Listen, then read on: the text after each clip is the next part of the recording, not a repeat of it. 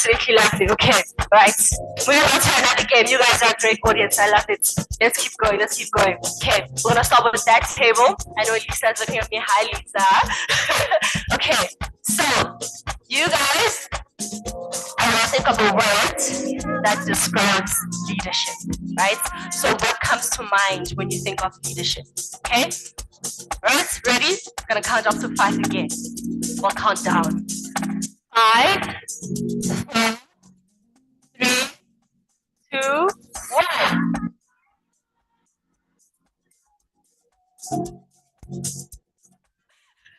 Okay. I heard it. That's good. That's the key. That's what we're looking for. Good. Great stuff. Now we're gonna move on to the next table. I know Lamia is looking at me. Hi, Lamia. Right.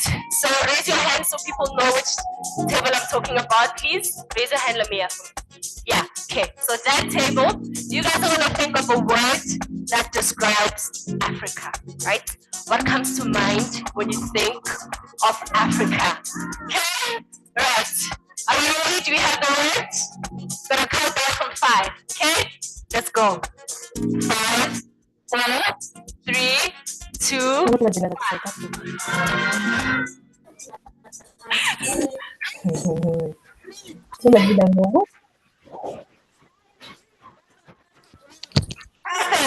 Perfect. Okay. Gonna move on to the next table. There's a gentleman over there. I think you're one of the very few gentlemen. Nice to meet you. Okay, right. So you have a word that describes blackness. Okay? Blackness. What comes to mind when you hear about blackness? Right? 5, 4, 3, 2, 1. You guys are on fire. Okay. Now I'm gonna move over to our classic ladies first.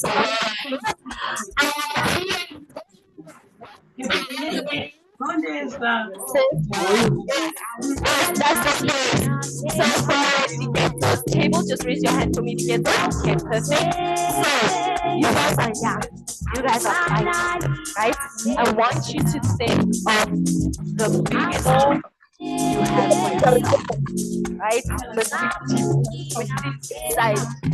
biggest dream that you have for yourself, and when it comes to that, you're gonna shout it out. That's 5, 4, 3,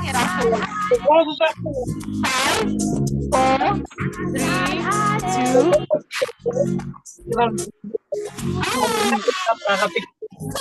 Success. That is already successful. Perfect. And then what? All right. Ai, ke fetsa go bona mo Google. Ai we ke botsisa le ke bele Okay. Hi, ma'am, we see you. Our next speakers.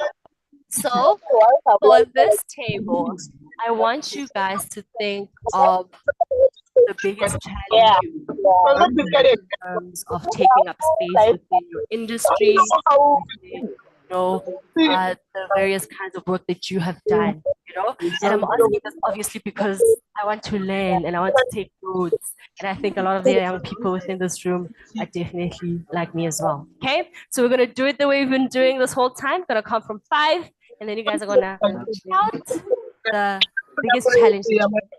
Okay, 5, 4, 3, 2, 1.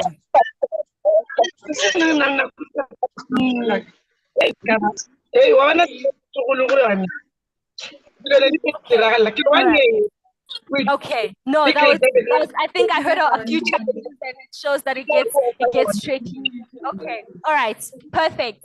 So that was the last table we did, and we're gonna keep doing this throughout the whole day. Don't worry, okay? Don't worry. I'm coming. Okay, so we have 1, 2, 3, 4, 5, 6, 7 tables left. So just keep thinking of incredible words. Okay? Right. Hi everyone. Is everyone excited to be here again? Yes. I want you to look over to your neighbor and say, neighbor, you look absolutely stunning. Oh, perfect, perfect. Say to the other neighbor as well. Perfect, perfect. Who's my neighbor? No one said it to me. Thank you. And neighbor, you look absolutely stunning. Here's my neighbor. Perfect. Thank you so much, neighbor. And thank you so much to everyone for joining us today. I want us all to give ourselves a huge round of applause for making the time, for making the effort. I know there's been a lot of challenges leading up to the forum, but we finally here and we finally did it. And the momentum that we started with this morning is what is going to keep us going. Okay. All right. I'd like to greet the distinguished guests and participants, to all the facilitators, to each and everyone that's going to be participating, and to everyone joining us online, because in 2023, the Amazon Leadership Initiative Leadership Forum is being hosted on a hybrid model. And I think coming from COVID, we all understand how significant that is, being able to have an audience that is physically present and present online as well. Oh, hi guys. Let's just all say hi to the online audience. Hi. Oh, there's a lot of people joining us. Can you see we have almost 400 people? That means almost 400 people are sitting here with you today. And this just shows how the Amazon Leadership Initiative is spread across the entire country, the entire continent, and the entire world. You know, it shows that even though we come from different backgrounds and different countries, I think to the online audience, can we just all mute ourselves as well, just to make sure that,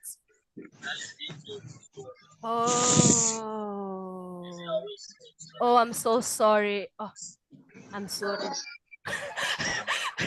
I'm sorry. They will unmute.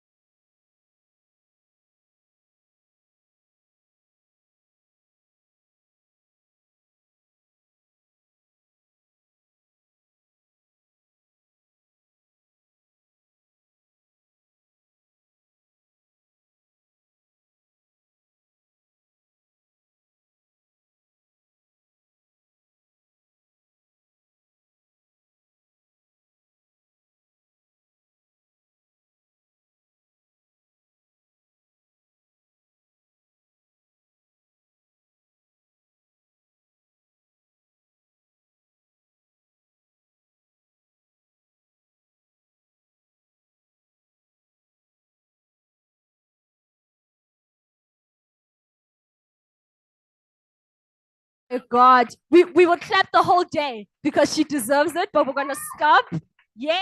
Yes, that's the energy. And as Miss Mary comes up to the stage, I'm gonna introduce her so that we all know a bit more about her.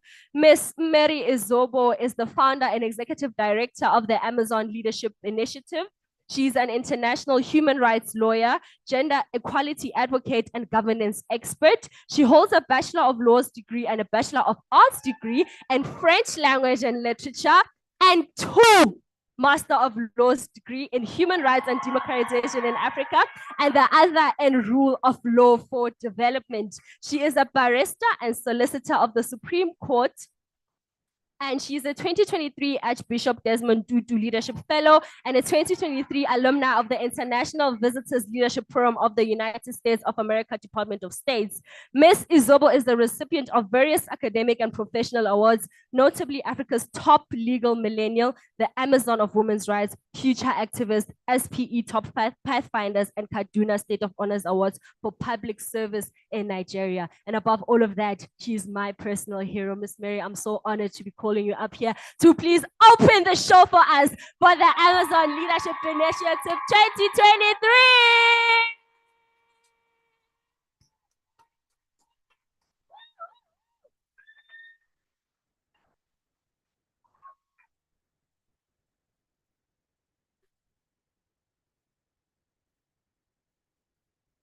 Okay. I'm not sure what to say after that introduction, Bunty. Thank you so much. And for all the warm welcome, thank you. I see you and I hear you. Um, I'm gonna start. Ladies and gentlemen, esteemed guests, and the radiant rising stars in our midst and in this room today. Good morning to you all, both physically present and for all of those virtually here. Good morning. I'm Mary Zobo, like Bontley said. I am the founder and executive director of the Amazon Leadership Initiative, also known as TheALI. People call it Ali, people call it all sort of names, but please note it is TheALI. It is an absolute delight to announce, to welcome you to our third consecutive flagship leadership forum for young female leaders. I am genuinely thrilled to stand before you surrounded by a gathering of such talented and accomplished young women. When I founded this organization almost 3 years ago, my vision was to create a community of empowered young women and girls who would not only contribute to their respective fields, but also uplift and support one another. As I look around, I see that vision coming to life through each and every one of you.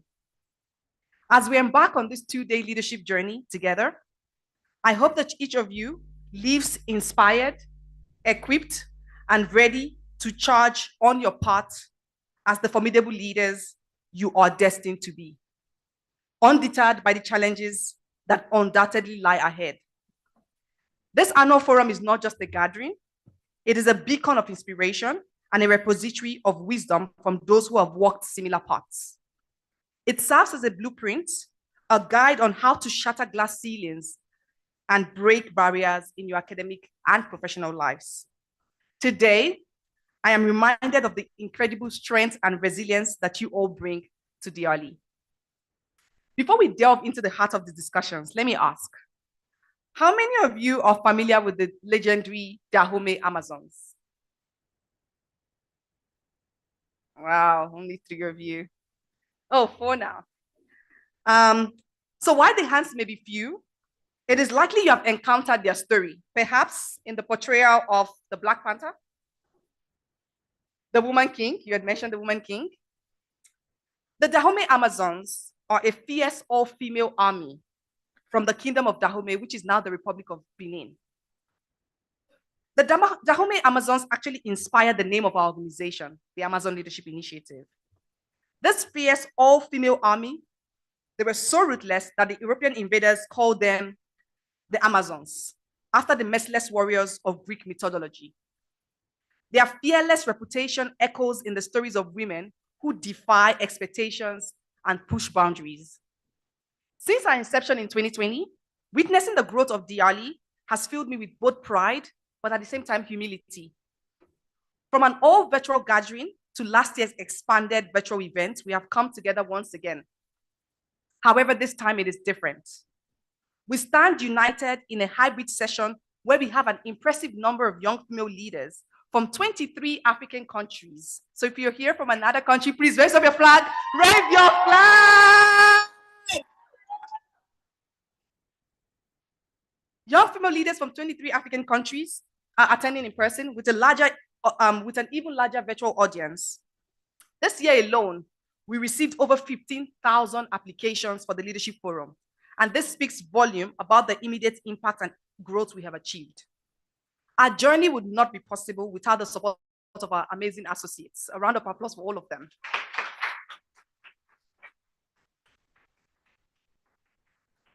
I call them my bosses.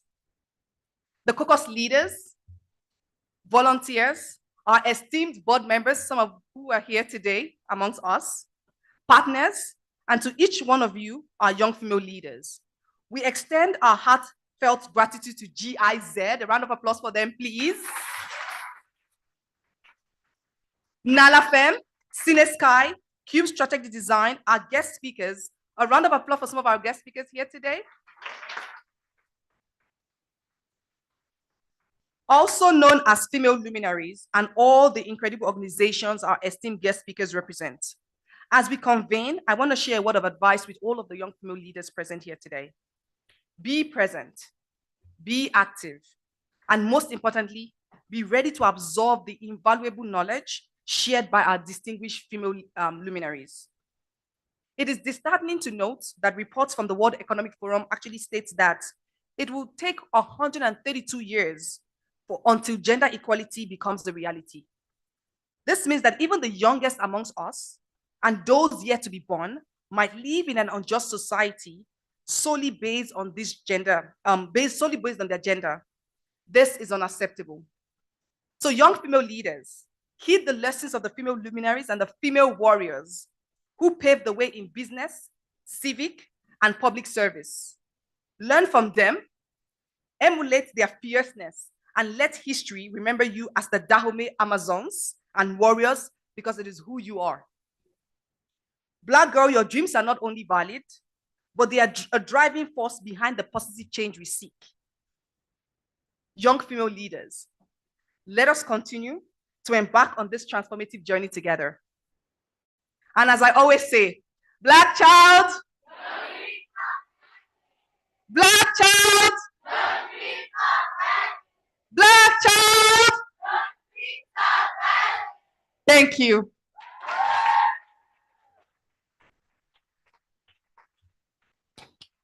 Those were such incredible words. Thank you so much, Miss Mary. I always learn so much from you. And as mentioned earlier, everyone, that we have an online audience joining us today, and just so we are all on the same page, the official hashtag that we'll be using for this year's forum is hashtag TheALI 2023, hashtag TheALI, hashtag TheALI23, right? Please continue to post and comment and like and subscribe to my channel, right? We do have, we are expecting to see a lot of content because there's a lot of young people here, and I know that we're all already taking and posting and doing everything. I want to see those stickers. I want to see those boomerangs. And I see Dumeleng, who's joining us online, is pumped up just as we are in this room. Shout out to you, Dumeleng. Moving over to the next speaker on our agenda for today, we have Miss Fatu Aminata Law, and she is an online virtual guest, right? And as Miss Fatu is about to join us, I'm going to introduce her shortly. Ms. Fatu Aminata Law is the country director and representative of the United Nations Women Zimbabwe. She is a jurist with over 20 years of progressive professional experience, including 4 years in the private sector in Senegal and 16 years in the United Nations in New York, Sudan, Rwanda, as well as Zimbabwe. She was an official youth delegate and spokesperson at the Fourth World Conference on Women in Beijing conference in 1995, and she was awarded the Ford Foundation Leadership for Social Justice Award in 2003 and was portrayed as one of the faces of the future by the Woodrow Wilson Center in Washington. And I don't know about you, but I'm absolutely happy to hear about Ms. Fatu's presentation and to see what the face of the future thinks about the current phase of the youth that is in South Africa, the youth that exists in the continent. Ms. Fatu, if you can hear me, you can go ahead and proceed, please. Let's give a huge round of applause for Ms. Fatu, everyone. Thank you so much. Can you hear me all right? Yes, we are. Thank you. Thank you so much for having me. This is such a wonderful event. I want to start out by congratulating you, the Amazon Leadership Initiative, for this amazing gathering today. I can feel the energy, even though I'm joining you virtually. And I really want to recognize and appreciate each and every one of you for making time to gather, to discuss, to share insights and tips about your leadership journey. And I really cannot wait to see what you will be doing in the future. Because as far as I'm concerned, right now you are doing exactly what it takes to become that leader, that transformative, powerful leader in your communities, in your families, around the world. So I think for this event today, I was asked 2 to 3 questions, which I will try to address in the next few minutes. And I hope to be online and have an opportunity to perhaps get some of your questions, because it's always easier to address what the audience is most interested in, rather than using some talking points. So the first question that was extended to me was the significance of nurturing young female leaders. And on that point, what I would like to say is that there is so much awaiting young female leaders on their leadership journey that the sooner we start nurturing them, the better. And in that sense, your gathering today is extremely powerful. Leadership can be a very lonely journey where one can fall off if you don't have a network and a support system to walk the path with you. So I think anything is possible for young people. And as the saying goes, even the sky is no longer the limit. And therefore, the sooner you start nurturing that potential, the sooner you start guiding and advising and giving perspective to the youth, the more likely they are to walk confidently and with less fear and anxiety to walk that leadership journey.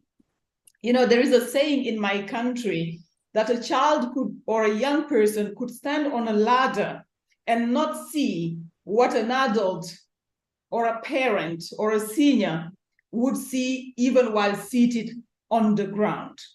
So this speaks volume about the importance of nurturing young leaders, especially female leaders. You need that perspective. You need to hear from those of us who've been at it and who are still learning, by the way, and growing. The moderator mentioned that I was a participant to the Beijing conference in '95. Mind you, I was still in high school when I went to Beijing. And that particular conference, if you haven't heard about it, was the 4th World Conference on Women's Rights. And to this day, it's the largest gathering of women globally to push for gender equality and women's empowerment. So I learned a lot just being there, being in that space, because I was already a very active young woman in my own community. And that's how I ended up there in Beijing, China, imagine as a teenager. So just being in that space and watching senior women there navigating that global international space, that platform, and coming together to demand better rights for women, to demand equality, to address issues of child marriage, to address issues of decent work, to address rights of women farmers, and so on and so forth, to talk about gender-based violence. That deeply inspired me, I have to say, watching all of them. So they've all been my mentors. They've all been my inspiration. And some of them from my country, I hail from Senegal. Some of them remained close friends and really mentored me. So I am very proud to be the product of all of that journey.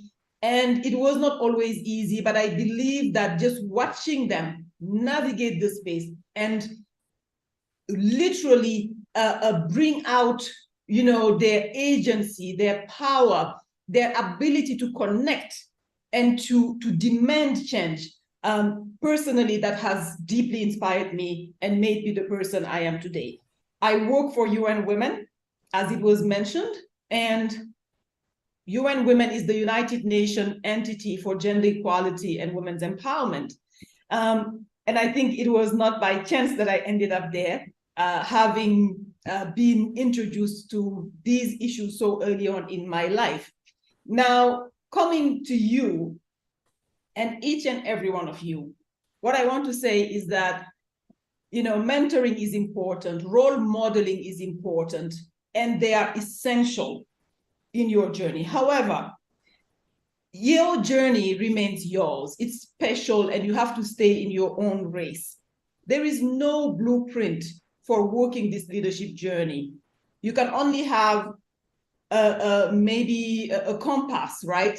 That will sort of guide you. You need your North Star, knowing that you can gravitate towards what it is you want to do. It doesn't matter whether you are in the sphere of social justice or economics or politics or social enterprise, or regardless of what it is you are doing, it is important to decide early on what you want for your life and for your journey, personal and professional, and what it is you do not want.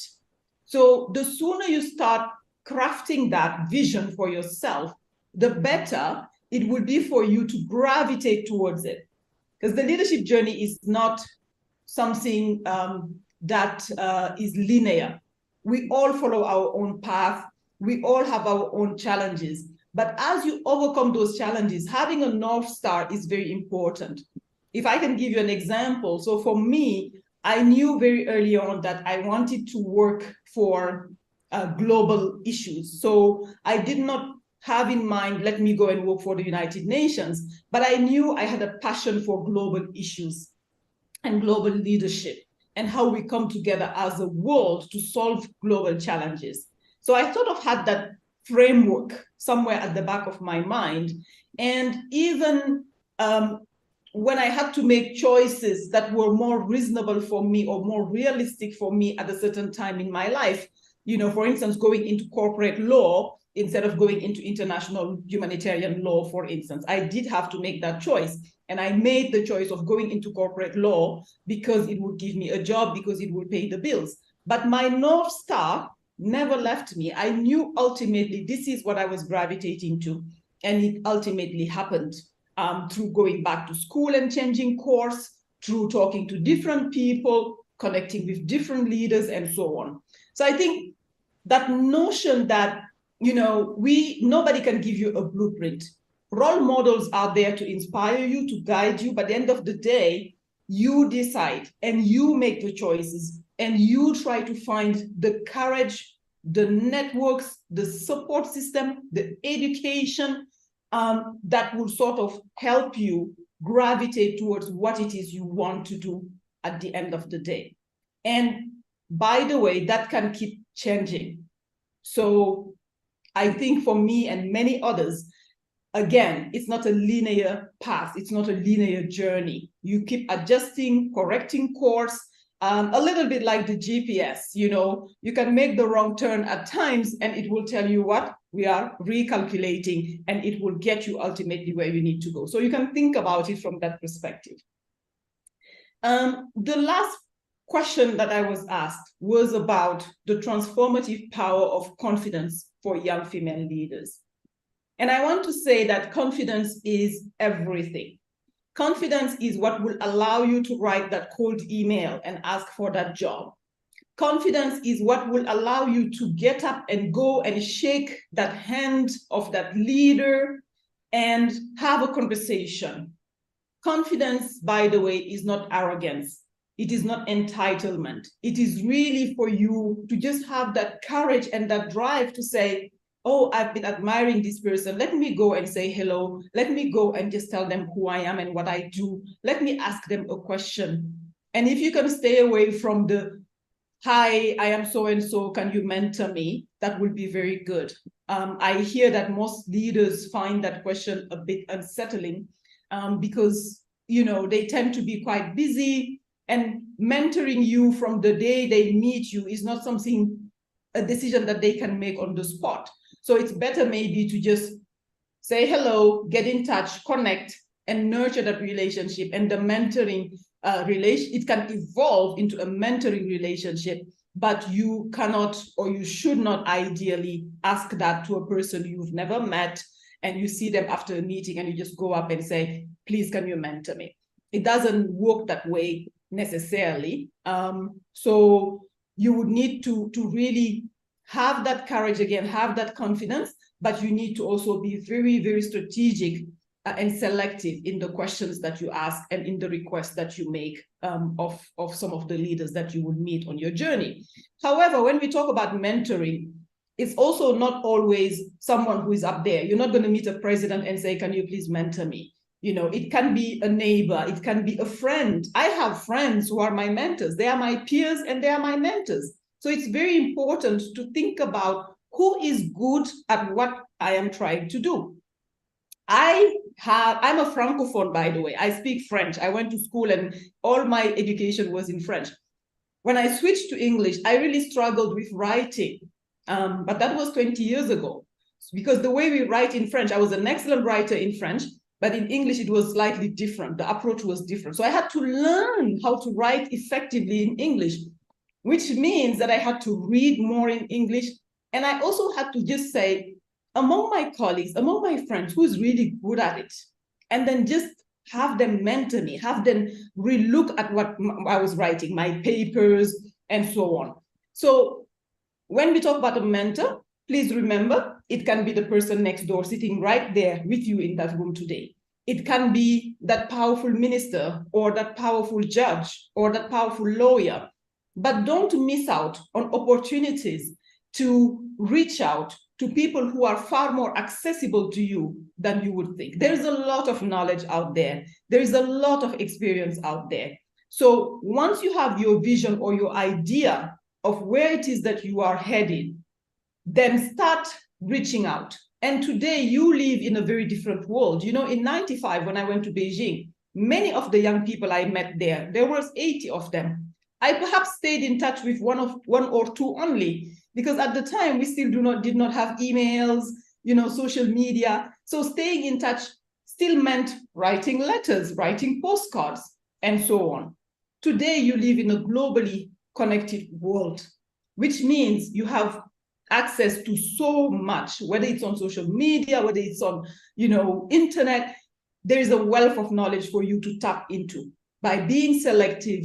And by the way, as I talk about social media, we also know that it comes with challenges. You know, there is online violence. There is also a lot of distraction out there. So if I can share also advice, be selective in what it is you watch, in what it is you engage with, in how you use effectively these tools. They are extremely powerful, but they can also waste your time abundantly, and you don't want that. So again, if I had a motto for my presentation, it's just really about being focused, being selective, and making choices, and having the courage to power on and to soldier on. Because every choice means that you are leaving something aside. If you choose A, it means that you're leaving B aside.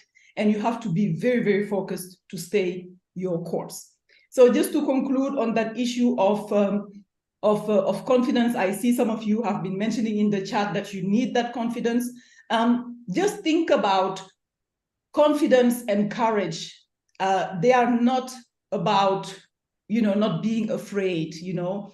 Like we say, courage is not the absence of fear, but it is the ability to walk with that fear and to overcome it. You should be shaking with your knees knocking, and you will still move on and make your dream happen. We all have fears at some point. We all have anxieties. I was involved in a process just last week that challenged me. I was really worried and concerned. I still did it.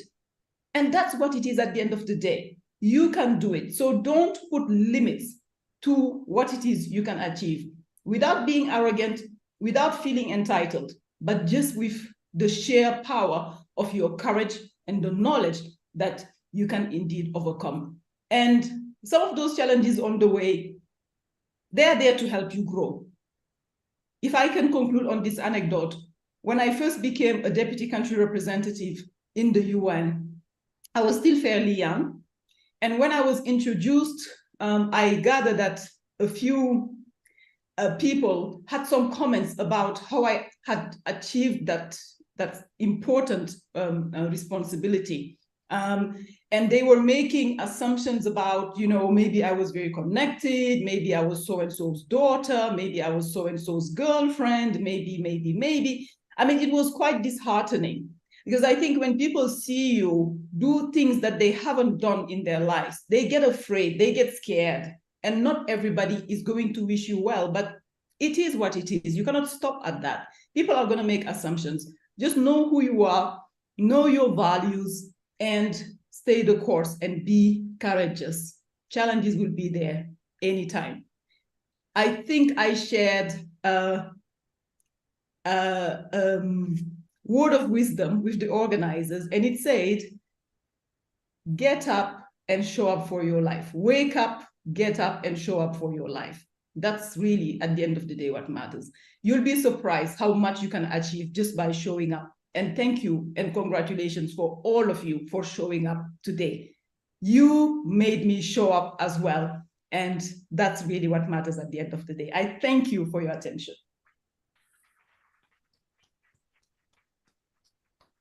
That was absolutely lovely.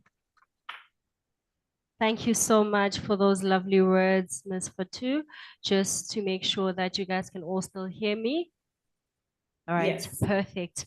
Thank you so much. Those were such incredible words. I remember when I saw the code saying get up, show up, and dress up, I was definitely excited.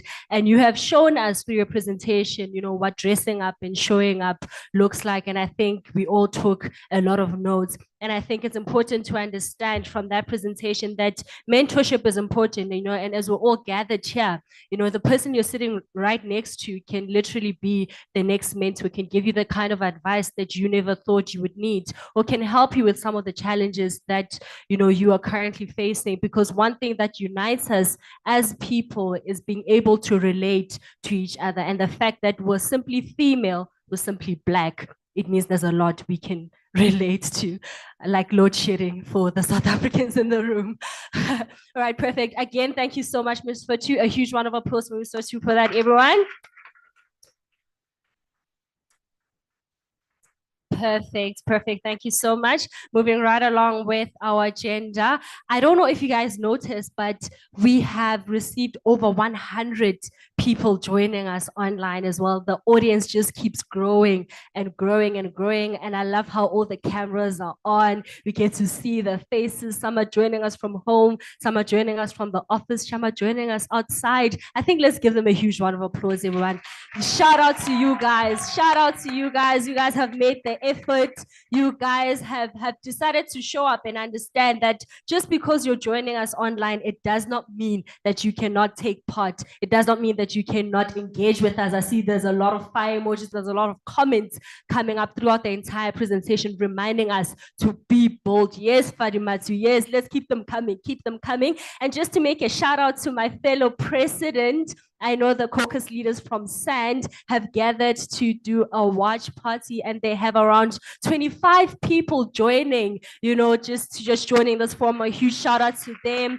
Huge shout out to them. Thank you so much. Peace. You guys are taking the cup, and I know there's other people who are joining with a friend, who are joining, you know, with a sister, and with anyone really. It doesn't. Oh, there we see them. Hi, peace.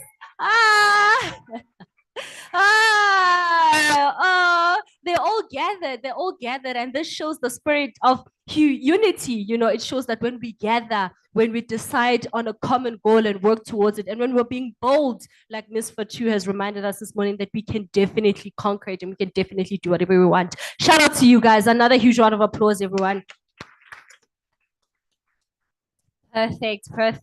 Moving right along with our agenda for this morning. The next speaker is joining us online as well. We have Miss Melissa Ruvumbo Kuboruno, who is the current chairperson of the Gender is My Agenda campaign, commonly known as GMAC for the Young Women's Network. She's a Zimbabwean holder of a high honors degree in international trade and business, as well as a master's degree in disaster risk and livelihoods management. She has been doing advocacy in the GMAC space since 2014 and speaks for the rights of women and girls, as well as equal representation of young people in different advocacies such as the UNCSW and SADC People's Summit. She is the current community engagement coordinator with the Rosaria Memorial Trust in Uzumba, Rambafungwe, and Morewa districts. And in this position, she works with girls and young women in grassroots with the aim of building their agency. In addition to this, she works with traditional leaders and other duty bearers to ensure that they protect the rights of children, most especially girls. Miss Melissa, I'm so excited to hear from you today. Please just make sure that your mic is on so we can hear your lovely presentation. I know you have amazing words to share with us. The work that you do with GMAC is absolutely inspiring. Let's all clap for Miss Melissa, everyone. Oh, perfect. We can hear you. Absolutely stunning.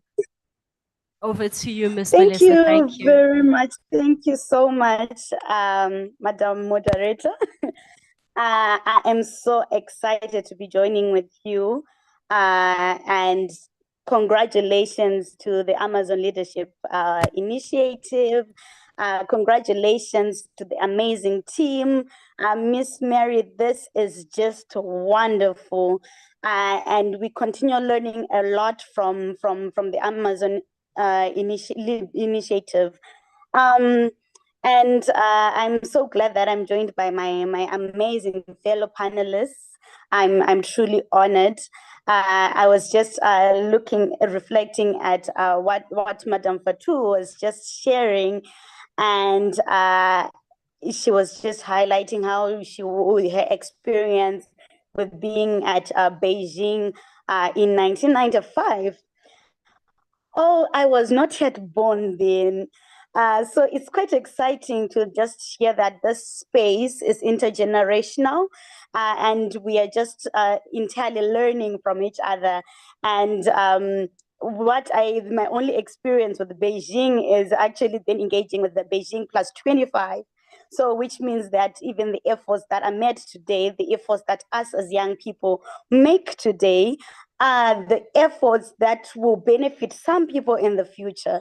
So we never want to underestimate the work that we'll be doing at our particular time, at our particular place.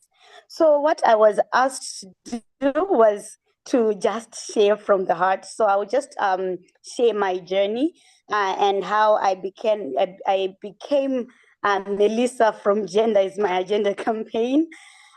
So my journey started in 2014. I was um, I was 16. Yes, I was 16 years old. I was very, very passionate about just volunteering my efforts in different spaces and just doing a lot of charity work. And I that was the first time I engaged with Rosaria Memorial Trust. I was a volunteer, and I was just ready to do peer mentorship and so on.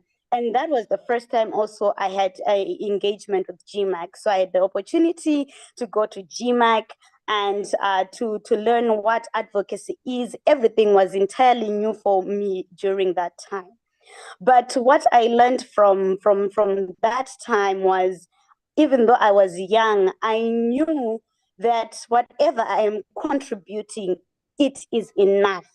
And whatever is in my mind, whatever is in my heart, and whatever is within my passion is enough to contribute to the African agenda. So this is just to encourage someone that age does not matter. At whatever position you are, at whatever age you are, at whatever location you are, it does not matter. As long as you make that small contribution persistently, you will become the great leader that you are, and you'll be able to unleash your potential. And throughout the journey, what I learned was, whenever you are given a chance, just seize the moment. Whenever you are given a chance, even if someone tells you apply for this or do this or come and volunteer in this space, just seize the moment with three hands. If you have three hands, just seize the moment and just let your passion drive you. You know that right now it is a very amazing time to be young because of the digital space. Now I'm connecting with all of you in South Africa, and I'm in Zimbabwe. I'm in rural Zimbabwe, but that hasn't been that didn't stop me from actually participating in this space. So just make sure that, like what Madame Fatou has said, let us utilize the social media platforms that we have. And for you to actually have a significant brand, we need to continuously utilize the social media platforms and make sure that whatever we are posting on the different social media platforms, we are actually creating a brand.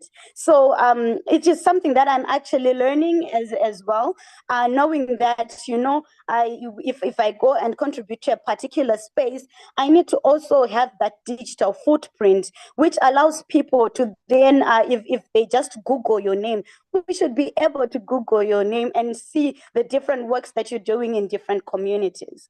And for me to be where I am today, I am a big product of mentorship.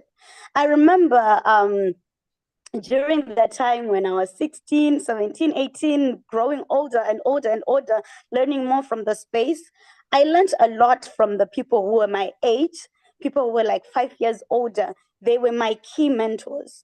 They would tell me, no, when you're in this space, behave like this. You know, you when you're negotiating, sometimes you use advocacy. Sometimes you have to be diplomatic when you're negotiating different things.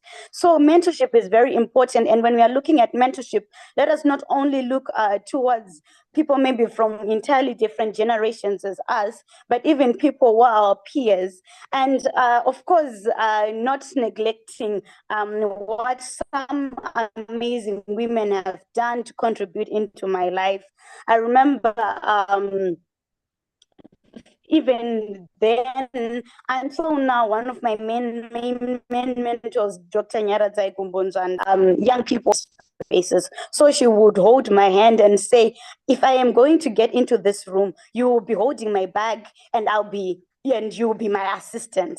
So sometimes creating spaces for young people and creating spaces for other people, it just looks like someone holding your bag so that they can also benefit from a particular space and they can also contribute to that particular space. So do not be afraid to speak, do not be afraid to mentor someone, and do not be afraid to be mentored.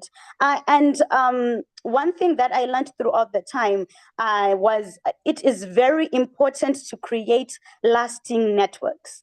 It is very important to make sure that when you are in a meeting, maybe you have an in-depth discussion with someone. Right now we are at this leadership forum. You're going to meet different people, and when you meet different people, they will probably give you like their contacts, and most people tend to just keep that in their bag, and that is the end of it. But make sure you follow up on networks. Make sure you say, no, can we schedule a meeting next week when we are no longer in this chaos, so that we can speak more and we can understand how we can collaborate. For me, even to be in this space, there's a young woman, Divine.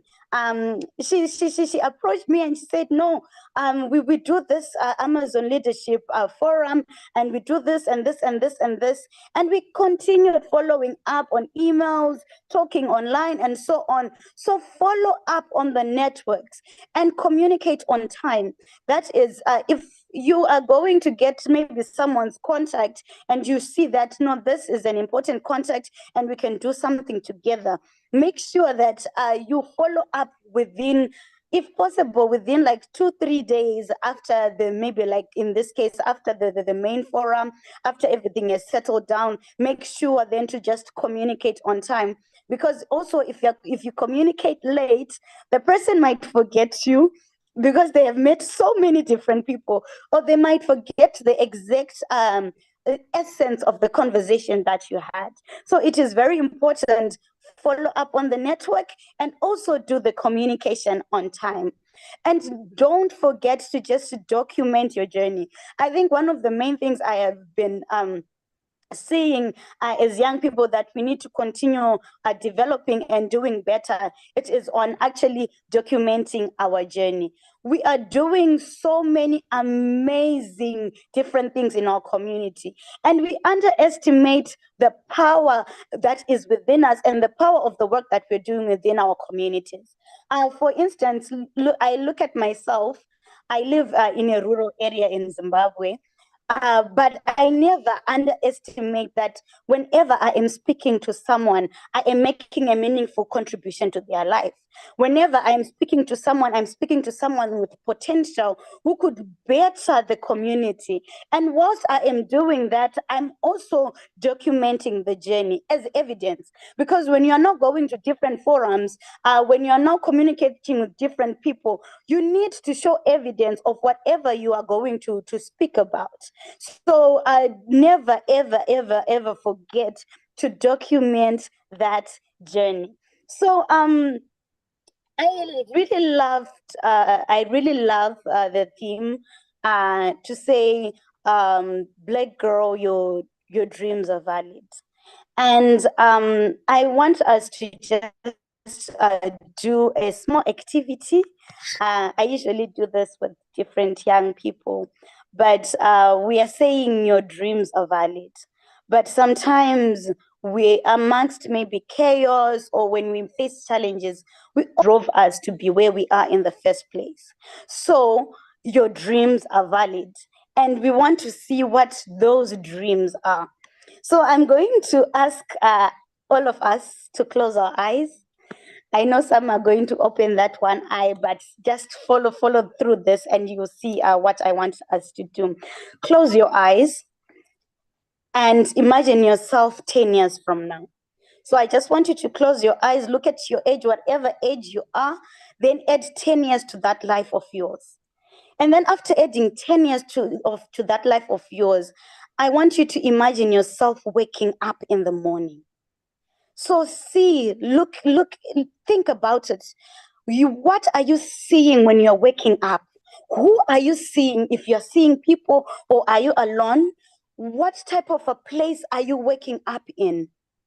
And then now take that journey of waking up and going to take a shower, or is it food that you're going to eat? Are you going to meet any people, or you are still alone? Think about it. Think through the process. Now I want you to imagine the day that you're going to have. Are you going to wake up and are you leaving the house? Are you going to work? Or do you have a business? Are you going to tend to that business? Think about it. Look at yourself 10 years from now. What are you doing? Where are you going? What is that one thing that is driving your passion and you are very happy to be there? And then now end that day. Look at the way you're going to wind down that day. So now we can all open our eyes. So what we were doing is we were creating what we call a vision. We are saying, black girl, your black child, your dreams are valid. But you need to see that dream. You need that vision to have a visual aspect of where you are going to go. So it is very important that right now, at whatever particular stage you are in, you are hoping to see the next 10 years. And where you want to go in those next 10 years, now you make plans and see, okay, what are my 5-year goals? What are my 10-year goals to achieve that very thing that you see when you close your eyes, that dream that keeps you awake at night. Then, after looking at the 10-year goals, now look at the 5-year goals. What are you going to do in the 1-year goal? What are you going until the next year, November? That thing that you were seeing, what are you going to do now so that you are able to achieve that dream? So your dreams are really valid, but you need to see the dream first before we even validate the dream.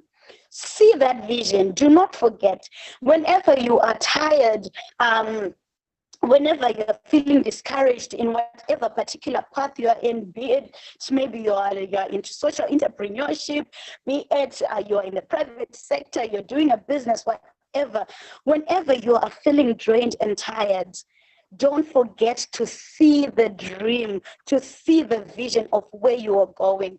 Because I'm not going to lie to you, some moments are going to be hard. And there are some moments that you're going to be rejected. There are some moments that you saw that you're almost there and seizing the opportunity, and someone gets that very same maybe platform or very same opportunity. But do not get tired. Just keep on pushing, keep on pushing.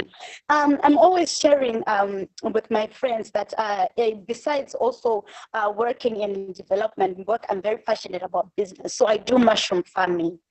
But one thing I can tell you from a mushroom farmer, it's not easy. Not every day you're going to get that beautiful oyster mushroom, which is the same size, which is the same weight. Sometimes you seed the bags and you get maybe half of them will be rotten fruit. So don't think that it's going to be easy. It is not going to be easy, but still you will make it. Even through the hard times, just remember that if I keep on pushing, if I keep on pushing, one day, that dream, I'm going to achieve it. So I think that is just basically what I have to share. I'm always welcome to hearing from all of you if you have any questions. But one thing that you just need to take away from whatever I'm sharing is, first of all, seize the moment. Second of all, document your journey. See your vision. Do not be afraid to take risks. Do not be afraid to take chances and keep on pushing. After all, especially if you're young, what really do you have to lose?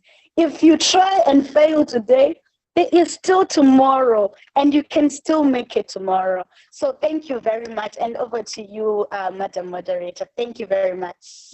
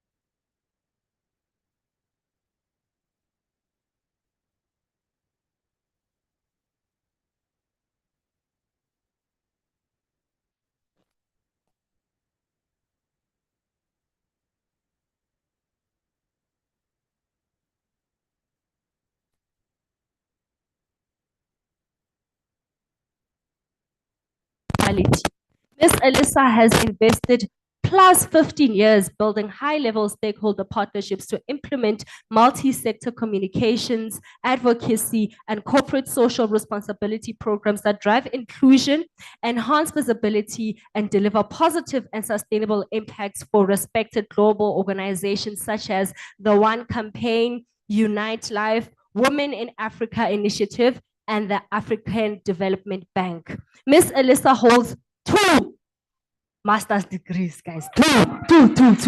Two. One in political science and intercultural management, and the other in history and sociology. She's a native French speaker and is fluent in English. Comment ça va, Miss Alyssa? Please take over. We're so excited to hear from you and to learn your presentation. Let's please give a huge round of applause as Miss Alyssa is about to unmute herself and to share incredible words with us today. Miss Alyssa, can you hear me? Yes, I can. Good morning, everyone. Can you hear me? Good morning, Miss Alyssa. We can hear you perfectly. Please take it over for us. Great. Thank you so much. Thank you for the introduction. Okay, great. So I'm very, very pleased to be here, very excited. And I have to say, I've been so inspired by the speakers so far. I would like to thank the Amazon Leadership Initiative for the invitation, and I really would like to congratulate them for this amazing gathering today. And it's so exciting to see so many people connecting from everywhere across the continent. So congratulations to all of you for that.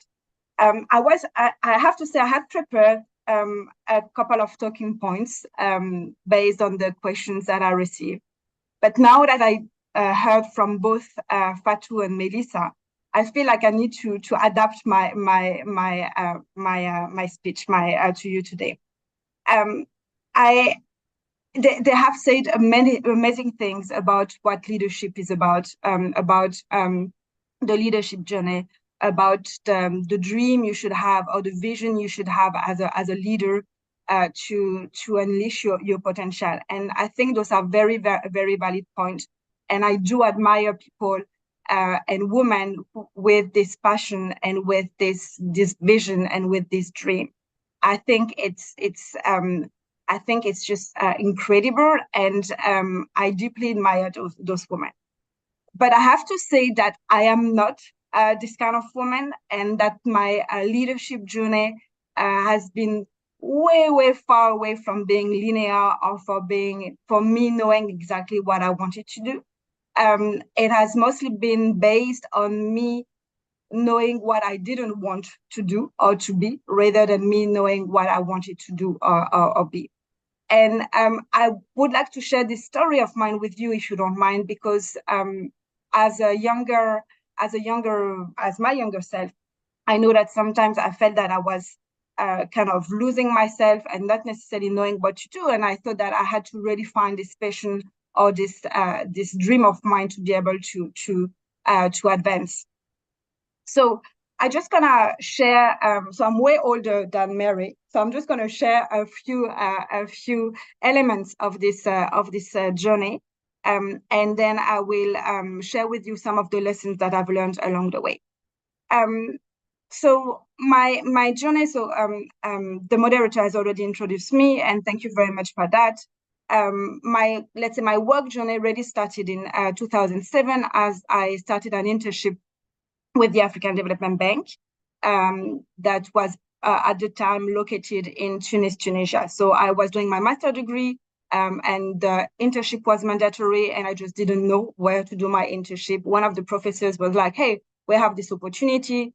You can go and work as an intern for like 3 to 6 months at the African Development Bank, joining the communications department. And I had never heard about the African Development Bank before. I didn't really know what it was. My professor at the time didn't really know neither what the African Development Bank was about. What I just heard myself was like that I had this opportunity to go to Tunisia, so by the beach, for let's say like 3 to 6 months, which I was really excited about. And that's kind of how I started my journey, basically. So I've been ready personally as a young girl, as a teenager, and then as a young adult, and even now, I've been always willing to discover new places and to have the opportunity to live in different parts of the world. And I have to say that that's something that life threw at me, and I will go back to that later on. But and for me, that what has mostly been driving my journey. Then fast forward, it's 2014. I am based in South Africa, working with the One campaign, and I have I'm working on this incredible project that gives me the possibility and the opportunity to have audiences with ministers, with heads of states, with working with all kind of celebrities, because we're doing a campaign around agriculture. And I have to say that I felt way out of my league. I was like, how like little me, Elisa, can have audiences with the ministers, with heads of states, or even like interacting with some of them of the African celebrities that were at the time. And despite I could feel this, and I'm sure that all of you here felt this already, like this, despite the fact that I could feel that I was like out of my place, I still made sure that I showed up, that I was giving my best, that I was, ready for all those meetings with the right talking points, and trying to find inside me the little self-confidence I could have for at least those, let's say, 30 minutes meeting or something like that. Fast forward again, 2015, I actually decided, based on this experience, I felt like, okay, I can do everything now. And I was like, now it's time to be my own boss, to manage my own time, to decide what kind of project I want to work on, and so on. So I decided to create my own consultancy firm, so in communications. And I just started, and it was great for a while. And I was really happy about it. Fast forward 2018, a lot of clients I had were late with paying their invoices. Some of the contract that I was hoping to sign were not necessarily like coming through the way that I wanted to. So I really had to take a step back and make a huge financial cut, because it was just not going anywhere anymore. And for me, it wasn't necessarily the easiest decision, but the decision that made the most sense at the time was to actually leave my flat, which was a rental. And so I spent the next 6 to 8 months basically crashing at my friends, and crashing on the couch and so on. And during this period, I have to say that, so it was a tough period, and I will come back to that as well later. But I think that coming back to what some of the speakers were saying before, the importance of your network and the importance of your friends is critical. So having those people that you can count on, and that will not only be hosting you for some time, but they will also help you to remain confident and to remain positive, knowing that something better will come through, is very, very critical. And then fast forward again, 2023, this is me talking to you. And I am now for 2 years the Chief Operating Officer of the EcoBank Foundation, which is something that I'm very proud of. So why did I tell you all of that? Because I think, coming back to what Fatou was saying earlier, what is very important when we talk about a leadership journey is that a leadership journey is not linear, and there's no highway to it as well. You have to take it a day at a time. You might have step backs, and you will have a lot of them. You will have, and I think that's something that Melissa also just said, you will have time where it will be difficult. You will have time where you will lose your confidence. And I think if you lose your confidence, it does happen. If you struggle to still believe in yourself, and it does happen, what is important is to believe that life will continue, will throw things at you, and is throwing things at you that you can handle. So there's nothing that you cannot handle. It will take time, and sometimes it's just like a step at a time or a day at a time, but you will get through it. And at the end of the day, you will have learned your lesson, and you will become even stronger, and even with even more knowledge and expertise to be the leader that you want to be. I think it's something that is important to share. And I know that as a younger self, that's something that I was really carving to hear as well, because when we talk about our success stories, we tend to forget that there is always like a challenging part to it, and that's something that is also important to hear. And it's important during this time to really be supported by your friends, your family, and to be able that you can reach out to them, to know that you can reach out to these people for, even if it's just to vent, for to be reorganized and all of that. And that's something that I really wanted share with you, because I think it's very much important, and we have to believe that in yourself. And when believing in yourself is too hard, we have to believe that life only throws at us things that we can handle a step at a time. Now, something that is also for me very much important as a leader, and in our leadership journey is, and I think that will also resonate with a lot of you, is also like basically sisterhood. So there's place for everyone, and I think all of us are leaders, and all of us have enough space to shine. And it's very much important to help each other. And we, as Mary was mentioning in our introduction, we live in a world that remains gender bias, and where there's still more than a century to go, so then we can reach a fully parity between men and women. And I think it's important that we are solidar, so that we really stick with one another and help each other. So again, coming back to what he was saying, mentorship and sponsorship are not necessarily vertical. So you don't necessarily have to go to someone who has a higher position, or who has the position that you would like to have, or who is older, or like, it can just be with your peers. And there's so many things that we can learn from our peers. So many things. And I really wish for all of you that you have this group of friends that you will nurture, and that you will carry with you like throughout your entire life. Because those friends, they are also the ones that will help you remain true to yourself. And I will come back to that in a second.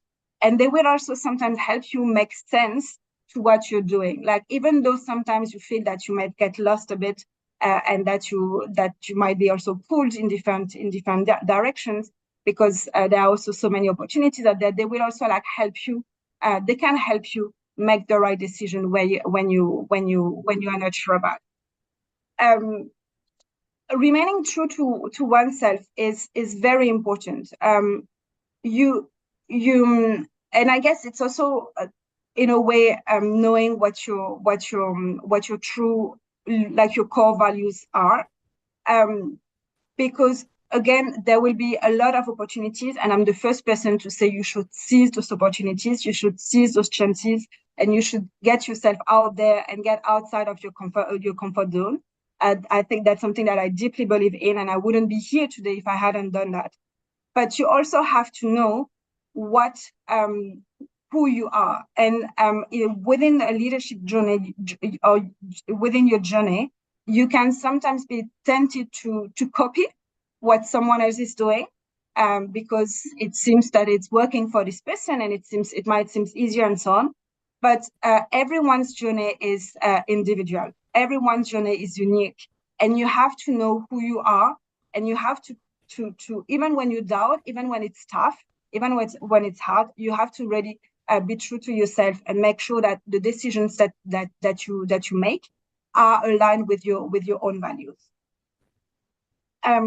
Something else that I would like to mention is that, and that's also something that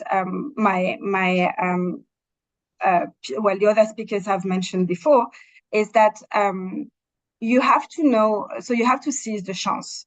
So I would also say you have to seize the opportunities. I think we all get to places sometimes where we just feel, we want like the easy option, because it's just easier. But I think you also have to challenge yourself and to take those risks and maybe make this decision, because that's the decision that will then bring you to a pathway that you might not have even think about, and that will also give you the opportunity to be this woman that yourself has had not even maybe thought about. And I think that's something that is very important. To take this risk, and as a leader, and being a leader is also a lot about taking risk and stepping outside the comfort zone, and taking the risk that others might not be willing to take. I'm not saying that you should jump out a plane without a parachute. That's not the kind of risk I'm talking about. but I'm sure you know what I'm talking about, and you have to take them and to be confident in doing so. What is also important is to remain curious. As I think it's Fatou who said that in our presentation, we are learning. I am still learning. We are all still learning, like every single day. And I think actually we should be learning something new every day. And you have to remain ready to learn. You will never get to a point where you will know it all. It's not possible. And as a leader, it's very much important to learn and to know that you're going to keep learning and that you can learn from everywhere, from everyone as well. So again, not necessarily from someone with a better position or someone with more money or someone who seems happier. Like you can really learn from anyone, and it's important to keep this mind of us open for this learning. And the last thing for me that is very important and actually maybe very critical as a leader, and even more if you as a leader, I think it's very, very critical. And unfortunately, I think it's a quality that is underrated, if you ask me, is to be kind. To be a leader, you can be a leader and be kind. Leadership with kindness, leading with kindness exists. It is a thing. It works. And that's something that personally I strongly believe in. And I think that's actually by being kind with people, by showing empathy, that you also leave the space for the people that you work with, live with, collaborate with. So with all the people around you, and for the people that you lead to shine, and to also for them to unleash their own potential and to shine and to help them grow. So for me, kindness is very something that is key. And I wish there would be like more people speaking out about kindness, because that's for me one of the key qualities that we tend to forget. That's basically the story that I wanted to share with you. I think it's important that when you embark this leadership journey, and I know that you are all already on it, to know that you might also so get those bumps, that you might also have sometimes people who don't really, and maybe like from your closer round of people, like circle of people, that they might not necessarily always know what you're doing or what you're what you're doing. So for example, for the longest time, my mom had no idea what I was doing as a work. Like she just wouldn't understand it. And she was actually challenging me in this job, because she didn't understand that. And I think having someone, I mean, I have to say from a long time, that was also like, I was a bit frustrated at her for that. But I do think that at the end of the day, she kind of also helped me to challenge myself and to ask myself the right question. So it's important to be always also like open to any questions or challenges that people will throw at you. So let me stop here with those three main words. So first of all, like leadership with kindness, please, that's really something that is very, very important. Remaining true to yourself, like knowing yourself, and knowing that you will get wherever you have to wherever you have to go. So even if you're not sure 100%, okay, that's fine. You just follow your path, and you can also just make the decision a day at a time. You don't necessarily have to have a 20-year plan or something like that. I think it's important to remain open. And coming also back to what Fatou was saying, also a goal can also change. So you might have this objective of becoming, I don't know, X, and then along the way it will change, and that's also perfectly fine. There is no linear way to being a leader. And then yes, keep learning, remain curious, keep learning from anywhere, from anyone, and everywhere. So there's always something new to learn, and that might actually be with that you this new knowledge that you will get that will unlock your next step in life. Thank you very much.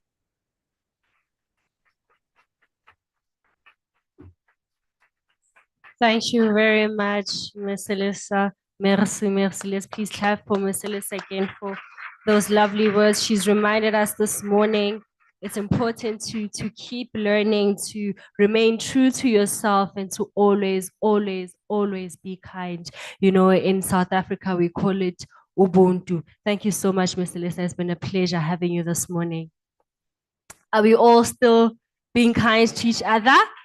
Yes, yes. And I think actually it's important to ask ourselves, are we being kind to ourselves? You know, because when you're a young person, imposter syndrome is a real thing. You know, you always think that maybe you're not deserving, maybe this is not for you, maybe you are reaching. Young people call it reaching. So I think it's important to also say that you need to be kind to yourself. Okay, moving on with our agenda, I did promise this morning that I have banger speakers who are here to share amazing, amazing words of encouragement and to allow us the opportunity to learn from them and to take words of encouragement and wisdom from their experiences as well. The next speaker we have for today is Miss Crystal Ikani Musa, who is joining us physically so we get to see her beautiful face. Oh, she's absolutely stunning. Miss Crystal Ikani Musa is the board member of the Amazon Leadership Initiative, and that just means that she is one of the main reasons that we are gathered here today. And I think for that, she deserves a round of applause. Miss Melissa, let's clap for you. Let's clap for you.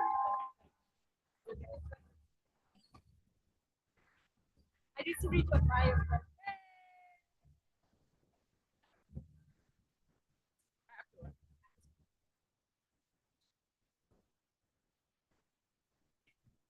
She's too excited. She's ready. We absolutely love it. Let's clap for Miss Crystal.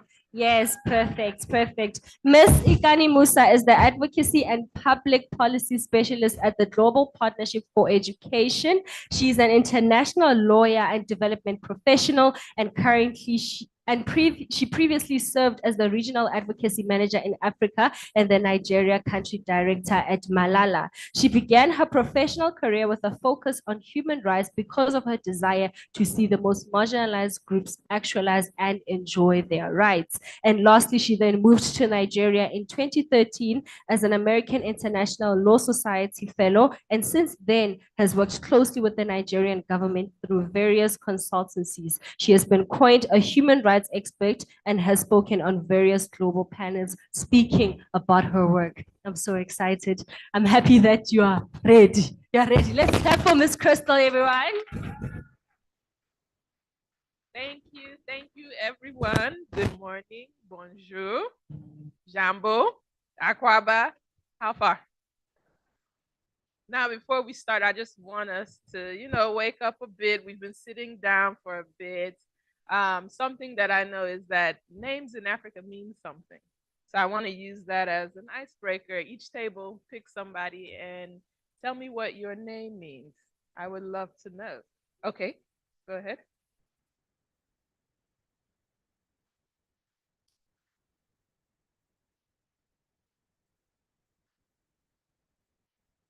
Wow, Prayer, nice to meet you. This table.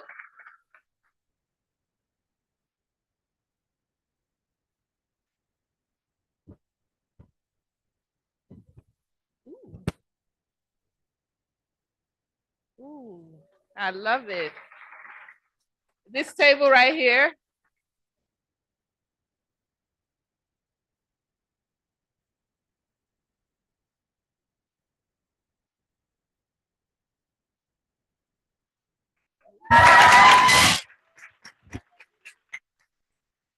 Sorry, what did you say? What does it mean? What?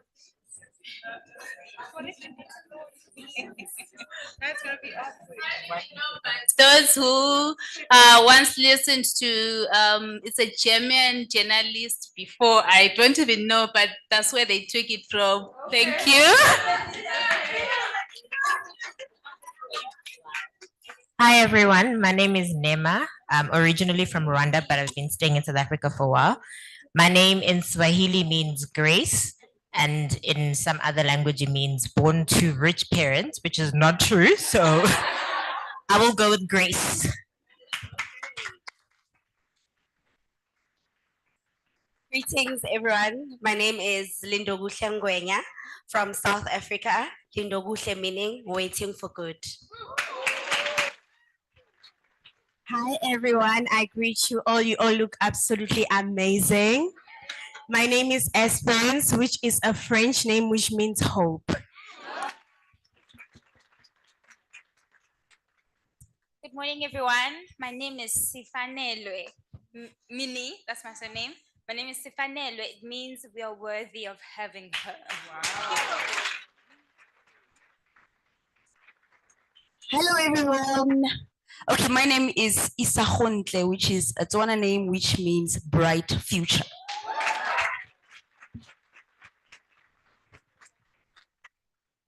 Hello, everyone. My name is Yasmin. Yasmin, it's a flower. It's a beautiful flower. So my mom loves this flower, and so she names me of this flower. Yeah. Good morning, everyone. My name is Lena Eberechuku, and Eberechuku in Nigeria means God's mercy.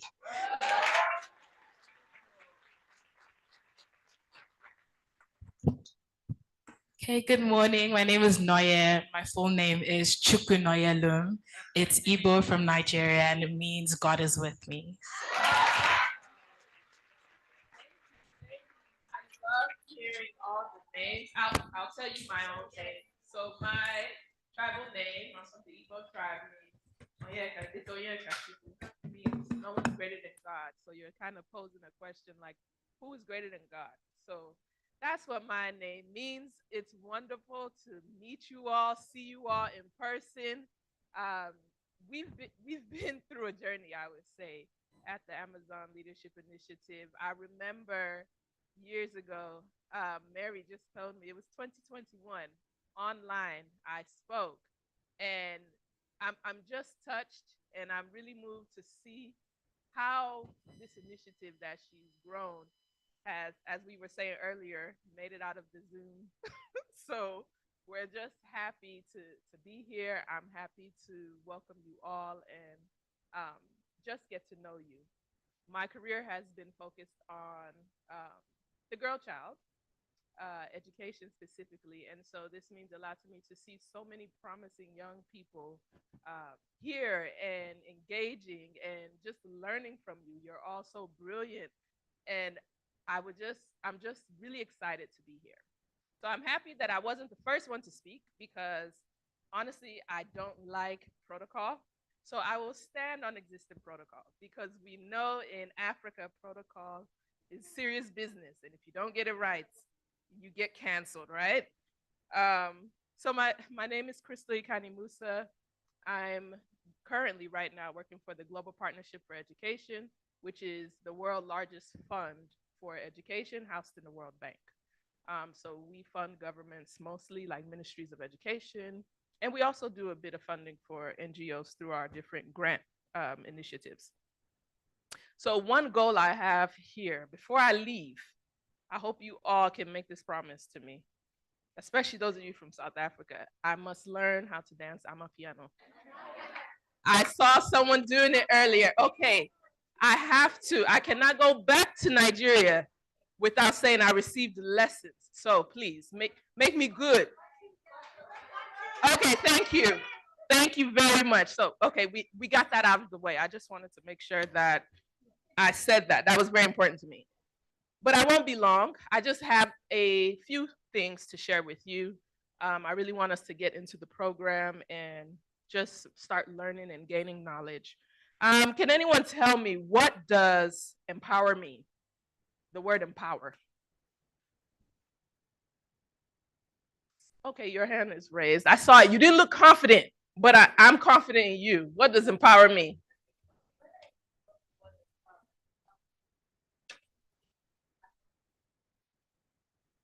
Independently. She said, giving her the resources that can help her lead independently. Sorry, I'm making you walk around the room. I should have told you before. Anyone else? One other person. What does empower mean to you? There's one lady back there. Hello. So to me, I think it means to give power to someone. When you empower a person, you're giving them power or the platform where they can do something. Yeah. Yep. So you guys have said the exact definition I was looking for, to give power to. I have an issue with the word empowerment. I actually don't really fancy it when it's being used, for different initiatives. But I understand, now it's like a term that we use for, the sector when we're doing different initiatives. But for me, when you tell me that you're giving me power, that means someone else has power over me, right? So who are some people that have power over your life? Have you ever thought of that? Who has power over your life? So I know some of us will say our parents have power over our lives. Yes, they must have. I won't disagree. I'm just kidding. The power, do they ever finish having power over your lives? I'm old and I can tell you no, they don't. But I mean in general, as a person, who has power over your life? Have you thought about that? So that when they say, oh, I'm empowering you, where's the power coming from? Who holds that power? And so for me, when I think about that word, I think about the society, right? A lot of us live in a patriarchal society where men most of the time hold the power. Of course, there are institutions that hold power, and they need to, in a way, hold power. I'm a lawyer, so I do believe in law and order. You can't just go around stealing or anything. You don't have the power to do those type of things. But the power within your being, who has that power? And so I always ask myself, who has power over my life? And for me, it's not, I don't need empowerment. It's more about the power movement. So this is a power movement. We're all a part of this movement that TheALI is creating. It's a power movement that's transcending borders. And I want you all to know that you have power, that you are powerful. And so embrace that. So how do you retain your power? Because you all have power. Every human being in the world, to me, has power. So how do you retain your power as a young lady? I want you to ask yourself those type of questions and then try to think of what you can do. I have a few suggestions that I would share with you. The first one for me is education and knowledge. You have to gain education and knowledge. And it's not just about learning more, which is good. I believe learning is something that we all should do, but education doesn't stop in the classroom. Gaining knowledge doesn't stop in the classroom. You have to gain knowledge and experience and education within your surrounding, because one thing I've noticed is education levels the playing field. No matter what your background is, you can come from a non-wealthy family. You can come from a wealthy family. You can come from the outskirts. You could come from the inner city. But once you're educated, it levels, right? Because everyone has a certain level of education at a certain point, right? So it makes you be able to speak to other people. And so for me, it's important that when I speak, people listen. Like, why are people listening to me? Part of the reason is because, I'm educated, right? And I really feel that it's important when you're a young lady, try to attain that education and that knowledge. I'm all for education through the formal system. I totally believe in it, but I know that our circumstances are different. But that does not mean you cannot be an expert in whatever you do. So education and gaining knowledge. Second, awareness. Awareness is very important because you cannot enforce what you don't know you have. If you don't know you have power, you cannot enforce it. And that means someone can overpower you, overtake you, and then tell you where you should be going, how you should be thinking, how you should dress, and control you. So be aware of the power that you have that resonates inside of you. And that helps you to be able to enforce it. When you enforce your power, you're confident. I know that you're young and you may feel that, you have to listen to others. I understand this is Africa, and yes, seniority. We all have to respect our seniors. But I'm not telling you to be disrespectful. No, I'm telling you to be aware that you're powerful, that you know what you know, and who knows you best than you. And my last reason my last reason on how to retain your power is, and she mentioned it before I came up here, so now I'm doubting myself in the meaning, but let me tell you what I think it means, is Ubuntu.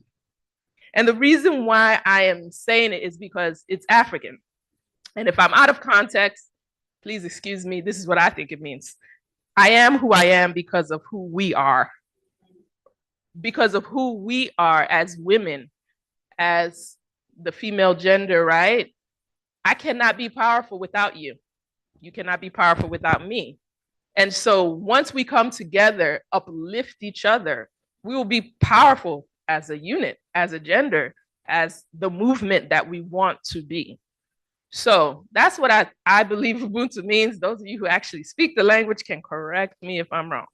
But just know that the essence of what I'm saying is, thank you, she gave me an okay.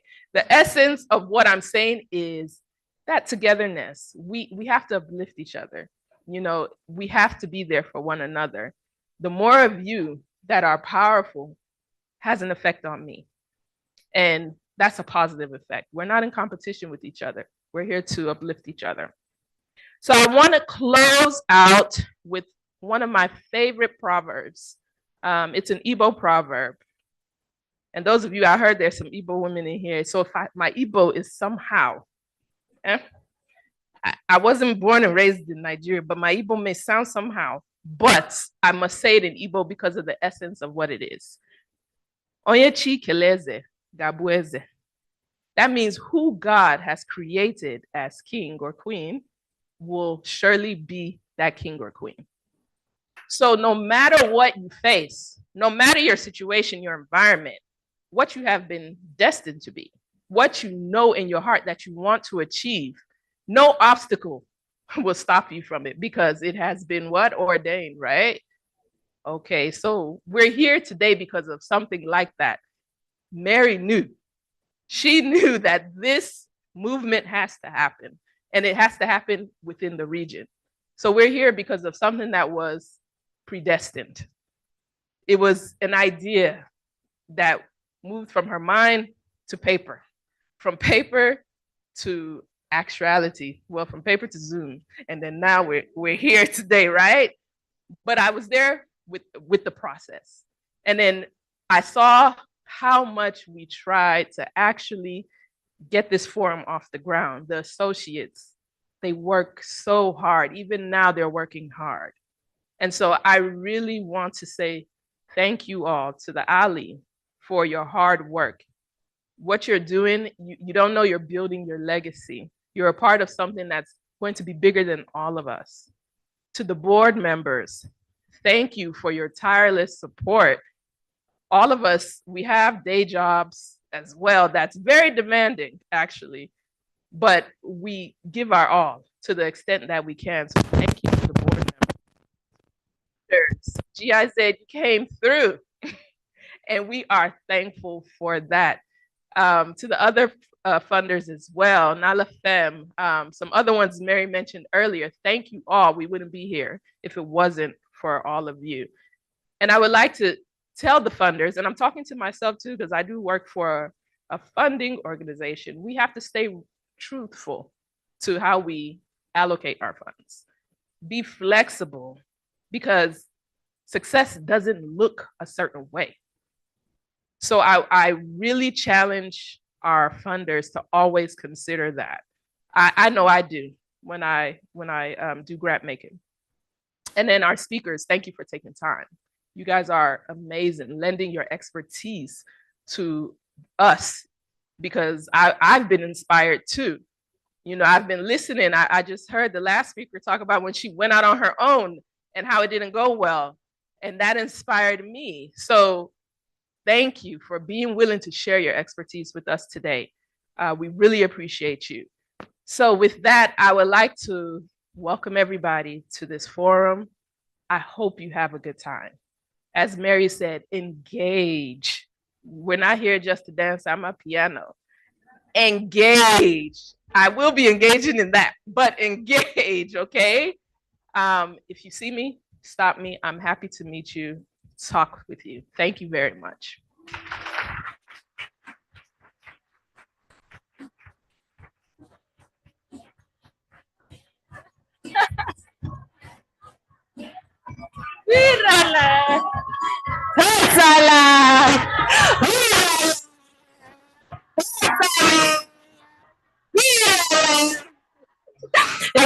No, clearly Miss Crystal is very South African this morning. No, you're already getting the love it, don't worry. Another round of applause for Miss Crystal. Thank you so much for those lovely words and for reminding us of how important it is to engage and to learn to each and everyone. And of course, I would also like some of the dance lessons that you guys would be giving to Miss Crystal. So please don't forget about me. You already have somebody at the back, a volunteer. Perfect. Thank you so much. For the next speaker who's going to be rounding off our opening ceremony, I have a surprise for you guys because, you know, I'm a leader and I make things happen. You know, I bring people, you know, I'm a I'm a young female leader. That's what we do as TheALI. We have personally, I like calling her our next Miss Universe, you know, because she looks absolutely stunning. She's such a queen, just that smile. Oh my gosh, I cannot wait to hear the presentation that she has for us towards and some of the lovely words to usher us into the next segment of our agenda for today. We have Miss Wandiwe Sobua, who is a second-year BA student in Politics, Economics, and Technology at the University of Johannesburg, on a mission to integrate these disciplines for a profound understanding of the world beyond academia, right? So it's more of a beauty and brains kind of a thing, you know? She confidently models for rage models and passionately advocates for sisterhood, youth networking, and leadership development as the chairperson of her residence. With dreams of becoming a diplomat, she proudly represents University of Johannesburg as Miss UJ 2023, embodying the university spirit, and she's coming up this morning to Miss UJ, Miss UJ, Miss UJ. Oh, take it away.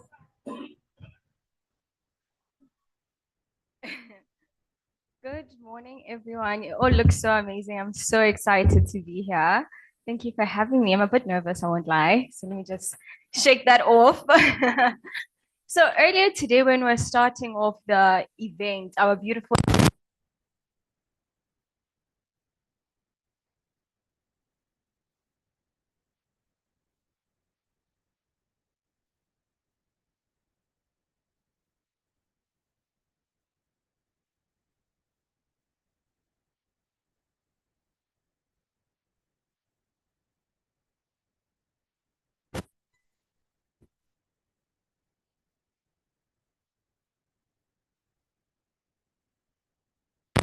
about who I am. I come from a small village in the Eastern Cape, literally in the middle of nowhere. And when I came to Johannesburg, I was presented with countless opportunities. And I didn't seize the opportunity. So many speakers were telling us, seize the opportunity, go for what you want. And for the longest time, I didn't do that because I doubted myself and I doubted my dreams. So I feel like it's important for us to always, it may not always make sense, but have faith in that dream that you have. God instilled that in you for a reason. You may not fully understand it, but never doubt it. Have faith in it all the way through. And I feel like that's something that's very important that I want to share with you guys, because it took me so long to learn that. But I'm just glad that I got to a point where I did realize that my dreams are valid. I should go after them. I should pursue them. They don't need to look like the next person's dream. They don't need to be sparkly. They're my dreams. And because simply they're mine, they deserve a chance to be chased, to be achieved, and to be attained. So I feel like it's very important to just never let the fear stop you. So one of the speakers mentioned that. Do it scared. You're going to be scared, but do it scared. Never let your fear stop you. And because we live in a world where, because simply we women and we Black, the world already has so many problems that are waiting for us just simply because of who we are and how we look. So as you try and navigate those problems, as you try fight those problems, one thing you should be sure of is yourself. You have so many things and so many obstacles to fight. Just be firm in yourself, be firm in your dreams, be firm in your belief. It all starts within. So even our program director mentioned that it's important for you to respect yourself, to love yourself. So, because the world has so many challenges to offer us. But if you are firm in your dreams and what it is you have to offer, then you starting off on the right path.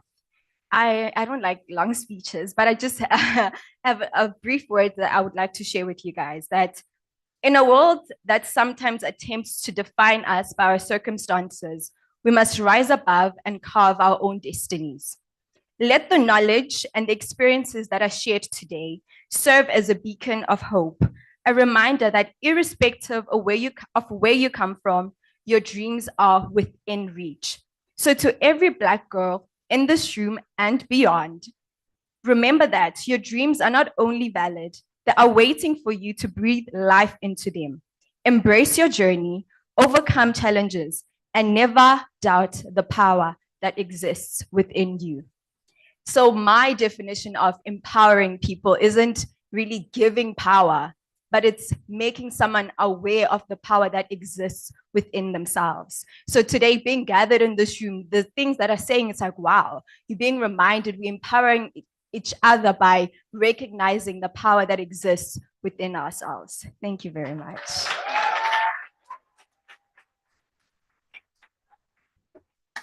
Oh, I will miss Universe, guys. I will miss you, Jay. Thank you for the lovely words, miss you, Jay. Oh, so pretty, so pretty, so pretty. You see, in South Africa, in Joburg, we give beauty and brains, even though she's from the Eastern Cape, but it is University of Johannesburg. So we take credit. Thank you. Let's clap, let's clap.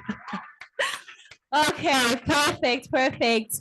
So we are concluding our opening segment for today. And we still have a lot of jam-packed filled sessions. So please gear up, get ready to engage, get ready to remember that indeed your dreams are valid and that you are worthy and that you are a leader just standing here and being present in this room. You know, it doesn't mean that because you're from a different background or you have different dreams, then they're not valid. But whatever idea that you have within yourself, it can happen if you simply work towards it, if you think about the vision, if you think about the intentions, and you network. And to close it off, we're gonna take a family picture, but we're gonna start with our online audience because they, you know, look at them. There's all these messages come. They are rich. I like my fighters. They are my fighters. These online audience. There's a lot of fire emojis. So I think everyone joining us online, I need you all to please switch on your cameras for me. And you can smile and look pretty. You know, it doesn't matter if you're in the kitchen or the bedroom or the office or the classroom, whatever it is, just open your camera for me, please. And you're gonna smile. And in TheALI, as the YFLs, we have this signature move that we have for all our pictures. And whenever we want to, you know, get into formation, it's our own formation as TheALI, right? I'm gonna say Black child, and then everyone is gonna say your dreams are valid, right? And we're gonna do this just as they are opening their cameras and making sure that everything is clear and they are ready for us, okay? Are we ready? Black child. Child, child, your dreams are valid. Yes. Okay, I'm gonna smile as well because I'm in the. Okay.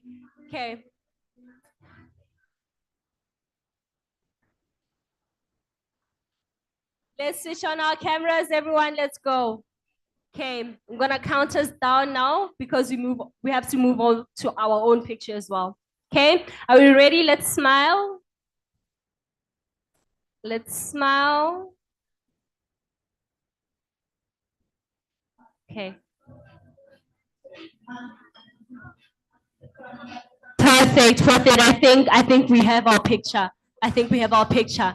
Okay, right. Now moving on to the people present within the room. We're going to have our own family photo as well. And the person who's going to lead us through that amazing session is my lovely sister, my lovely friend, Divine Yamalamba. Over to you. Let's clap for Divine.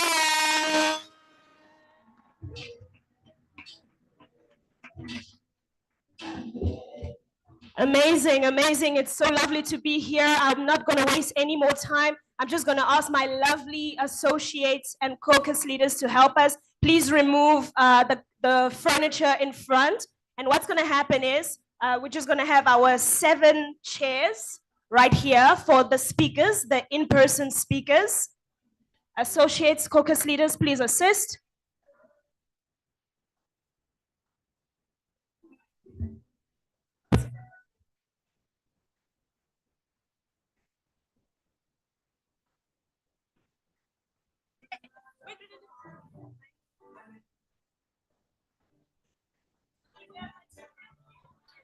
Please bring the 7 chairs just a little bit to the front so that there is enough space for the back for everybody. Speakers, may I invite you to take your seat on those 7 chairs.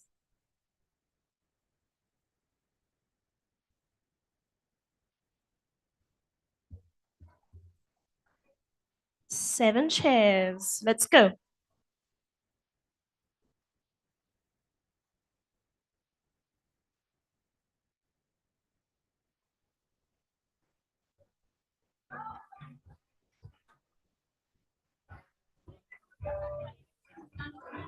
All right, as our speakers will be taking a seat, can I invite this table to go right at the back? Quickly, we're gonna go table by table so that it's not too chaotic.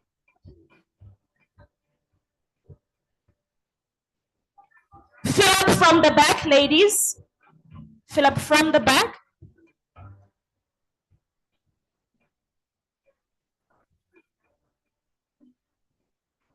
Yeah.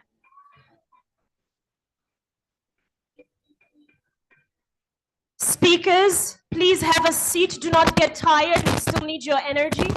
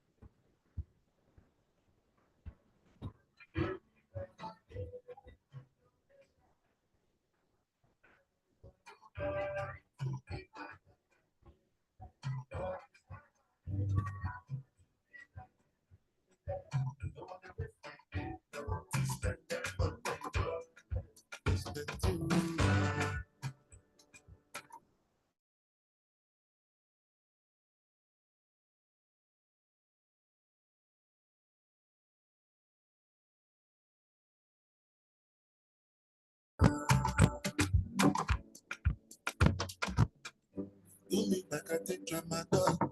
Don't want to feel nothing at all. Okay. Feel like a juju calabar.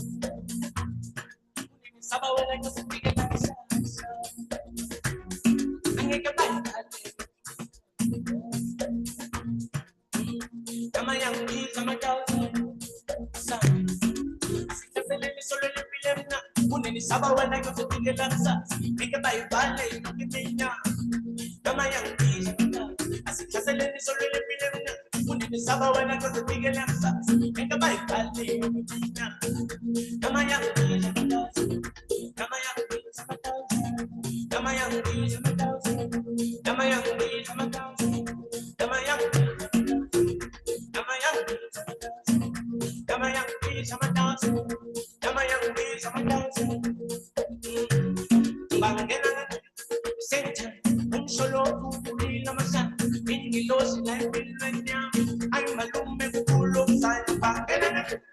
Center, un solo kukulila masa, ingilos na pilwenya, ay malume kukulong salpa.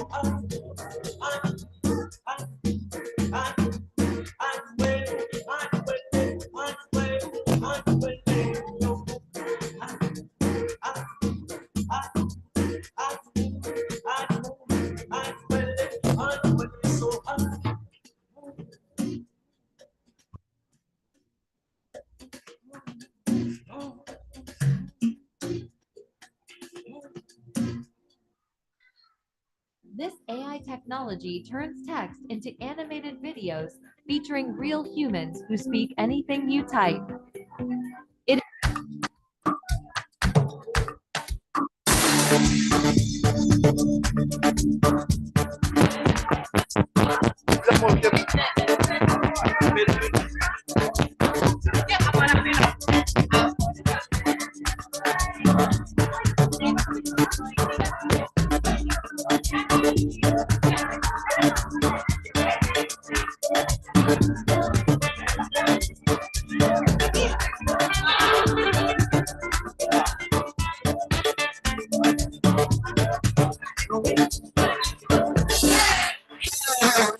Associates, please can you come to the back? Just here. Okay, all of the associates, please come quickly. Just 1 minute. Excellent.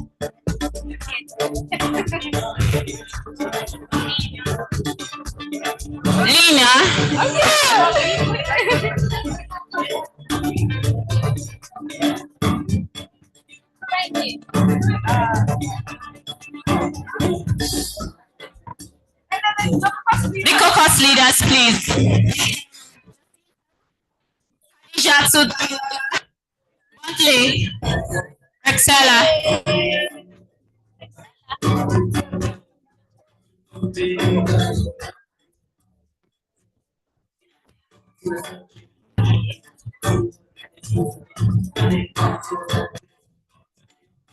Alright, thank you so much.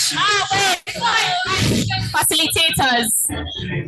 Where are the facilitators?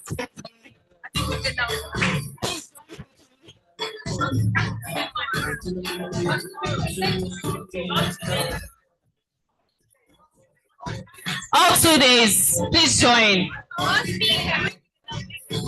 of the facilitators.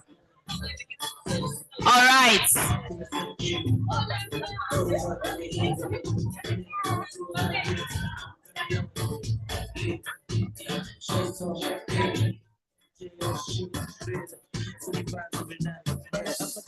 Thank you so much. Bunty.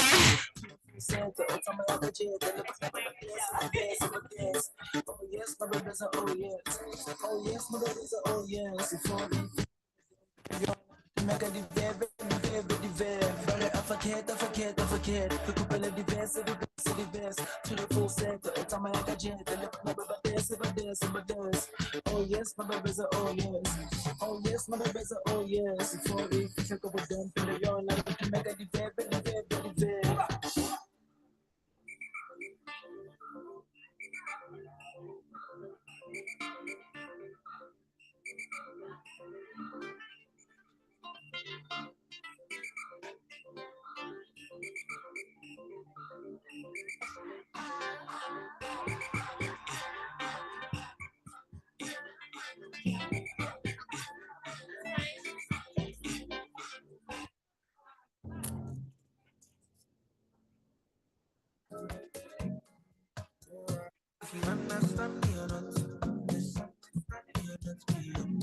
All right.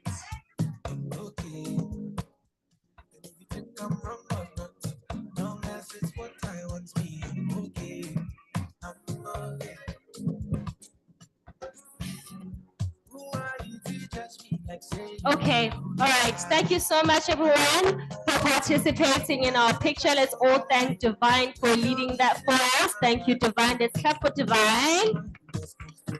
Okay, all right. So now we're going to take a bit of a break, right? It's just going to be 5 minutes just for you to go to the bathroom, just freshen up, drink some water, just to refresh and come back. Because when we come back, it's going to be the first session and we're going to kickstart it off with our lovely speakers and our lovely facilitators. So please do come back re-energized and ready to kick it off, okay? It's going to be for 5 minutes. 5 minutes, you guys must be back here. Thank you.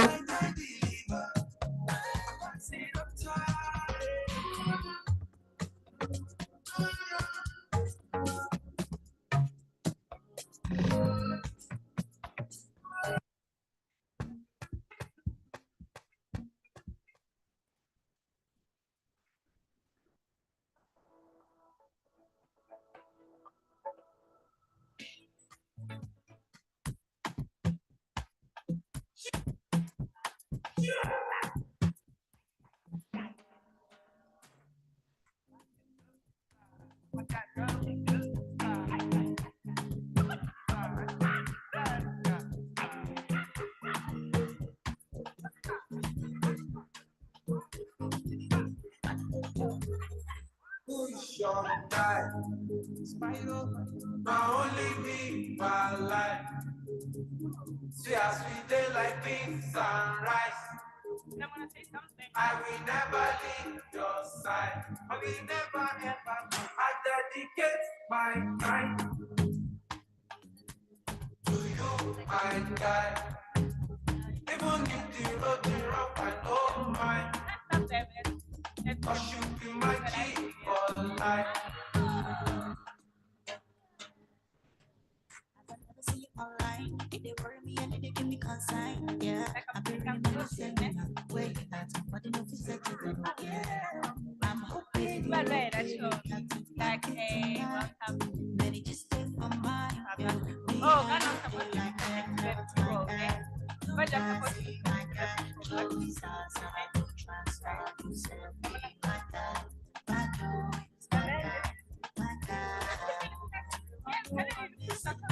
so I call your name and I ask you who your guy. No, that guy is my guy. Now only me, my life. Is my guy. See, I see they like things like right. Okay, I'm juking for life. I will never leave your side. I dedicate my time. Yeah, Chiefy Cuckoo to you, my side. Even if the road is rough, I go right. Be my guy. Be my G for life. You be my G, be my G. Yeah, I'm feeling good tonight. Cause I did yeah, with my guy. So, I got plenty for my mind. But right now I'm with my guy. I don't know if them got my back. My formation, I cannot be combination. It's like this. I'm a lot of concentration with my guys and follow. Father, the keep far away. I thank God for my DG. Good friends. always with the money. Who you your life? Now only me, my life. See, as we play like things like ice. I will never leave your side. I dedicate my life to you, my life. Even if the rock, I don't mind. Cause you feel my G for life.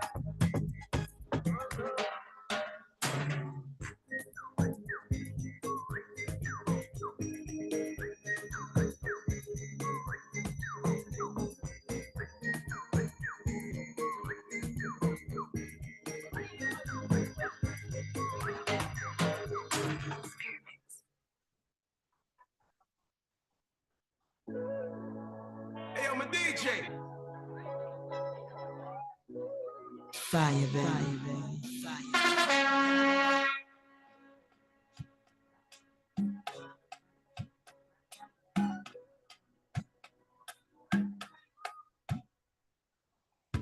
Sabi girl no get to like animals they in human form. Body man nobody like work, but you must hustle if you want job. You no finish they won't fight us. If them they run them no fit catch up. I know they form say you're too righteous. No con they form say you do like us. You no get the time for the hate and the bad energy. Come my mind on my money. Make you dance like broccoli. Steady green like broccoli. Steady on my grind, oh yeah, what you want, telling me, could it not my fantasy? You want to check me like that, you know. In the rush, where we be much. Now they make my heart be rush. The kind of you touch. In the rush, where we be much. We'll be hype, everybody, rush. There's no darling, there's no darling.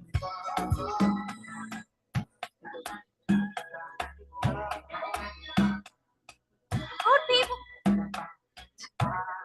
Just only Jack Panther and the coconut. They never touch you, they come by fast. Which kind of money you never see before? Cause hello me, got me feeling I'm the one. Ajay.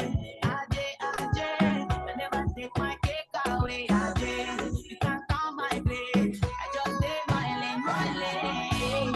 You don't get the time for the hate and the bad energy. Come my mind on my money. Make you dance like broccoli.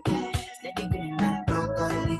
Steady on my grind, oh yeah, what they want to be. Put it on my fantasy. You want to check it, my that be no. Where they be much. Now they make my top be the rush. The kind of thing touch. Yeah. In the rush, where they be much. To be hype, everybody be rush. There's no door in the doors. In the rush, where they be much. To make my top be the rush. The kind of thing touch. In the rush, where Fire, baby. to be hype, everybody be rush. There's no door in the doors. No darling.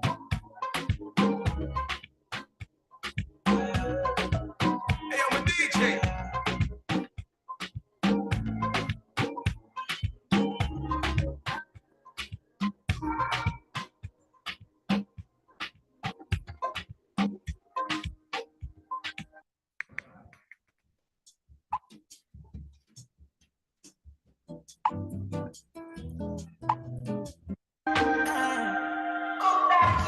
Can't seem to take my eyes off you, especially your body and move. The way you roll that thing, you wanna roll that thing, baby. Let me take a look. Oh Lord, you want all the girls in the whole world. I know what I'm doing is so wrong, but since no man can focus, we definitely don't give a fuck. She said she know me not a girlfriend, and so what if I? What if I do? She said she know me got a woman on the way. What if I? Oh Lord, what if I do? Listen to me quick, so my girlfriend says she wants me back home by 2. What will I do? So me tell her say my car broke down, not my too. Girl, I'm so sorry, girl. You want all the girls in the whole world, and you want something so bad. focus. We definitely don't give a fuck. She said she wanna get a girlfriend. I saw what is that?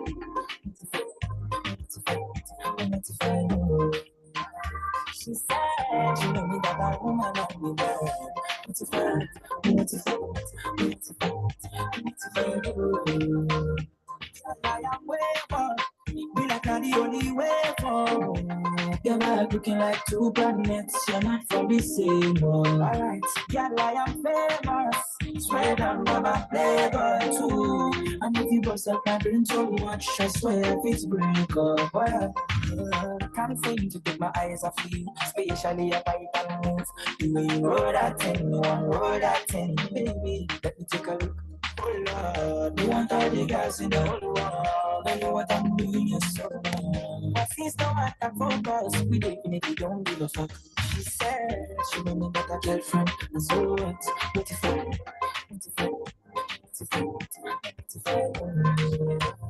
she said she want me got a woman on the bed.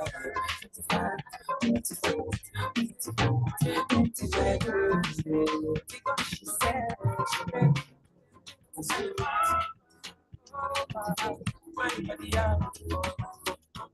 If for my life you don't get to learn something, really not on that fire. My body I want to go for corner. If for my life you don't get to learn something, really not on that fire. Jolly, carry body. I call police, say baby sweet body. I don't notice, say I don't need to consider.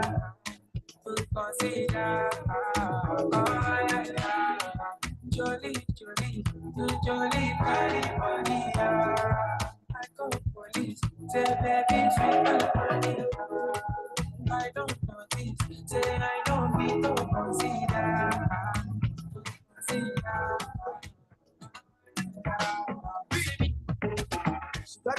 Fire, baby. When about the sun goes down,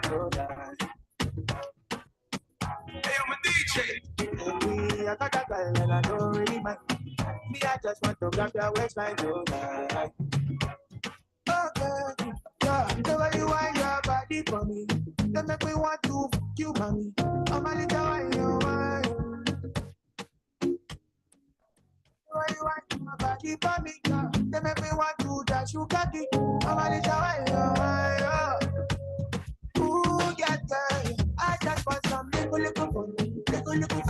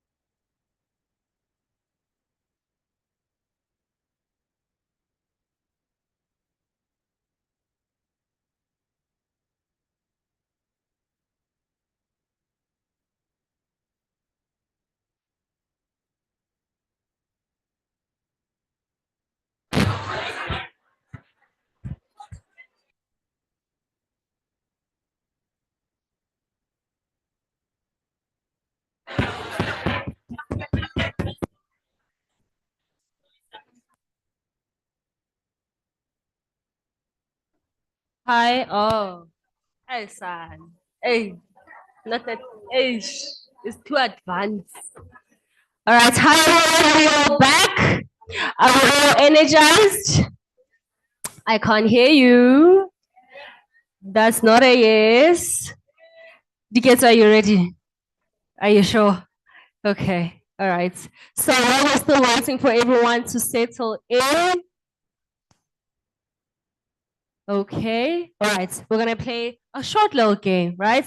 So we're going to play around with Black Child, Your Dreams Are Valid. Now, make a bit of a song because, you know, us African people, we have rhythm. You know, we can dance, we can just easily jam to anything, right?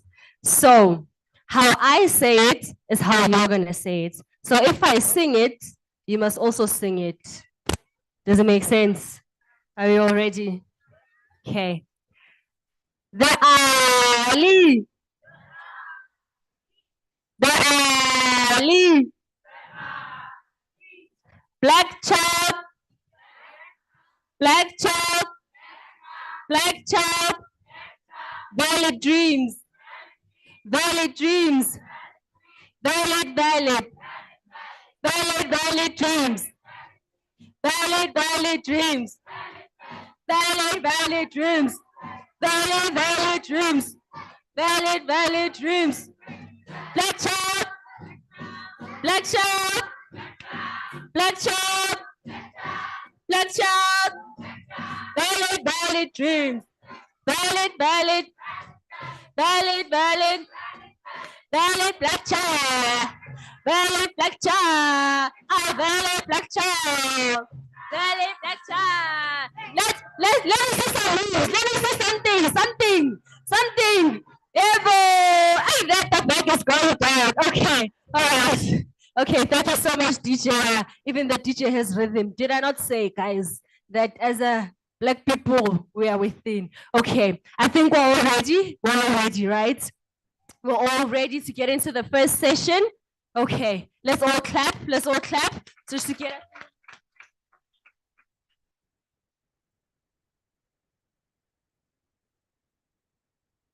Okay, so for our first session, we're gonna be talking about business leadership and management.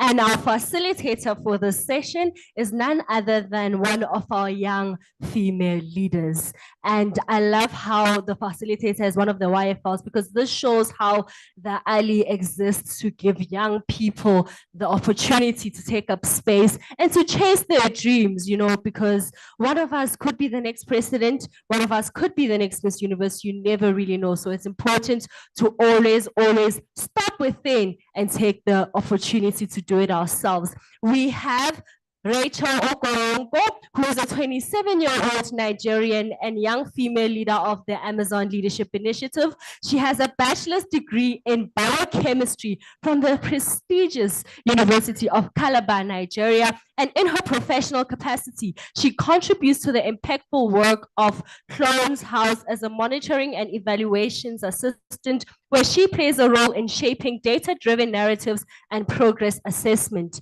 As an emerging evaluator, she is passionate about driving innovation and positive change through data-driven insights. Her interests span a wide spectrum from public policy advocacy and youth leadership to sustainable development. Her work is guided by a core principle, the pursuit of gender equity and inclusion in every facet of development. She firmly believes equal opportunities are the bedrock of success and thriving communities. But above all of this, Rachel is my friend, is a young female leader, and she's a star. We have the same hairstyle, so we both rock. And she's gonna come up and facilitate our first session. Go, Rachel!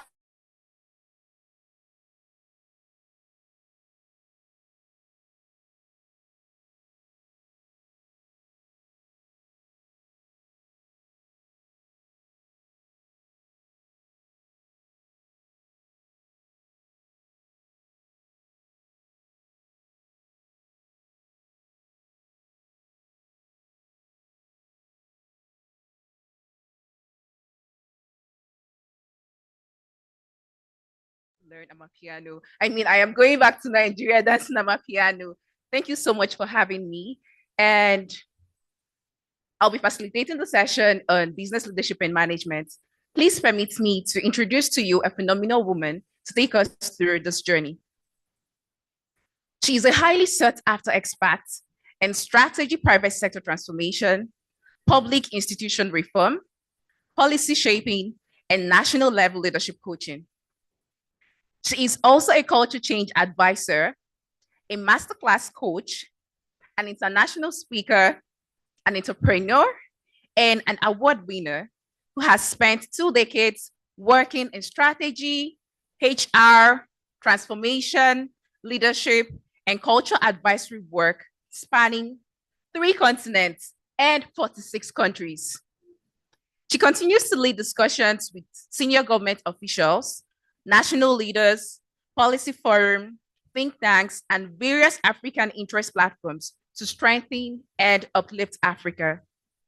Esteemed guests, fellow young female leaders, with a round of applause, and of course, a burst of your favorite emojis in the chat boxes, let us welcome to the stage the founder and CEO of Advisory Culture, Miss Ethel Kuya.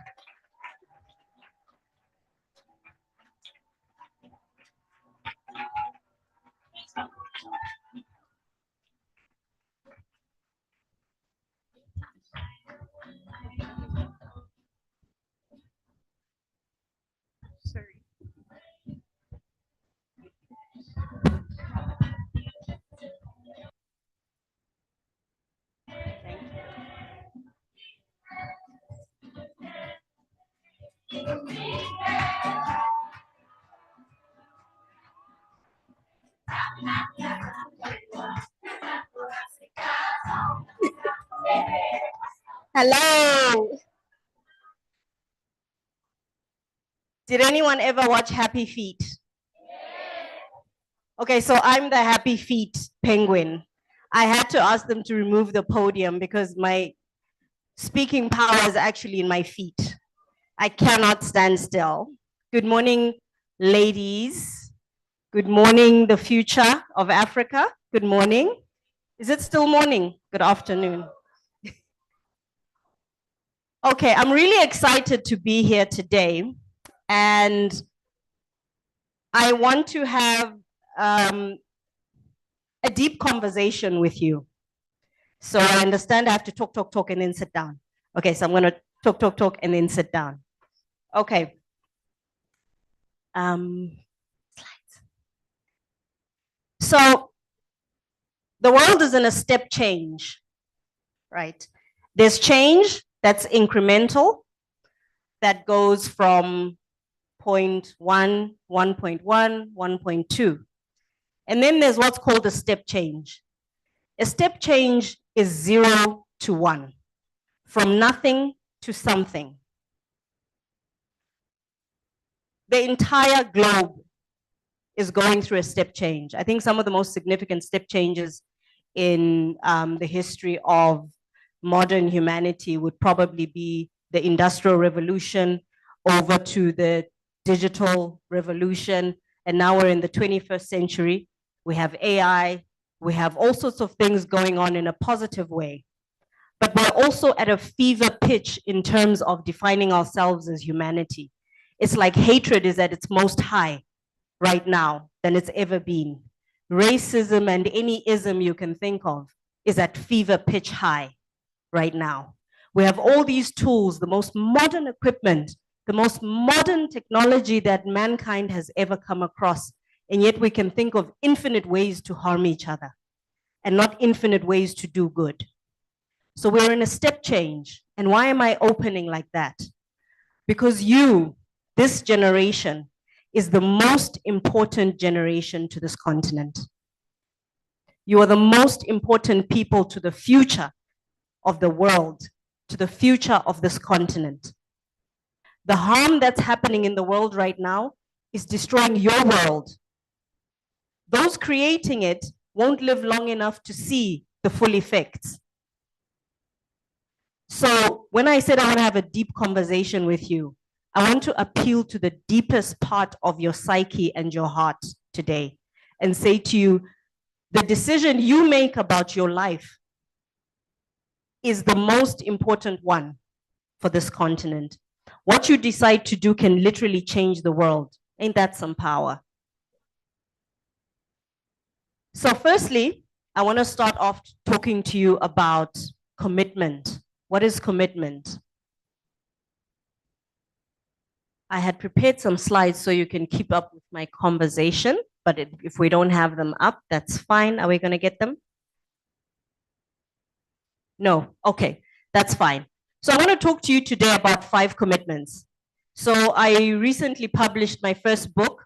It's called Leading Beyond Now, the 5 commitments.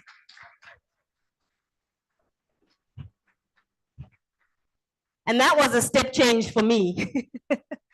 But the reason I bring that up is to say, whoever listens well enough, quotes the 5 commitments, posts them, and hashtags Leading Beyond Now, or hashtag the 5 commitments, or, why are you raising your hand? Or hashtag Ethel Queer, or all 3 will receive a free ebook. So do it, do it, do it. Okay.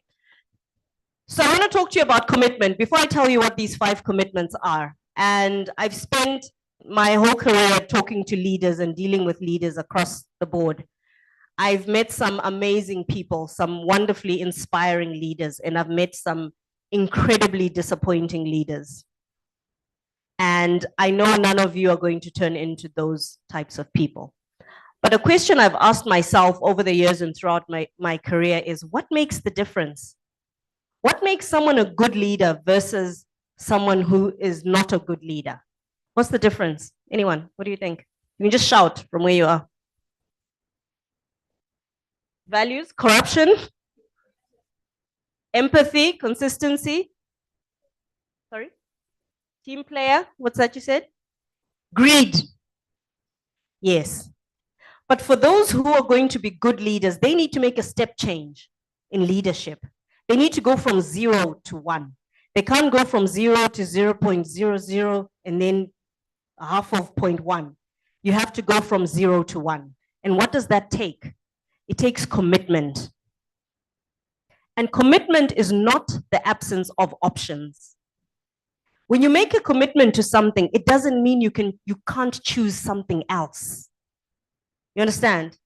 If you commit to a journey, if you commit to your education and you pick a particular profession, it doesn't mean you couldn't choose something else. You could have chosen no education. Fair? So a commitment, firstly, before I share 5 commitments, is let's understand what a commitment is. It's not an absence of options.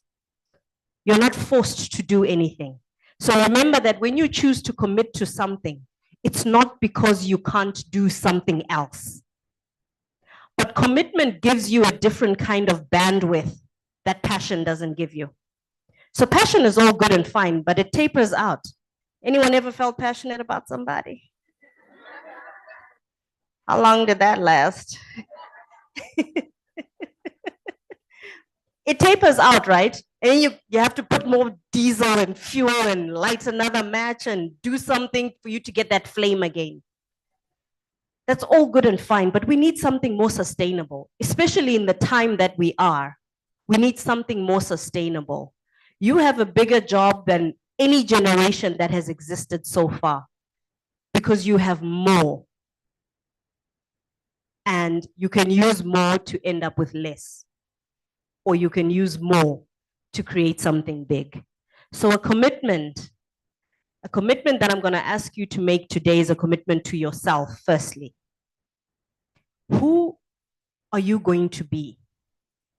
So let's not blow it out too much and say, oh, I want to be president. That's okay, that's fine. What you become, you don't know today. You don't know what you're going to become. But today you can make a commitment of how you are going to be whoever you become. You understand? You can choose how you are going to show up, whoever you become, whatever role you decide to occupy in society, you can choose today how you're going to show up. So I want to share with you 5 commitments that I believe are at the heart of any human being being able to make a step change. If we are going to make Africa work, if we're going to make Africa work for Black women, for Black men, for Black girls, for Black boys, I have a son and a daughter, and I'll tell you, I don't want his success any less just because I face challenges as a woman. If we're going to make this work, if we're going to make sure that we use what we have at our disposal for good and not for bad, we have to make different choices. We have to make different commitments. We need to make a step change in the way we behave. Pens out, ready? Commitment 1, to be a worthy custodian. That's the first commitment, to be a worthy custodian. When someone is a custodian, they have temporary ownership of something. I want to emphasize that, temporary. Leaders have temporary ownership of the role that they hold. You wouldn't know it in Africa. We think once we've grabbed leadership, it's for life. Someone else has to be born before I relinquish leadership. So a custodian is someone who has been given temporary ownership or temporary responsibility to look after something. I believe that's what leaders are. And I believe leadership is rented, like you're renting an apartment. You rent the role, the function of a leader. But before we get to worthy custodianship of other people, the first commitment to be a worthy custodian of yourself. Can you be trusted with yourself? Some of the most bullying things that we hear in our minds comes from our own minds. If you had a friend who talked to you how you sometimes talk to yourself, you guys wouldn't be friends. If you stood in the mirror and then your friend said, "Ooh, you look fat in that. Should you really be wearing that?" But those are the things we say to ourselves. So a worthy custodian of yourself means you've got to protect and look after yourself first. What is the commitment you're saying to yourself? What is of value within you that you must protect? I didn't know what I was going to become. I still don't know what I'm going to become because I'm still alive, right? I didn't even know generally what I wanted to be until I was 35. No joke. I was very good at doing certain things and I had jobs, but I wasn't very clear what my place in the world was until I had experienced the world. So don't succumb to so much pressure to commit right now to what you are going to be. But you can choose who you are going to be in whatever role you're going to do. The first commitment you need to make is to be a worthy custodian. Would you leave your most precious something with someone you didn't trust? Whether it's your car, your cat, your dog, your handbag, whatever is precious to you. First you check, can I trust this person? So whether you want to be an entrepreneur, you want to be a lawyer, you want to be a doctor, whatever you're going to do in society, people must be able to trust you. Can we trust you with other human beings? That's basically what leadership is. Someone we can trust with other people. Can we leave other people in your presence? So that's worthy custodianship. I could do a whole day on worthy custodianship. But the first thing is be a worthy custodian to yourself, to your future, to what you stand for before you become a worthy custodian in whatever role that you are. Second commitment, to be responsible with influence. If you have an audience, you have influence. Who's got more than one follower on social media? Oh, it's a lot more than me. Everyone who quote unquote follows you might be influenced by you. You may have younger siblings, you have friends, you have people that you interact with. You must be responsible with whatever influence you have, however small it is. We see that a lot of people who have a lot of power and a lot of positions are not very responsible with their influence. Someone can say one or two words and people are in the streets burning and stabbing each other. That's irresponsibility with influence. So we have to make a commitment to be responsible with the influence that we have. Create influence so that you can be responsible with it. Why do you want 1,000 followers? So they can say you look cute? Or do you want 1,000 followers so that you can get their attention and say something important? So you can decide the kind of person you're going to be, even when you don't know yet what you are going to become. So be responsible with influence is the second commitment. The third commitment is to curate wise counsel.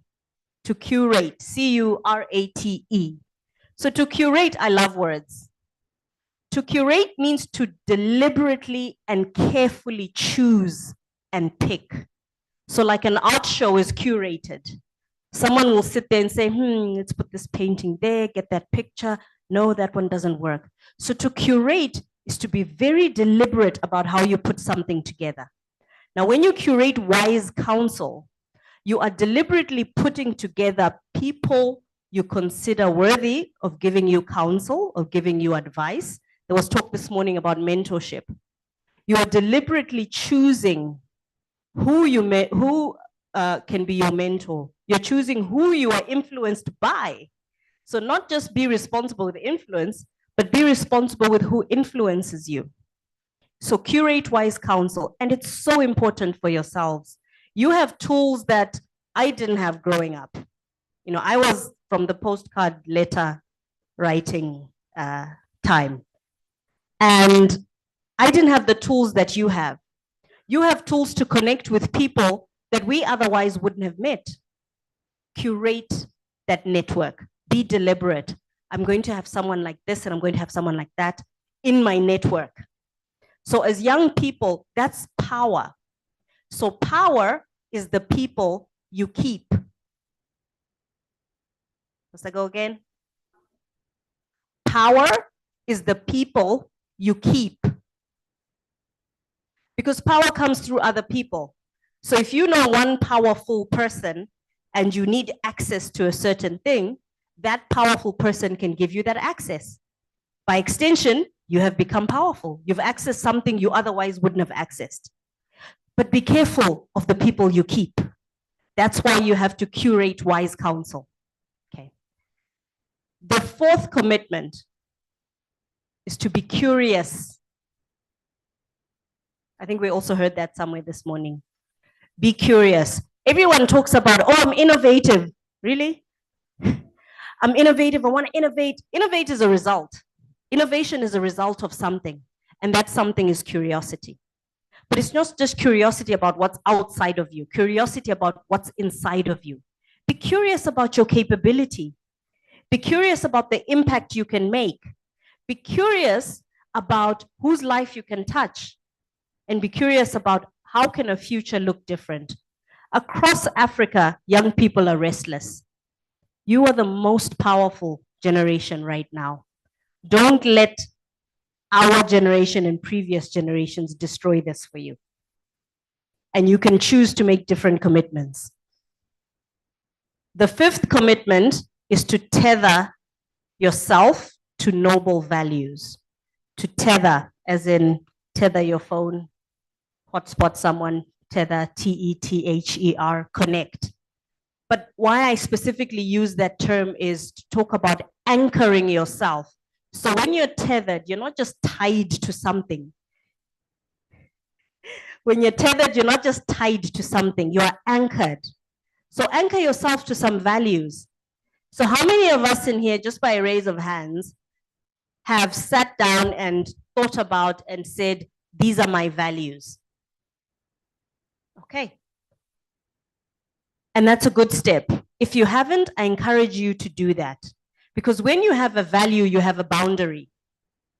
And when you have a boundary, you protect your boundary. And protecting that boundary means knowing when something is okay and when it's not okay.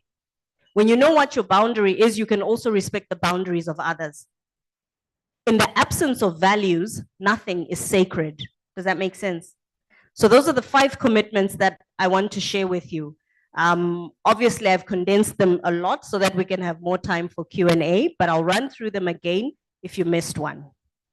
The first one is to be a worthy custodian. The second one is to be responsible with influence. The third one is to curate wise counsel. Be careful of the people you keep. And the fourth one is to be curious. And the last one is to tether yourself to noble values. The last thing I want to say and then I'll come and sit down, is imposter syndrome. I reject that. I reject that term, imposter syndrome. It is referring to a very natural and in the right doses, a very healthy response to any new situation, which is self-doubt. I reject that women have a syndrome for self-doubt, something that's very natural, that everyone suffers, even men. I don't claim imposter syndrome. I have no syndrome of anything. It's okay to have self-doubt. It means that you respect the thing that you're about to do. Because when we take things for granted, we don't pause, we just go right in. So personally, I don't believe there's anything called imposter syndrome. I think it's yet another term that can be used to create deeper self-doubt within us. Every single person has self-doubt. Every single person has a moment of, can I really do it? And in healthy doses, there's nothing wrong with it. That's why we have this thing in our brain called the amygdala, the one that regulates fight or flight. That's its job. When we're facing something new, it is a natural response that you possibly can't control that happens at a chemical brain level to say, oh, what's this thing? Should I touch it? Should I not touch it? It's natural. So I reject imposter syndrome. I don't have it. I don't think anybody has it. And we should stop claiming illnesses, diseases, and syndromes that don't exist. You don't have imposter syndrome. You are having a natural reaction to a new thing, and you should be a little bit scared, because that little bit scared is what's going to make you respect the journey you're going on.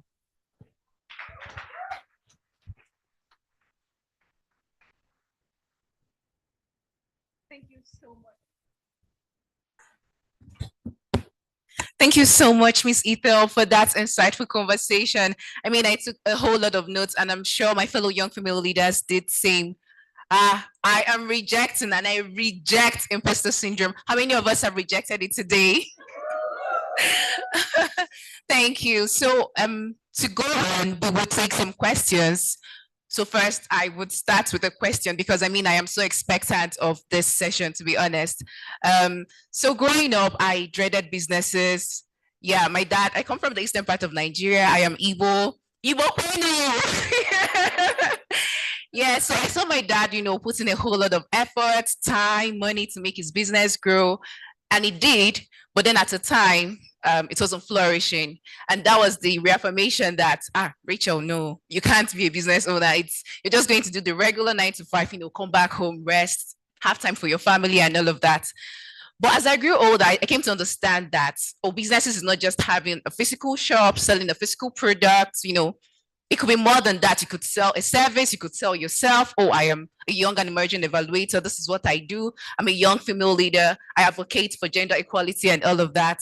So yes, I've come to understand that, but I still have that fear that maybe I may not want to be a business owner. And I know I speak for some fellow young female leaders here who are business owners and are, you know, going through struggles and have hurdles in their businesses and are maybe wanting to give up.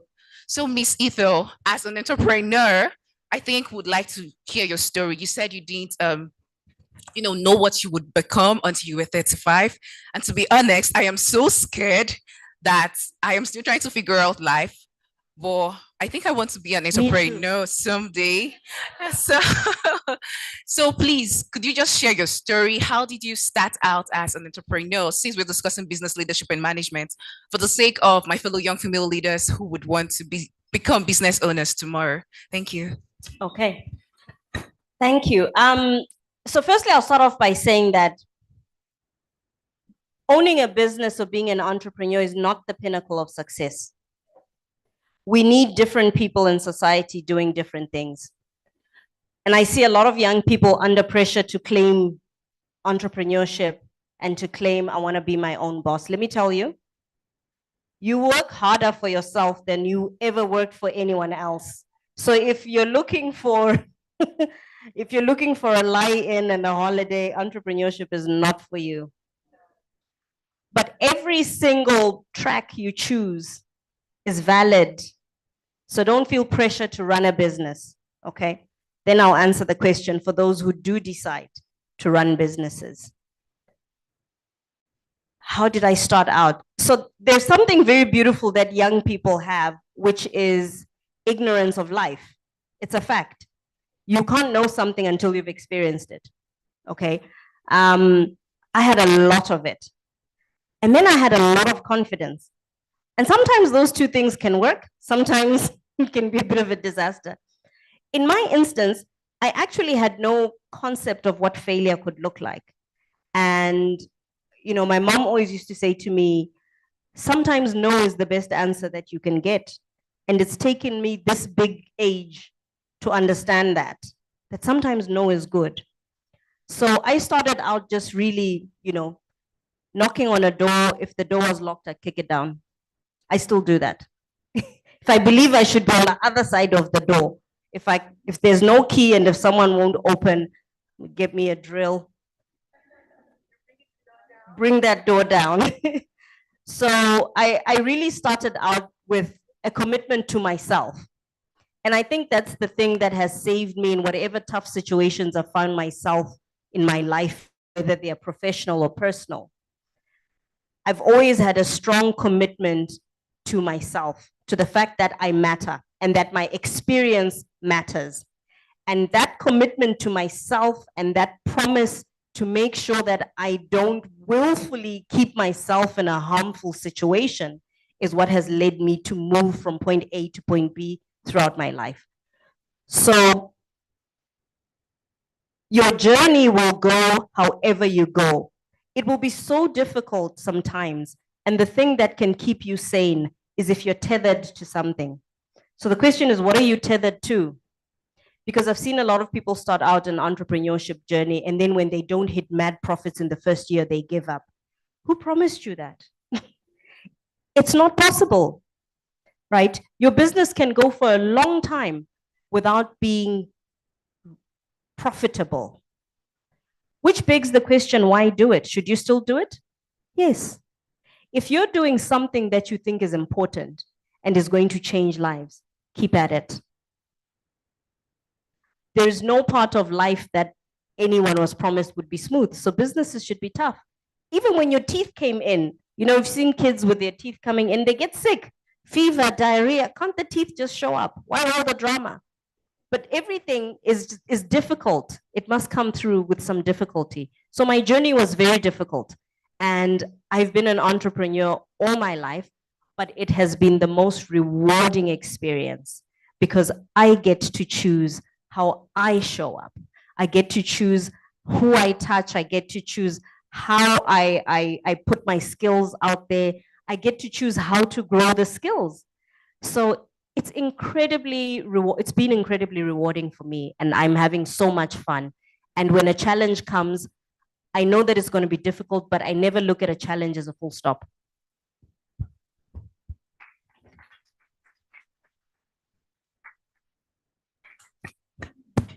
Wow, thank you so much, Miss Ethel. So it felt like when you're in church and then the pastor says something that hits home and you're like, preach on, preach on. It felt so much like that. Please, another round of applause for Miss Ethel. So it's my stage and I am going to ask one more question before we throw it out to the rest of our participants here and online. And the last question, please, would be, so yes, considering your extensive experience as a culture as a culture change advisor, how do you tailor your leadership approach to adapt to different cultural contexts? Deep, yeah? How do I take that to adapt to different cultural context? I would say respect. I think if you start out with respecting the differences that exist between people, navigating that culture becomes a little bit easier because then you have the incumbents of the culture, they bring you in and they help you navigate. But if you start out with disrespect, you'll always be on the outside. So I found that taking an interest in something new, in someone new, is at the heart of what diversity is all about. take an interest, respect the differences. You know, we were having a chat before all of this started about the different African cities and who likes what and who likes where. I love Africa. Put me anywhere, I'm going to have a good time because I go there with an eagerness to learn about them. You can travel with open eyes, or you can just relocate your ignorance to a different country. You can go somewhere and instantly your entire experience is defined by how different it is from what you think should be the right way. You will have no fun. But if you go there and say, I know nothing about this place, I already respect it, wow, how interesting. Little bit of judgment, reduce the judgment, sorry, and increase the respect.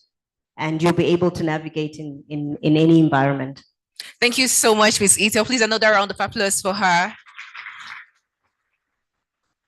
Yes, so it's now time to take our questions. So if you have any question, just signify by a raise of hand and the microphone would be passed to you. For our online participants, please send in your questions through the chat boxes, and I'm sure Grace will be kind enough to read them out for Ms. Kuya to answer them.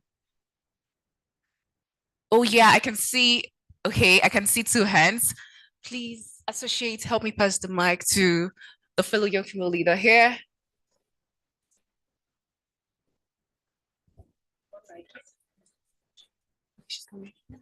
Thank you. So introduce yourself, your name, your country, and then your question. After her here.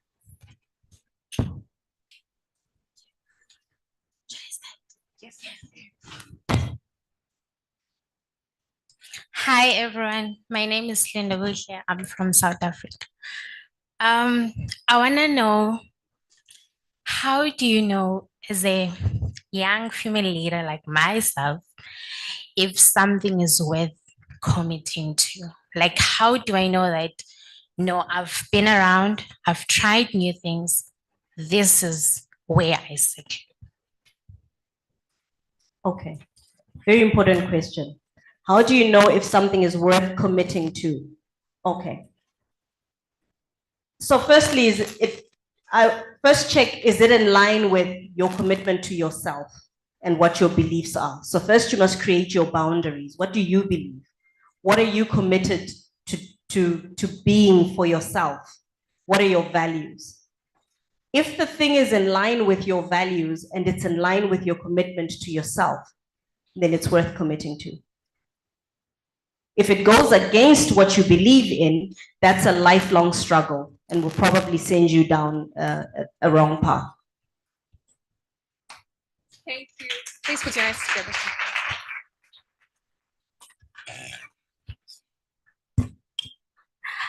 Greetings again, leaders.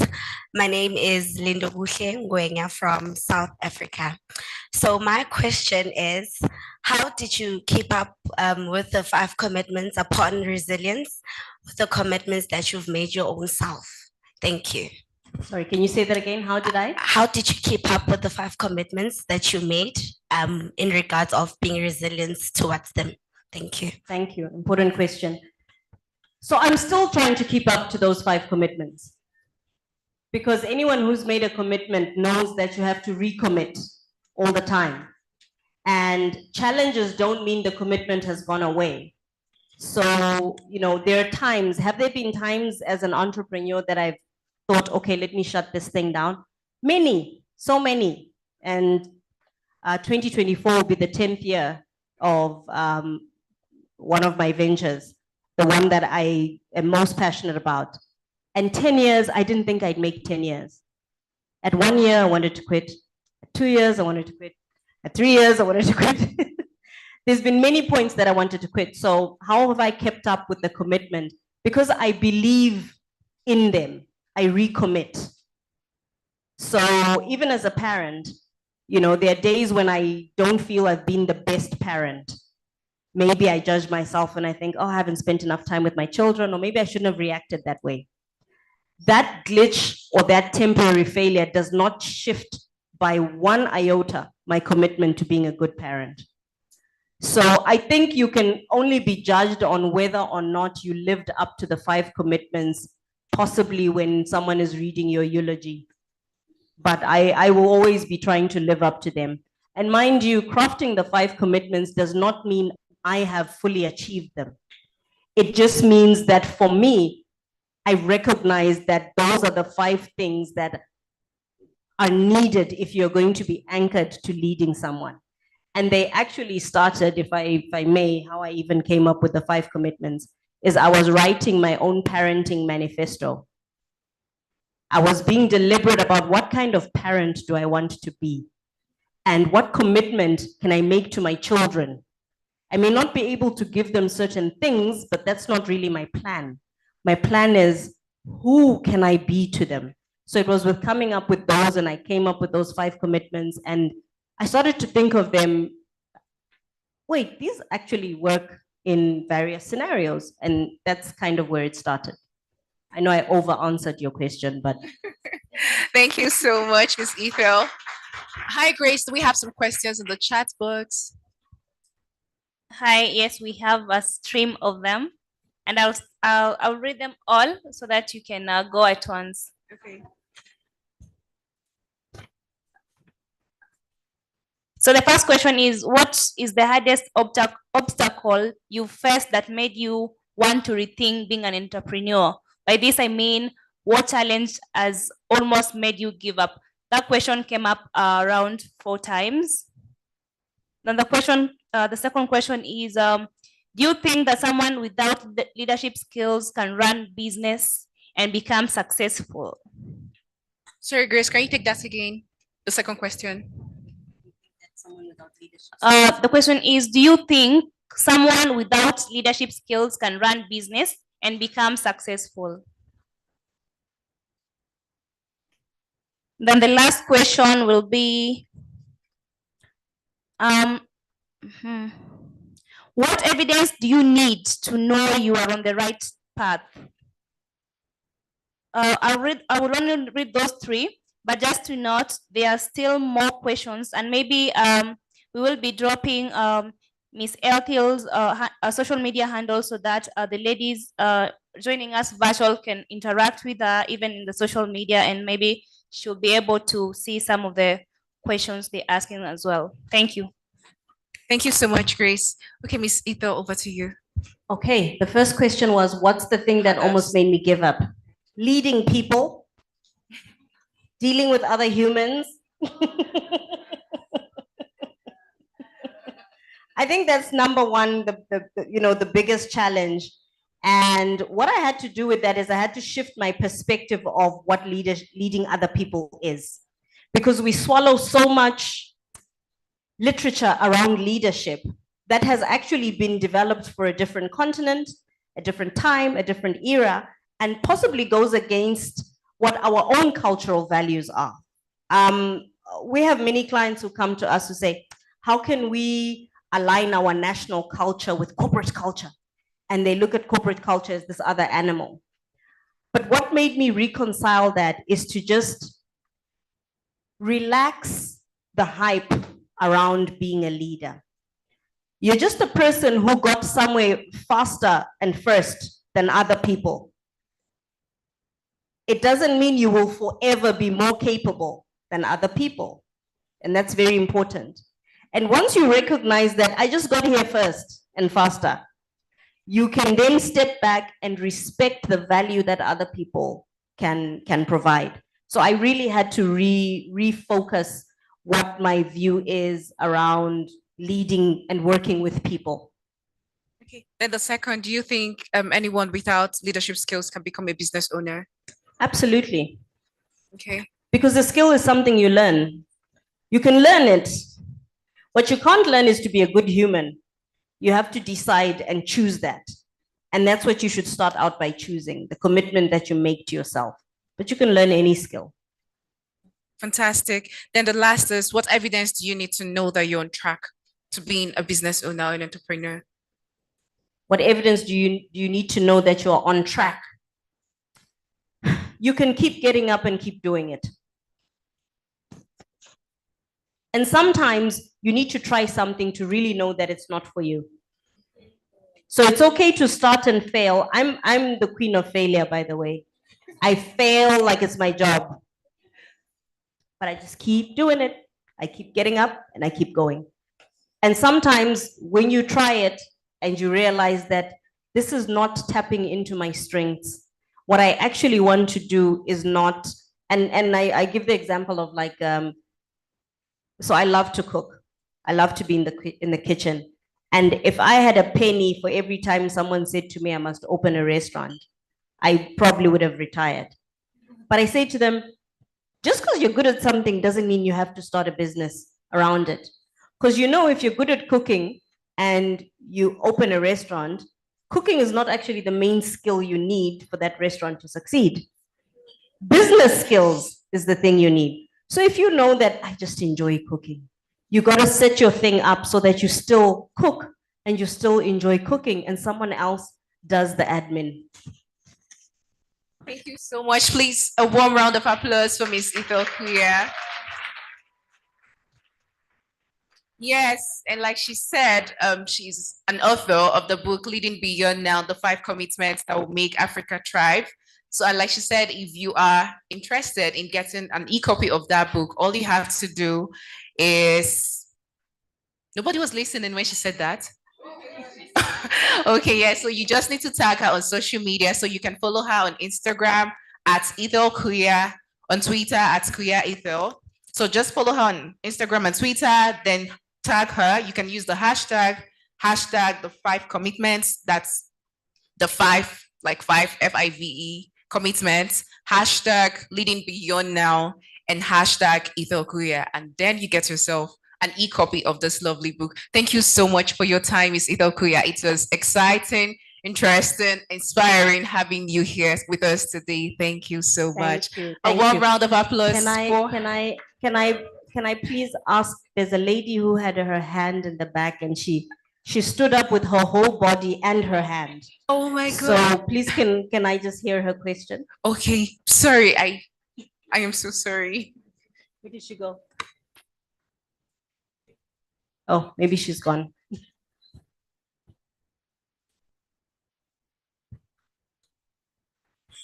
Hello, my name is Notando. I'm Zimbabwean by birth, but I live in South Africa. And my question is, how do you know when to close the chapter? Because I'm a fashion designer. I love fashion with my whole heart. And after varsity, I decided that I wanted to own my own business, but it's making me fall out of love with fashion. Even though it's my passion, I'm just feeling like maybe it's time to close the chapter. So how do I know that I just need to reignite my passion, or this is no longer what's for me? Okay, very important question. Sometimes you don't need to make that fatal decision right now. Sometimes you can take a step away from something and just let it breathe and then come back to it. If the thing you love is the fashion, try and see what's the thing that's bogging you down, that's frustrating you. Is it the admin? Is it the business side of things? Is it the managing of the actual business, the getting the customers, all of that? So understand what you're capable of and what you're good at. Being an entrepreneur doesn't mean you know how to do everything. Find and work with other people or other tools that will help you get the other parts right. If you're just good at designing the fashion and that's what you want to do, see how else you can work with other people and other tools. Curate a network, tap into the network. But my immediate advice would be maybe just take a breather or a step from it and look at it and ask yourself, how else can I interact with this love of fashion that I have? Thank you so much, Miss Ethel. Please, a warm round of applause for her.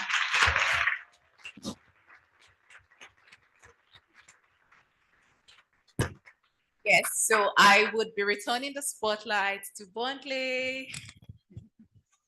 Thank you.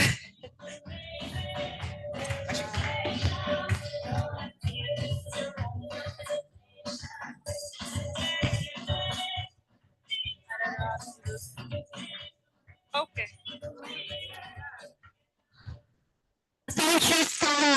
that lovely facilitation, Rachel. You did such a good job. Let's all clap for Rachel for that wonderful first session. Perfect, perfect. And thank you so much, Miss Ethel, for those lovely words. I know there's a lot of people that were commenting online as well, saying that they are also inspired. And people were actually asking how they can get the ebook. So I think later on, maybe once you share your social media handles and everything, just bear that in mind as well. But a huge round of applause for Miss Ethel, everyone. Okay, all right. So we're gonna do something just to bring back the energy, because I know when we hear a lot of information, it can get very overwhelming and we need to digest it, okay? So we're gonna have a song and then we're all gonna get up and we're gonna do our rhythms things just to kickstart the flow, okay? Mr. DJ, please play something nice, something funky for us. And let's all get up, everyone. On our feet, on our feet.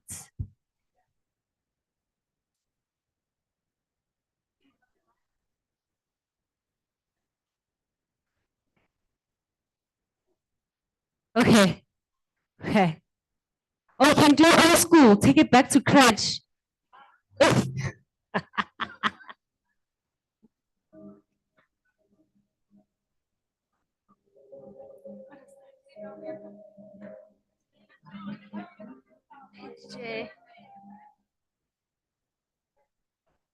Okay. All right. Okay, the DJ is experiencing technical problems. That's fine, but we're just gonna clap, right? Just something simple, just to keep us energized, right? If you're a leader and you know it, clap your hands. If you're a leader and you know it, clap your hands. If you're a leader and you know it, and you know you look pretty. If you're a leader and you know it, clap your hands. If you're a leader and you know it, clap your hands. Perfect, perfect, perfect. Okay, and we're clapping our hands because we know that black child. Black child. Perfect, perfect. Thank you so much for participating.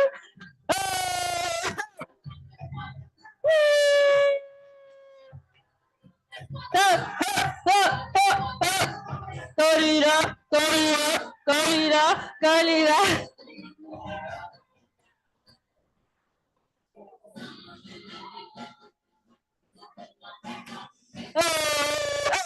Disrespectors, no, they won't. Stop me. Okay, thank you, DJ. Thank you, DJ. Thank you so much. See, this is the energy that I want to see. We still have a lot of sessions to go. You can't get tired now. You can't, right? And to move over to our second session for today, we have the public leadership and management session, which will be facilitated by who I always like to call the baby of the alley. You know, like she's our little Wana, she's our Nana, and I know that Miss Mary also calls her little aunt. Her name is Bettina Kagiso Chintala, our own Wakanda Queen. Miss Chintala is a 16-year-old Zambian and young female leader of the Amazon Leadership Initiative. She's currently a dedicated grade 10 student, and her academic journey is marked by a relentless spirit of knowledge and excellence. In 2023, she had the privilege of participating as a welfare of the Amazon Leadership Initiative at the second Summit for Governance, an experience that broadened her horizons and deepened her understanding of effective leadership. Additionally, she participated in a youth solutions lab orchestrated by UNICEF, where she showcased her innovative thinking and problem-solving skills with a resolute vision for her future. Bettina aspires to leave an indelible mark on the world as a lawyer, and Bettina is gonna come up, our little baby, to facilitate our second session.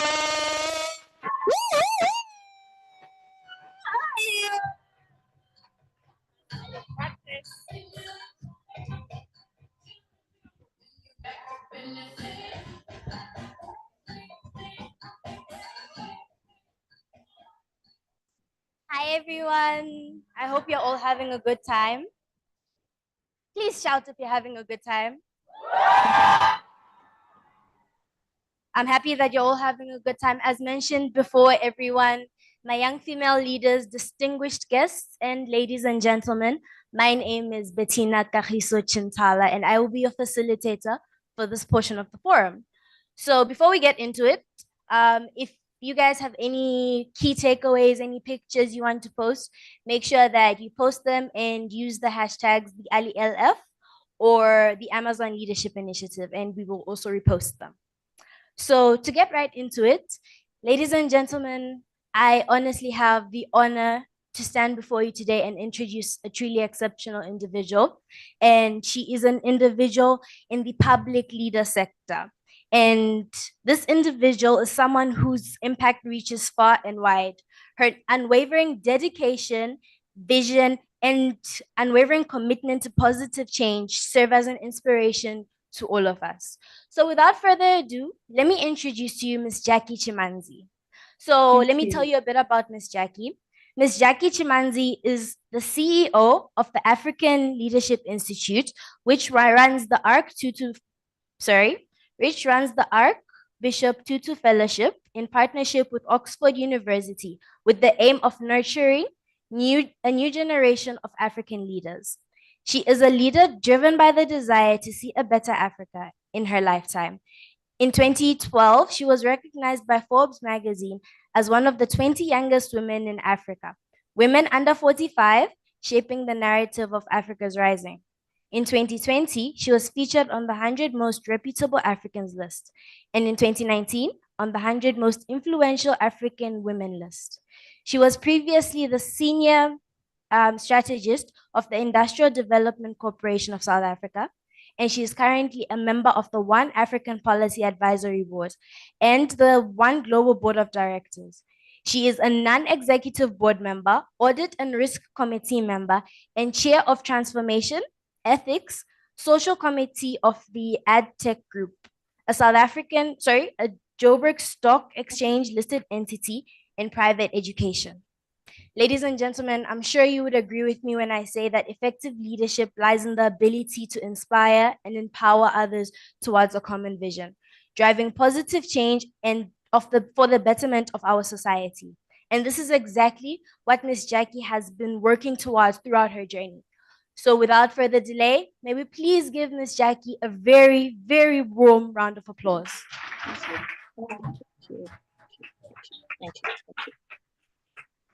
Thank you. Oh, wow. Thank you for that introduction. That was so remarkable, and you're such a leader in the making. Good afternoon to everyone. Thank you, Mary, for this incredible opportunity and for having me join this incredible platform today.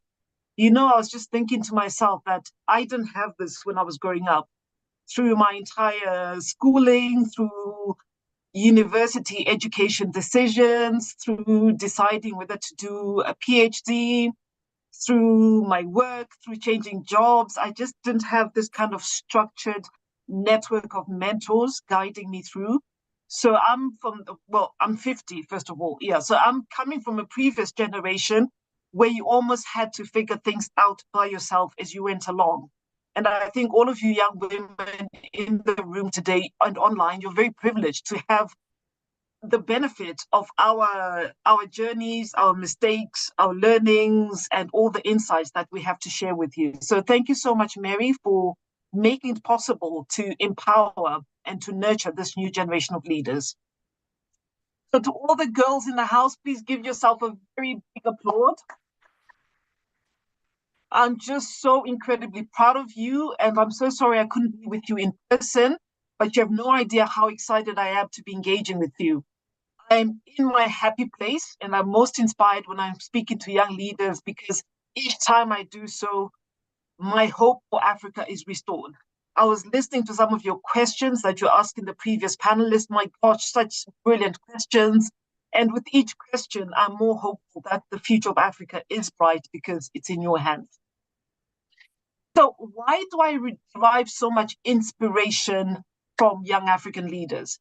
So maybe to answer this, and I think the previous speaker, Ethel, addressed it somewhat, but to answer this, I want to provide you the context. I don't know if you know, but Africa is the youngest continent in the world. So while other continents like Europe, North America, South America, China, all of those have aging populations, Africa is getting younger. we've got a higher birth rate, we've got more young people. In fact, we have what they call a youth bulge. Do you know that by 2050, 1 out of every 4 people on this entire earth will be Africans? And I want you just to let that sink in. 1 out of 4 people on earth will be African. So you know, therefore, given the statistics, that you have a significant contribution to make in public leadership. Africa needs you and the world needs you. And we're actually getting to a place where Africa is going to have to start exporting skills, because in the West, there are just not going to be any workers. People are aging and there will be no workers. So we are going to be exporting you guys. You are the skills, you are the talent, you are the future of this world. You are the future of Africa. So that's the first thing. But also, despite Africa being so young Africans, and especially young African women like yourselves, are missing at decision-making tables. And that is so wrong. So we're a continent where our public leaders and our public leadership is old, yet the citizens are young. And that needs to be changed. We need to have leaders who look like and who represent the people they are leading. The governed must look like those who govern them.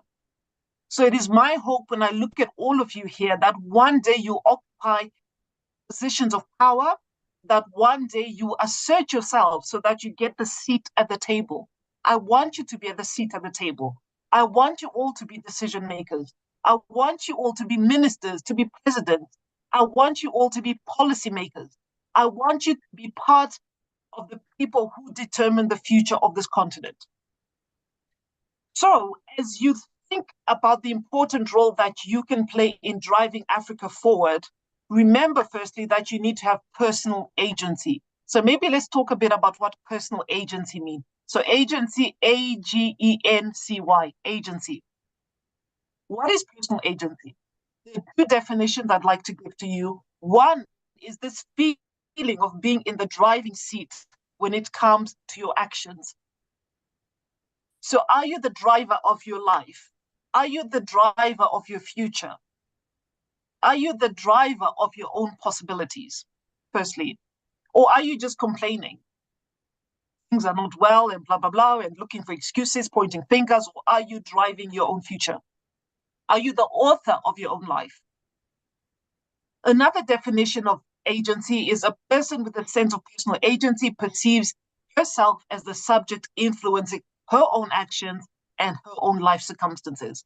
And I know life is hard.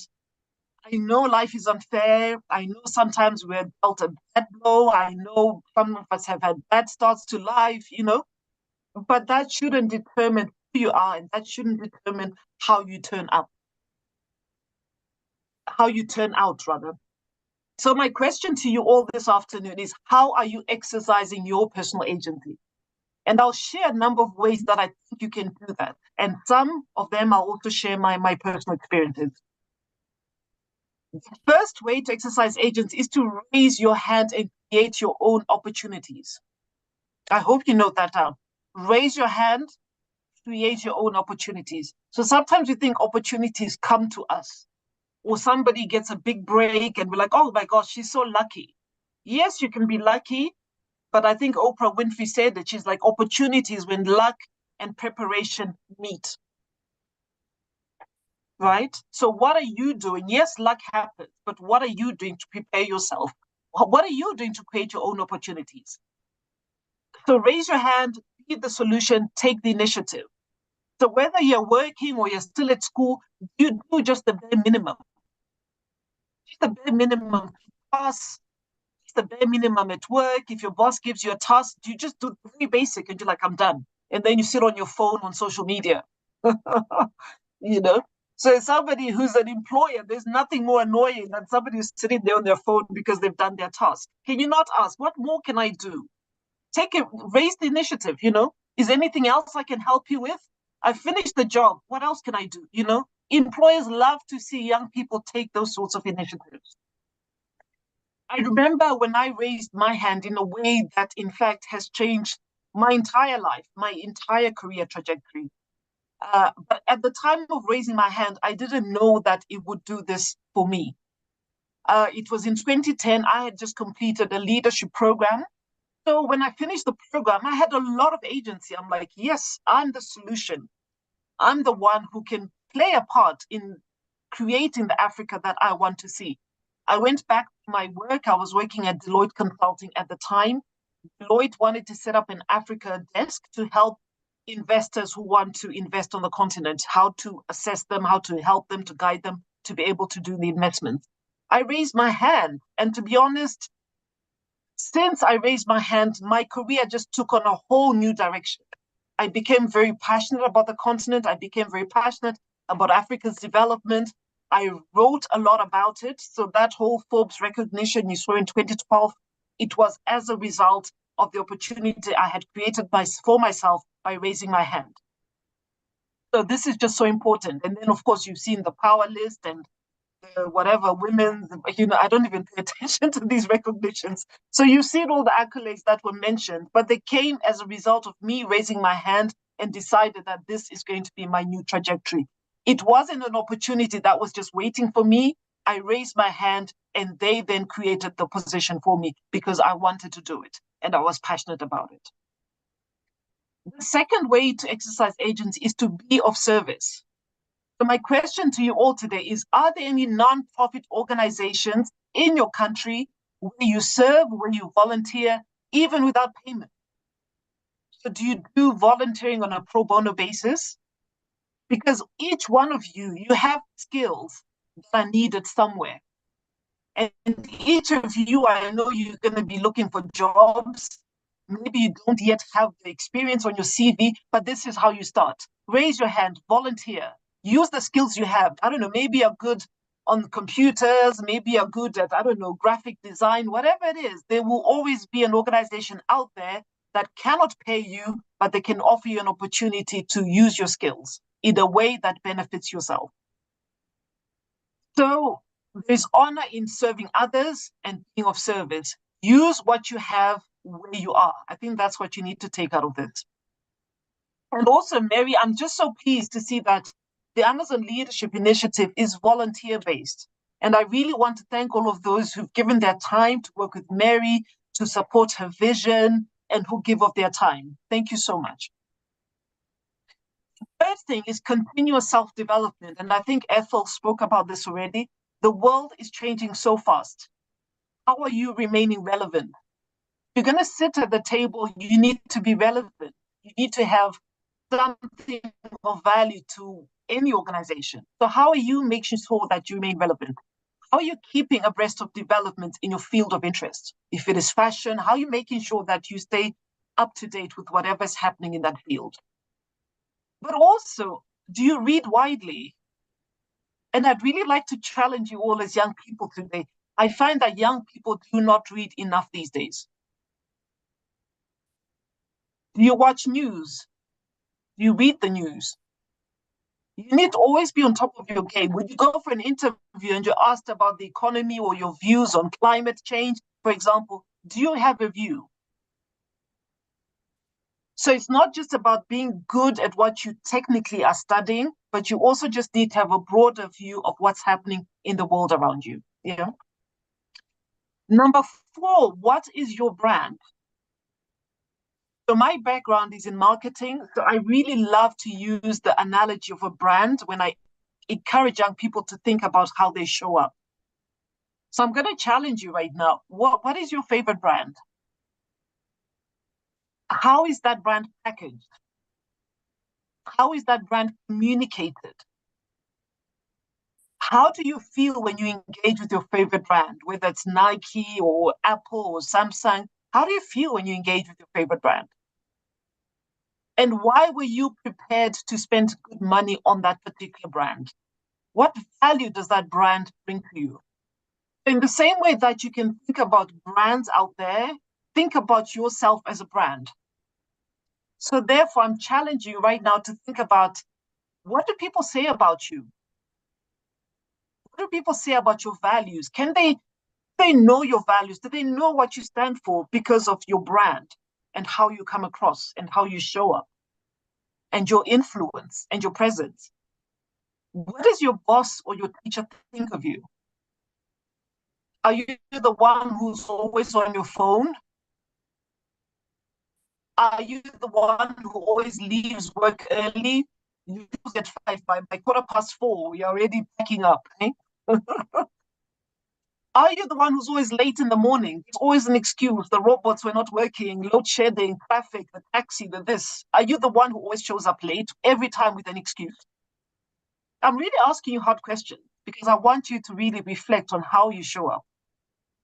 Are you the one who always has to be told what to do? Or are you the one who raises your hand and says, I finished my work, can I have more? How does your work speak for you? So when you finish your work, you submit it. Is it work? Is it excellent? Or does it come back? There's mistakes. It has to be redone. How does your work ethic show in the work that you produce, whether you're at school, university, or at work?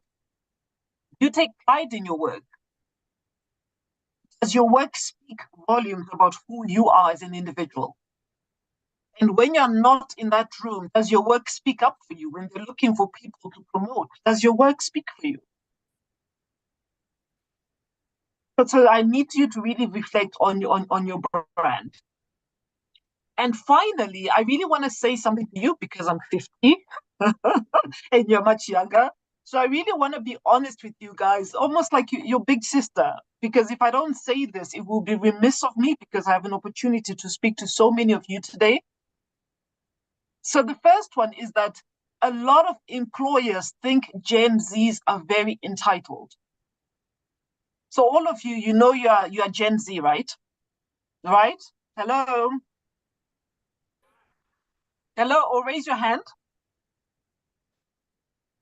Okay, great. Okay, so you know you're Gen Zs, right? They're different generations. I'm old generation, you are new generation, you're Gen Zs. So my generation, and we tend to be the ones who are employing your generation, this is what we think of you. We think you're entitled. You know, I once heard a story of a young lady who got a job. She went there, and the first thing she told this amazing the global company that, oh, every Monday between 10 and 12, she needs time off because she's a social media influencer and she needs to create her content and post because her followers will be waiting for her content. Like, really?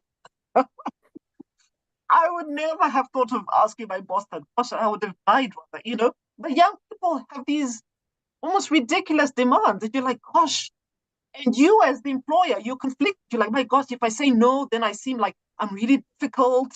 You're like, oh my gosh, so do I say yes? But it's a really ridiculous request. But, you know, so you also put us in very compromised positions because now we seem like we're just old-fashioned and difficult. But some of your demands are also quite ridiculous, you know. So think about how you're showing up. We also think you guys are conscious of your rights, but maybe too conscious of your rights, you know? I need this, I need this, I need space, I need this. If you're told your work is bad, oh, you're bullying me, oh, mental health. My gosh, come on, guys. I'm going to be really honest today, you know? So it's your rights, your privacy, your space. I need space, I need this, you know, it's your right versus the entire organization's rights. So as you think about your rights and asserting your rights, think about the collective, you know? Though there is an organization that has to, you know, generate profits, blah, blah, blah, you know, so it can't just be all about you. Yes, I understand mental health is an issue, but also I think sometimes people overuse it to just not get the criticism about their work, you know. So I'm just saying you need to be able to take what do you call it, tough criticism, because it's also part of tough love, right? If we don't tell you your work is not right, who's going to tell you? The third one I find is that Gen Zs want instant gratification. You want everything now. You want the big office in the corner, you know, you want the promotion, you want the BM, you want everything now. There's no long game for you guys, you know? So you need to balance that. You know, sometimes you have to do the long game. I think because you're all into sort of life hacks and finding shortcuts to everything and short-circuiting everything, I think sometimes you need to remember that some things cannot be short-hacked or short-circuited. Some things necessarily take time, you know. So that's sort of my advice to you. So you're great at life hacks, you're great at short-circuiting processes, but not everything in life can be hacked. Some things take long. And you need to remember the difference between instant gratification versus long game.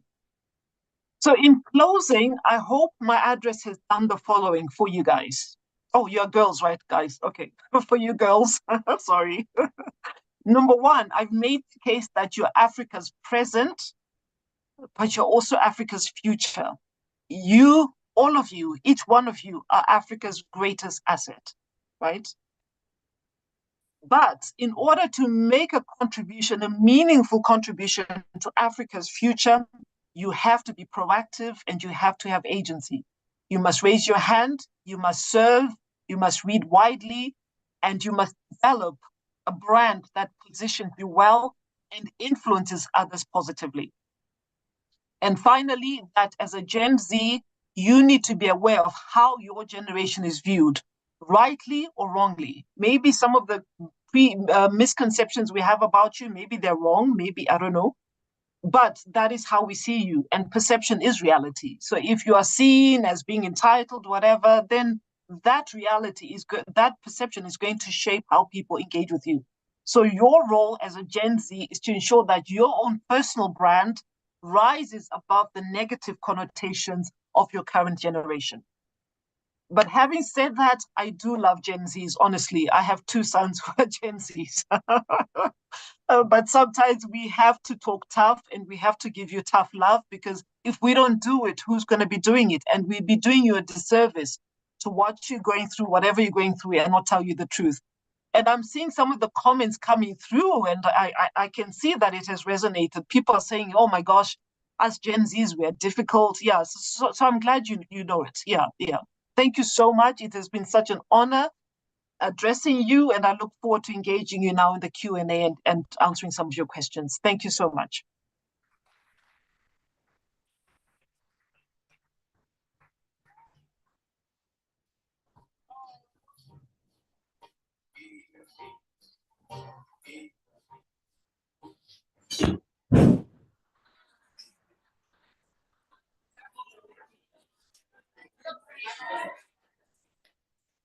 Thank you so much, Miss Jackie.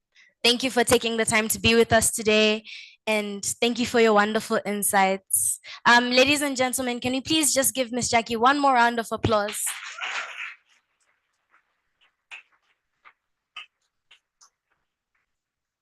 And don't worry, we'll listen to Beba after this.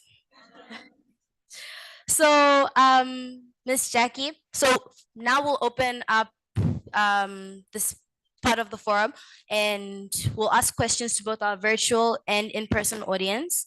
First, I'll start with a question that I've been really wanting to ask Miss Jackie for a very long time.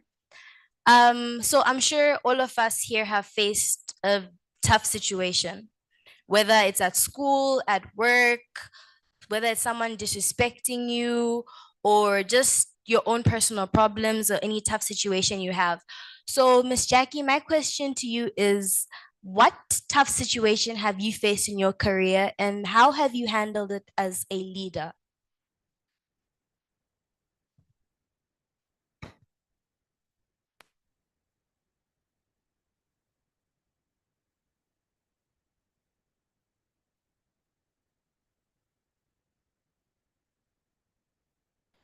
Miss Jackie, you are muted.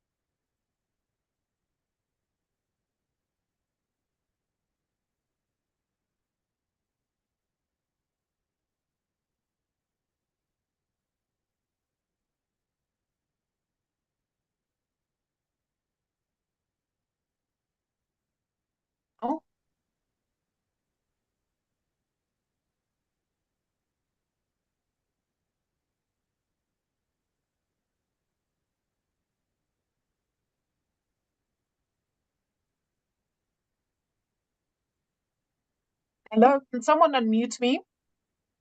Okay, I'm unmuted now. Okay, great. Can you hear me now? Thank you. Thank you. We can hear you. Okay, great. Okay, thank you. So with regards to tough situations, there actually isn't any one. Just being a woman, working, career, being a mother, a wife, it's just all tough. So every day is just difficult. So there isn't any kind of one specific incident I can talk about. But I will say that as a woman, you need to work much, much, much harder than men, right? Sometimes you're overlooked for promotions. And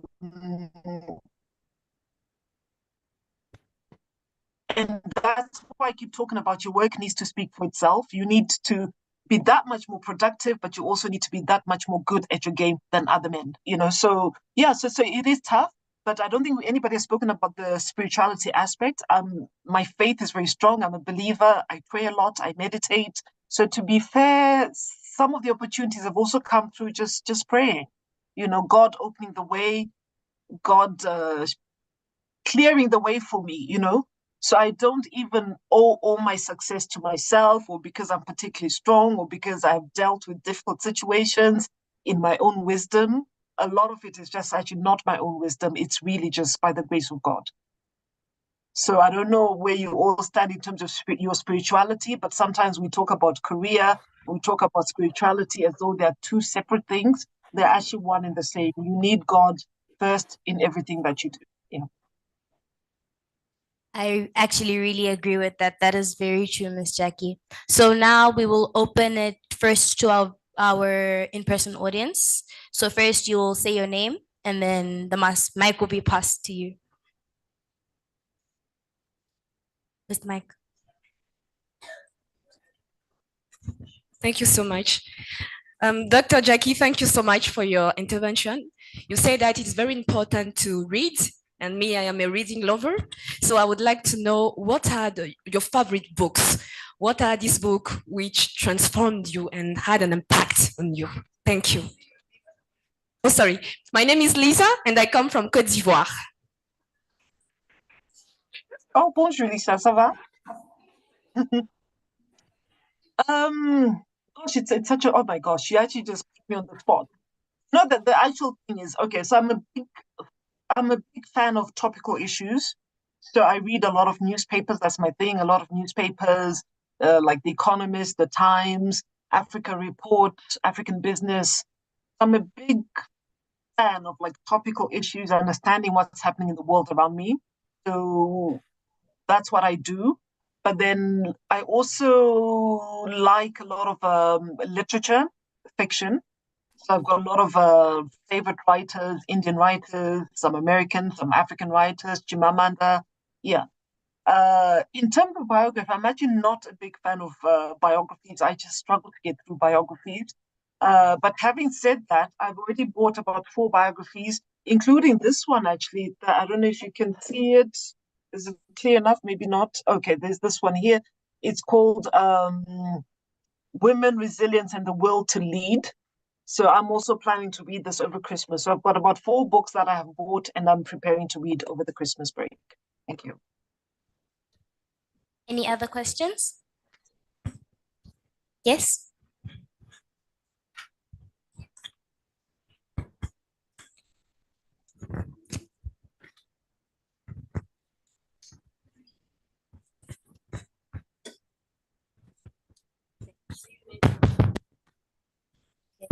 Hi everyone, my name is Azusake Limba. I'm from South Africa.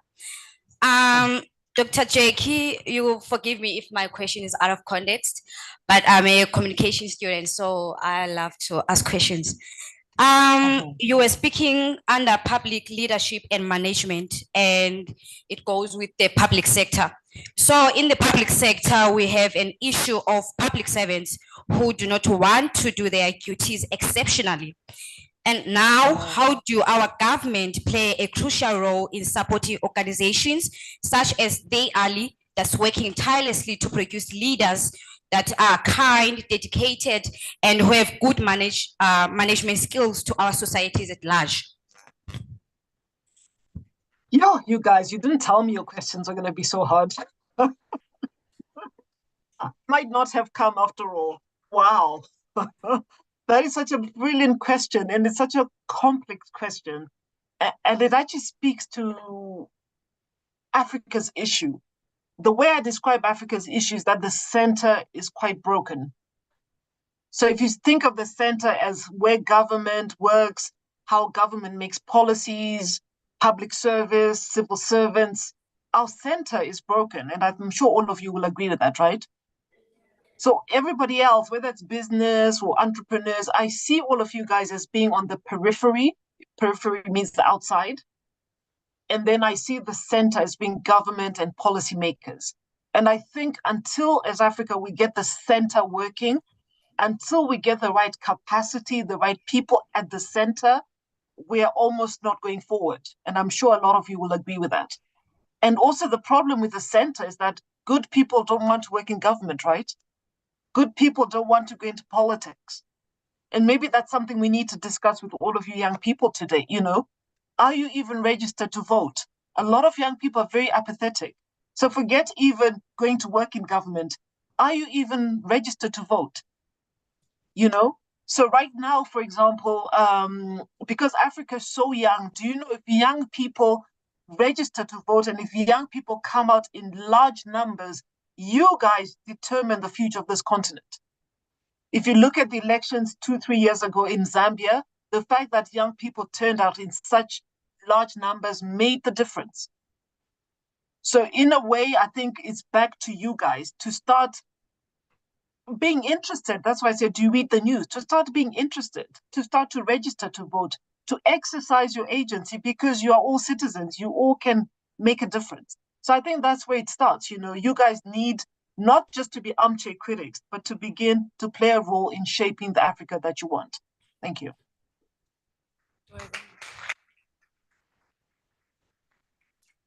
Hello, everyone. My name is Nonelela. I'm from South Africa. So, Dr. Jackie, you mentioned something. You said that we must be of use, right? So my question is, how do you be of use, but at the same time being careful and cautious of your skills being misused? No. It's a good point, but I also think you can't start from the position of, my skills are going to be misused, right? So what I would urge you is, firstly, find the opportunity, find an organization, let them offer you, I don't know, a voluntary role, and then maybe agree on the terms of work, right? The terms of and conditions, right? I'm still in school, I'm working, I'm volunteering, I'm prepared to put in X number of hours a week. Yes, and it's pro bono, you're not paying me, but these are my terms, So don't start it off from the mindset of the negatives. Start it off from the mindset of the positives. And also, remember, we talked about agency. Have the agency to negotiate what you want. I mean, you are giving them your time and your skills, right? So it's unlikely that the chances are that you are in the driving seat. Yes. And of course, if they want you to do more than you can also say, I'm sorry, I have school, I'm working, and I'm unable to do more, but this is what I'm able to do. And to be fair, I mean, if you are giving them free skills, really, you should be able to determine the boundaries. Yeah. Thank you so much for those wonderful responses, Ms. Jackie. Okay, moving on to our, sorry about that. Moving on to our virtual audience. Grace, do we have any questions? Yes, we do. We have a number of questions, and we have one that is coming up in different versions, but almost a similar questions. A similar question, rather. I'll read it. How do I create a brand that is inclusive of people? How do I create a brand that is for people, for the people? As a leader, how do I create a brand that is people-centered instead of me-centered? That is a question from Katilego Bodigelo. Then it's similar to, how do I become a people-centered and influential? And then we have a different one that is from Tasha Bahala. She's asking, what do you think is the most significant barrier to female empowerment in the society, even in the communities? So those are the three questions we have from the online community. However, two are similar. Great. Okay. So to answer the question of how do you build a personal brand, but that is also based on others and being inclusive of others, it's a bit unfair to ask me that question because I love people. So it's not something that I've had to consciously work on, like how do I become inclusive? How do I show that I like people or that I'm people-centered? I just naturally love people. It's actually good I'm not there today because you all would have just been hugged to death. I'm a hugger. I like connecting with people. Yeah, so for me, that comes easy. But I guess if you're not naturally a people person, I think it is something that you have to kind of consciously think about. So for some, it comes more naturally, for others, it doesn't. But I'm sure you know that a very big issue at the moment is that we need more leaders who have EQ. So EQ is emotional quotient. So your IQ can be high, your intelligence quotient. You can be very smart, you can be good at your job, but you just don't kind of connect with people. So I think the world, where the world is right now, with all the issues in the world, it is calling for more leaders who care about the people they lead, who are mindful of people's needs. And I think in Africa generally, I just think we need new leaders, who care. And I know care just sounds like a simple word, but if everything you do as a leader comes from the position of caring, I think everything else follows. And some of the problems we face in our countries are because we have leaders who just don't care, So caring is such an important attribute. It's such a small world, small word, but it's a big thing. Just kindness. I don't know if that answers the second and the third, but perhaps we can take other questions. Due to time, we may not be able to take any other questions, Miss Jackie. But thank you so much. Thank you so much for your wonderful insights. And thank you everyone for interacting with us. Before I go, there's actually something that I'd like to say that I really took from Miss Jackie's presentation. She mentioned that when it comes to being a youth, we all have to raise our hands and create opportunities of our own. And it reminded me of what I remember when I met Miss Mary Zoe. So I met her in April, and the one thing I remember is she always told us that as young female leaders, we need to take up space. So if you haven't gotten anything from this part of the forum, at least take this one part, that as young female leaders, we really need to take up more space. Thank you. Back to you, Bontia. Thank you so Thank much. you so much. Thank you so much, Dr. Jackie. That was an absolutely lovely presentation. We appreciate your time. Thank you so much, Kagiso, to our baby who is taking up space. Oh, we're so proud. A huge round of applause for that lovely session, everyone. Okay, so before we get to Beba, because I see we're all ready, we are gonna go into lunch, right? We're gonna fill our stomachs so that we're energized, we're ready to dance, we're ready to get into the next session, okay? It's gonna be for 40 minutes, so please make sure that you eat everything that is on your menu, you get your water, you go to the bathroom, and that you are back here in 40 minutes for the next session, okay? All right. Thank you, DJ. You can go.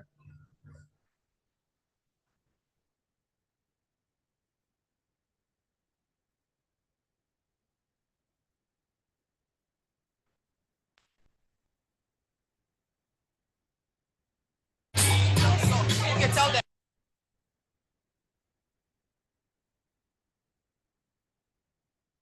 Ladies, you do not need to take all of your belongings downstairs. You can just leave them here. They are safe. We can even lock the door.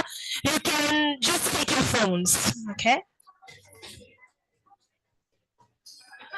It's lunchtime. We can proceed downstairs, please.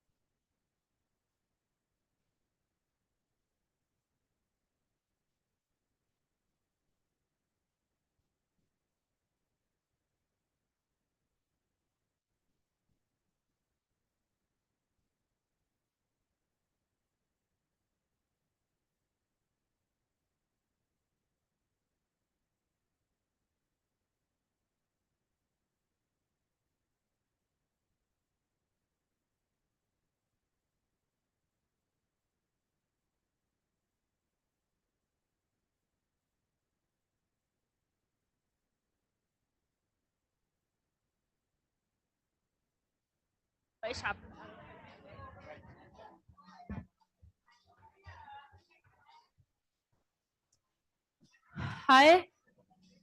All right, welcome back from lunch, everyone. How was lunch? I can't hear you. How was lunch? Describe it to me again. Okay. Maybe let's try to be more more organized, and the DJ is gonna let us have a minute. Okay. So remember earlier on when we were doing our game of shouting, we ended with the board member table, right? So we're gonna go to this table, okay? Ah, you are not listening. Ne? So we're gonna move to this table, okay? And I want a volunteer. I want 2 volunteers, right?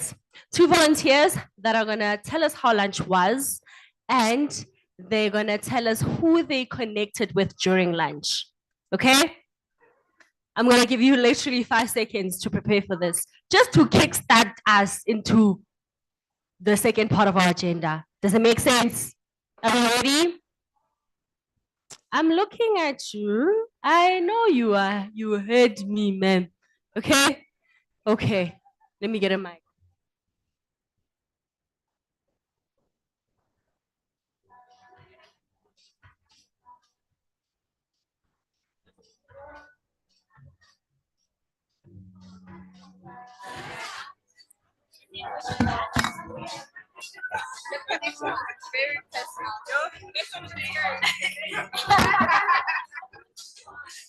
Okay, welcome back from lunch, everyone. Let's give a huge round of applause to all the caterers that ensured that we have a solid meal to ensure that we are nourished and that we are kept alive today.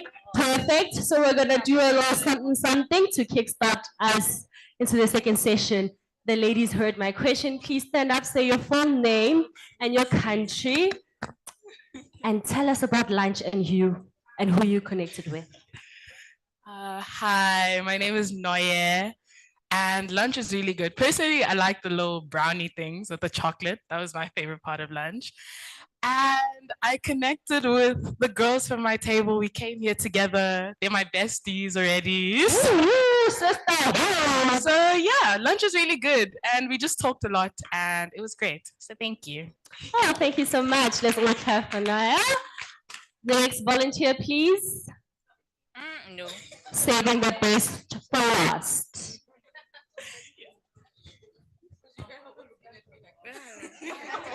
Take up space. Okay. Good afternoon, everyone. My name is Precious Tamia van Rooyen, and I connected with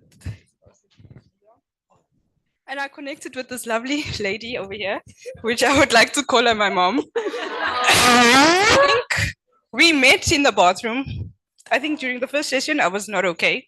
Felt a bit emotional, and she asked me, "Are you okay?" And I said yes. I lied and I said yes. And it just so happened that we met again because there were no plates. But after the conversation we had, I think God has definitely given me a purpose and an answer. You guys should just give each other a hug right there.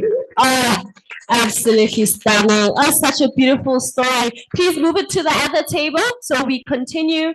And with Chidinma's table, we're going to have just 1 volunteer for now, right? You're going to tell us your full name. You're going to tell us what your favorite part about lunch was and who you connected with.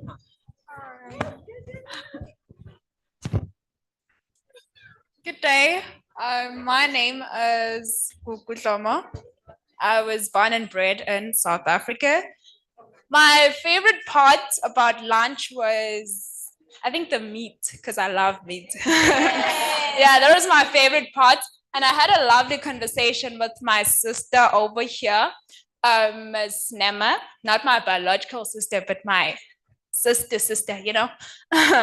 So we had a lovely conversation, and through the conversation we heard, I managed to grow as a person mentally.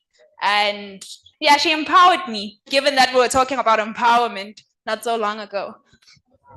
Perfect. Lovely. It's so nice to see everyone who engaged and ensured that we are staying connected during the forum. I also got to speak to a lot of the young female leaders, and it was absolutely stunning to hear from you. Thank you so much. I feed off of your energy and you feed off of mine because we are one. You see? And we are one, and we are going to be tweeting. Please remember to post your pictures on Instagram, post it on LinkedIn, posted on Facebook, on each and every social media platform. We are there. We are the Amazon Leadership Initiative, and on Twitter, we are the Ali org. Because we like you so much, we are saying that if you retweet and retweet and retweet and retweet and retweet, you know what Miss Ethel did with the whole book thing?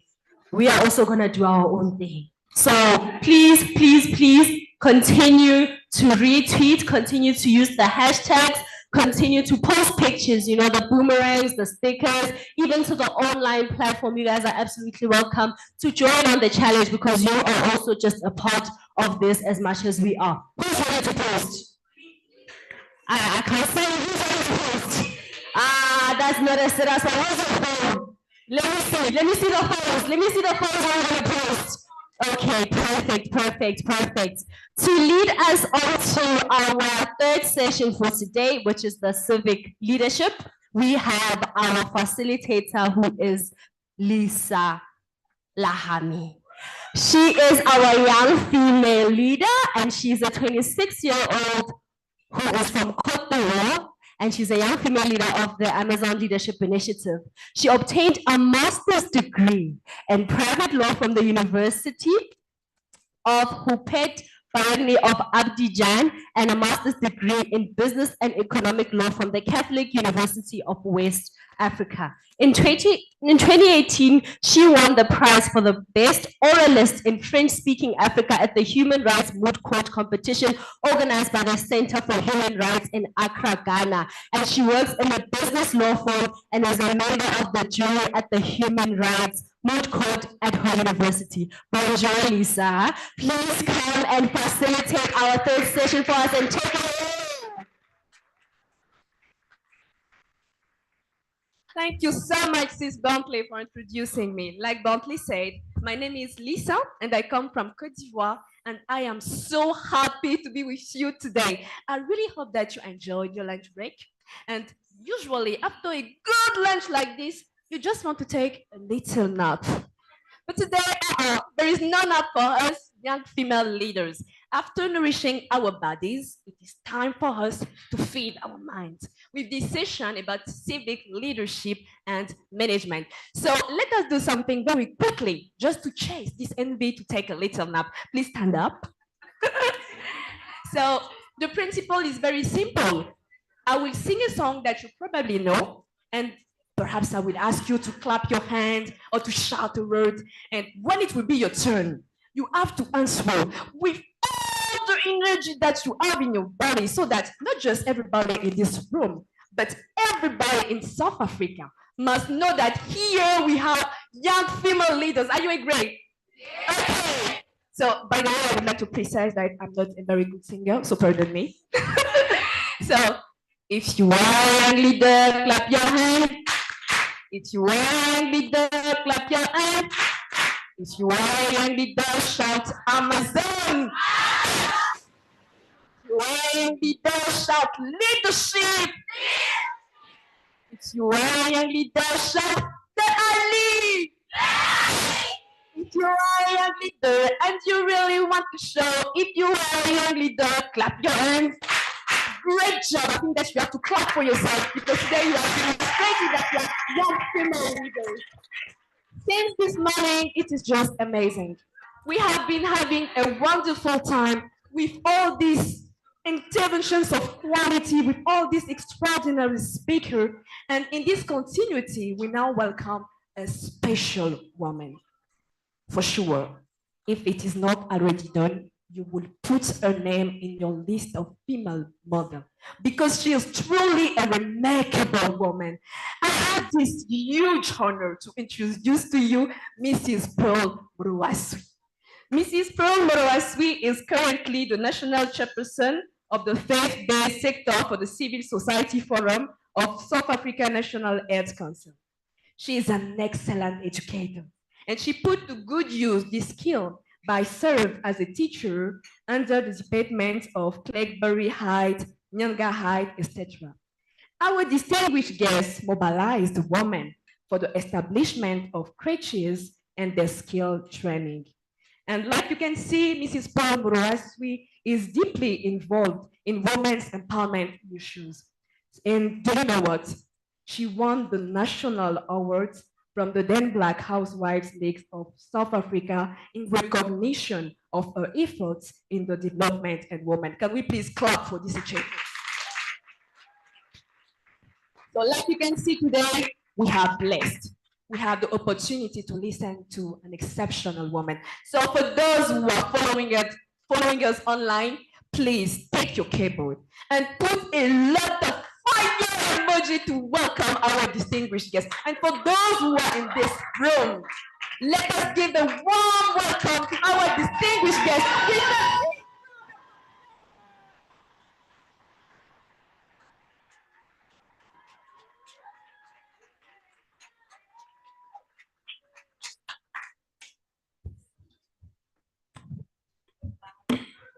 Thank you so much for that applause and beautiful introduction. I am more than happy to be here. I feel younger, you know. It rubs off. I'm more than happy. It really makes me feel revived. Thank you, Ali, for giving me this opportunity to be part of this august gathering today. As it was said, I chair nationally the faith-based sector for the South African National AIDS Council. Well, the rest is history. Being a teacher, but history that really grounded me and brought me closer to the youth. It's been a wonderful experience. And ever since, I've always been very much passionate about what the youth does and how they should be mentored and so on. We can never really tell a full story about our lives. It's been a long walk. What is important is that today I'm here and I feel honored to be part of this gathering. I will just,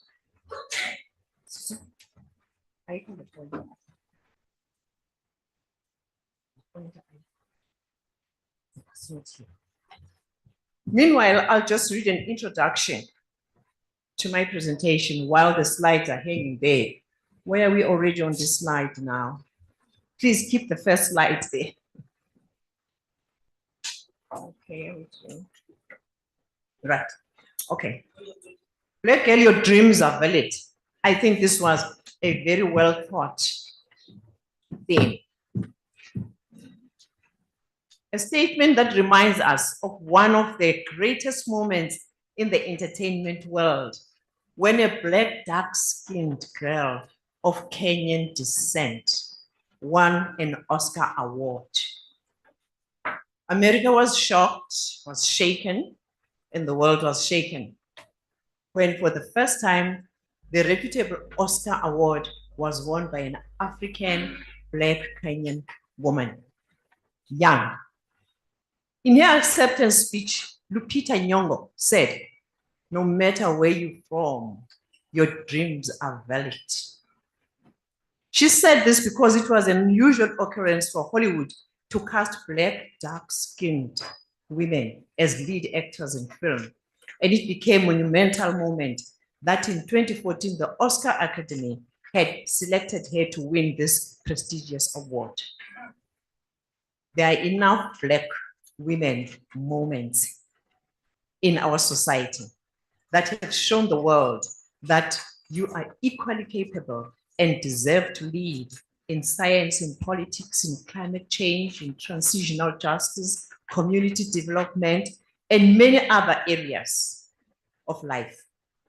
Our role is not limited to child rearing and being homemakers. We are worth far more than that. And that is why you are here, seeking to empower yourselves and to assert yourselves and find a place where you can actually make a difference in the lives of other people as well as yourselves. Then I will go back to my slides. I'm sorry, I had hoped that this technology will be advanced. My first appreciation goes to Ali for finding it important to commemorate the International Day of Girl Child 2023, with a special focus on Black young female leaders. The choice of the niche area is fit for the purpose in today's world. Capacity development and mentorship for young leaders to realize their full leadership abilities. Because if we don't do that, the whole of Africa will go down as a forgotten continent that never existed. Such conversations open opportunities for empowerment and resourceful networking. As we're hearing the testimonies after lunch that I bonded with somebody and we have actually become joined now, and that these are opportunities for networks which are resourceful. A special word of appreciation and encouragement to the amazing leadership of the founder, Mary, her partner Divine, and all the leaders who are seated on that central table, some of whom have already fed us with what they are made of. The girls who put everything aside and attended this platform are also highly appreciated. I look forward to an enriching experience with you all. Coming back to the factors that we have to consider when it comes to young women leadership. Leadership knows no age. Leadership is inborn. All it needs is nurturing, that it be nurtured. Then it blooms, it shows itself. Leadership needs acknowledgement. Just the little say, well done. When that little baby started to take the first steps to move forward, she or he has looked around so that the people I'm with are always moving. I think I should also do it. And then everybody claps. That is exactly what he or she needed to try other steps as well. So does leadership. It needs opportunity. I can never overemphasize that one. For people to demonstrate their leadership, they need to be given the opportunity to do that. And it needs proactivity. I remember one of the speakers in the morning said that it's natural to have those jelly knees when you're going to try something that you're not used to. But that doesn't stop you. That doesn't mean that you're a coward. It means that you're normal. Why female leadership building? Why did Ali bother to build leadership of females, young females? It's long overdue. It's something that should have happened many, many centuries ago, because leadership is inborn in most women, has proved its success.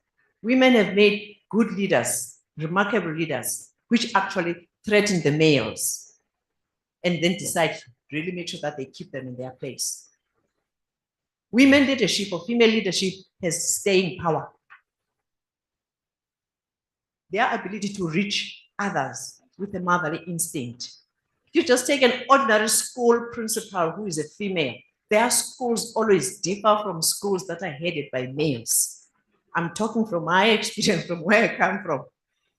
Maybe another person will talk from the field with which she identifies. Because they have this ability of reaching to the wider circle. They are used to running families, providing for everybody in the family. They make such compassionate leaders who can actually include everybody. They are the best teachers and mentors. That needs no explanation.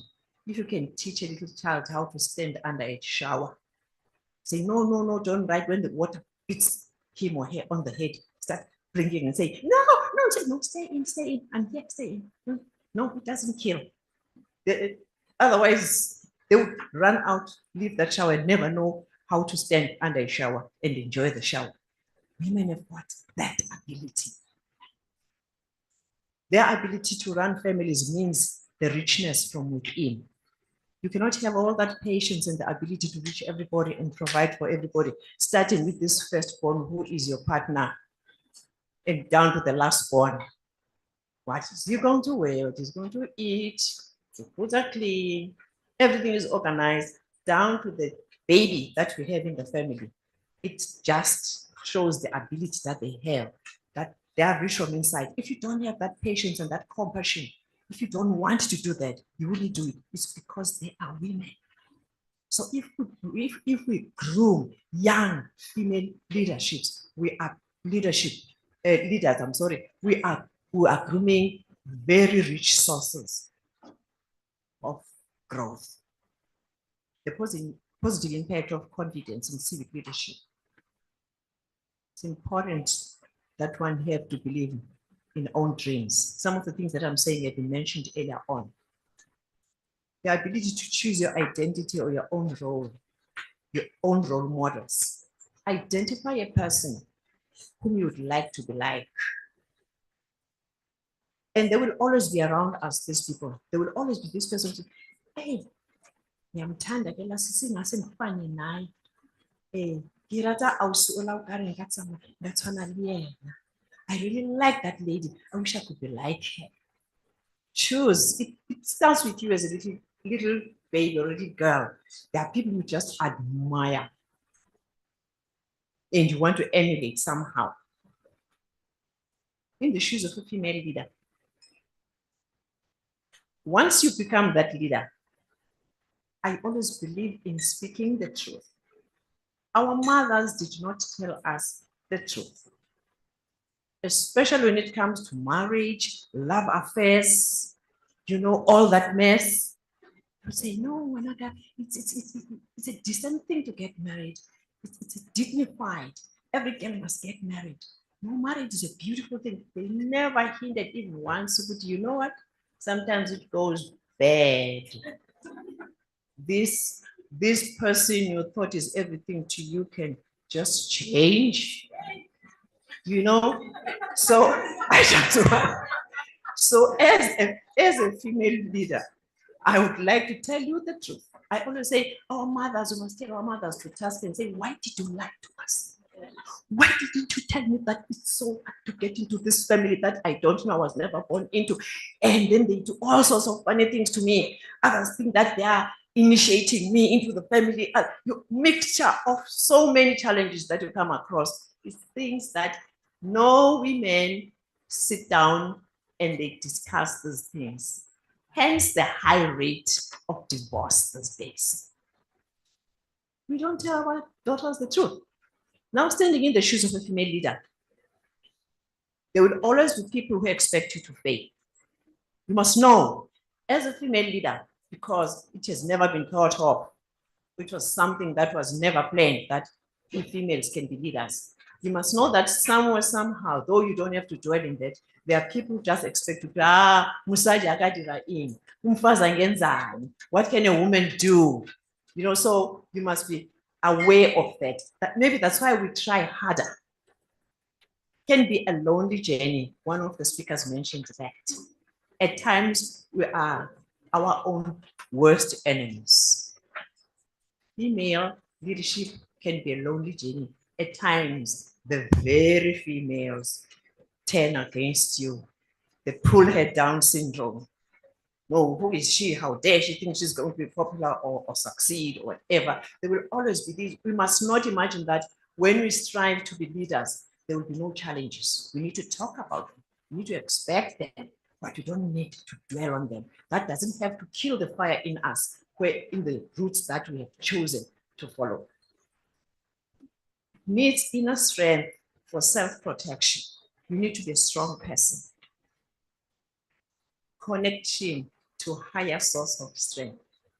Well, I run to my God.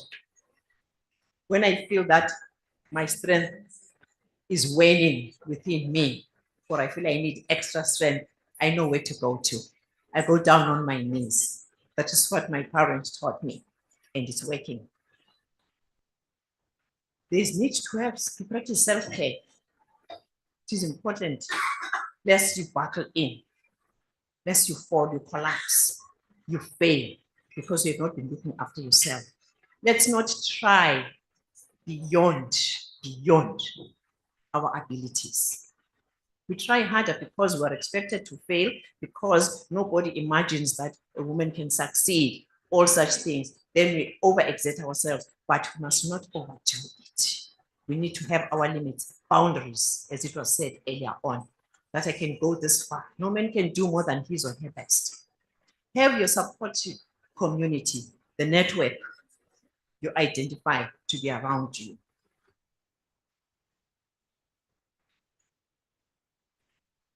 And then I go back to what I read in my introduction. The factors to consider to prepare ourselves as young Black women are representation.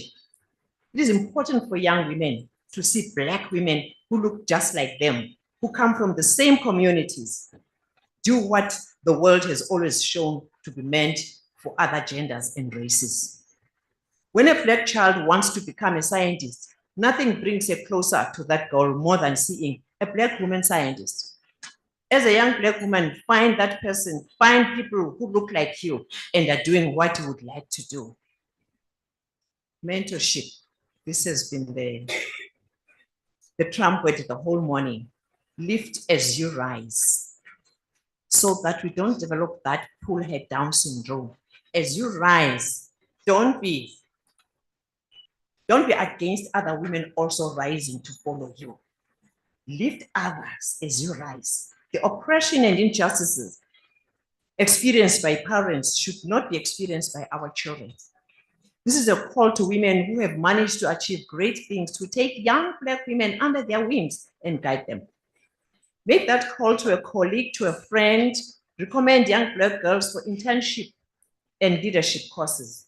It is also a responsibility as young Black women to reach out to people. I think one of the speakers mentioned that when we spoke about the journeys, even if we are scared, this is an important person. Can I really speak to him or her? No, you must go. Take that first step and go and introduce yourself and say the first word. You'll never stop. You'll keep on doing it. Have meaningful conversations about what it takes and how you would like to be assisted. This requires clear vision and goal, determination and hard work on the mentee. If you want to be mentored, be clear of what is it that you want. You want to be mentored in. No one has time to feed information to someone who is not going to use it. When you reach out to mentors, be prepared. When you go to a mentor, be prepared and clearly communicate your vision and dreams. You also need resilience. As I said, especially in the civic space or in community leadership, it's a whole crowd out there with different beliefs. The world has never been kind to Black women. We are the most traumatized, unpaid, and least appreciated group in the world. Your journey will be filled with obstacles, criticism, jealousy. And this is why you need to become resilient. Do not accept abuse, unfair treatment, and discrimination. But to succeed in life, you need to find ways to deal with these factors because they are there. This is life. Don't think life is going to treat you, hand you with kid gloves. No, just be ready. Know that there are all the negatives. Much as there are positives, be ready for the negatives as well, so that when they hit you, you don't just disappear. Have a community of genuine people you can talk to, lean on, and reach out to during difficult times. I even have a prayer chain. Do identify, if you are a praying person, identify other praying people whom you can say, please join me. Let us pray for this and that. Ask for these things. I'm telling you things that have worked for me.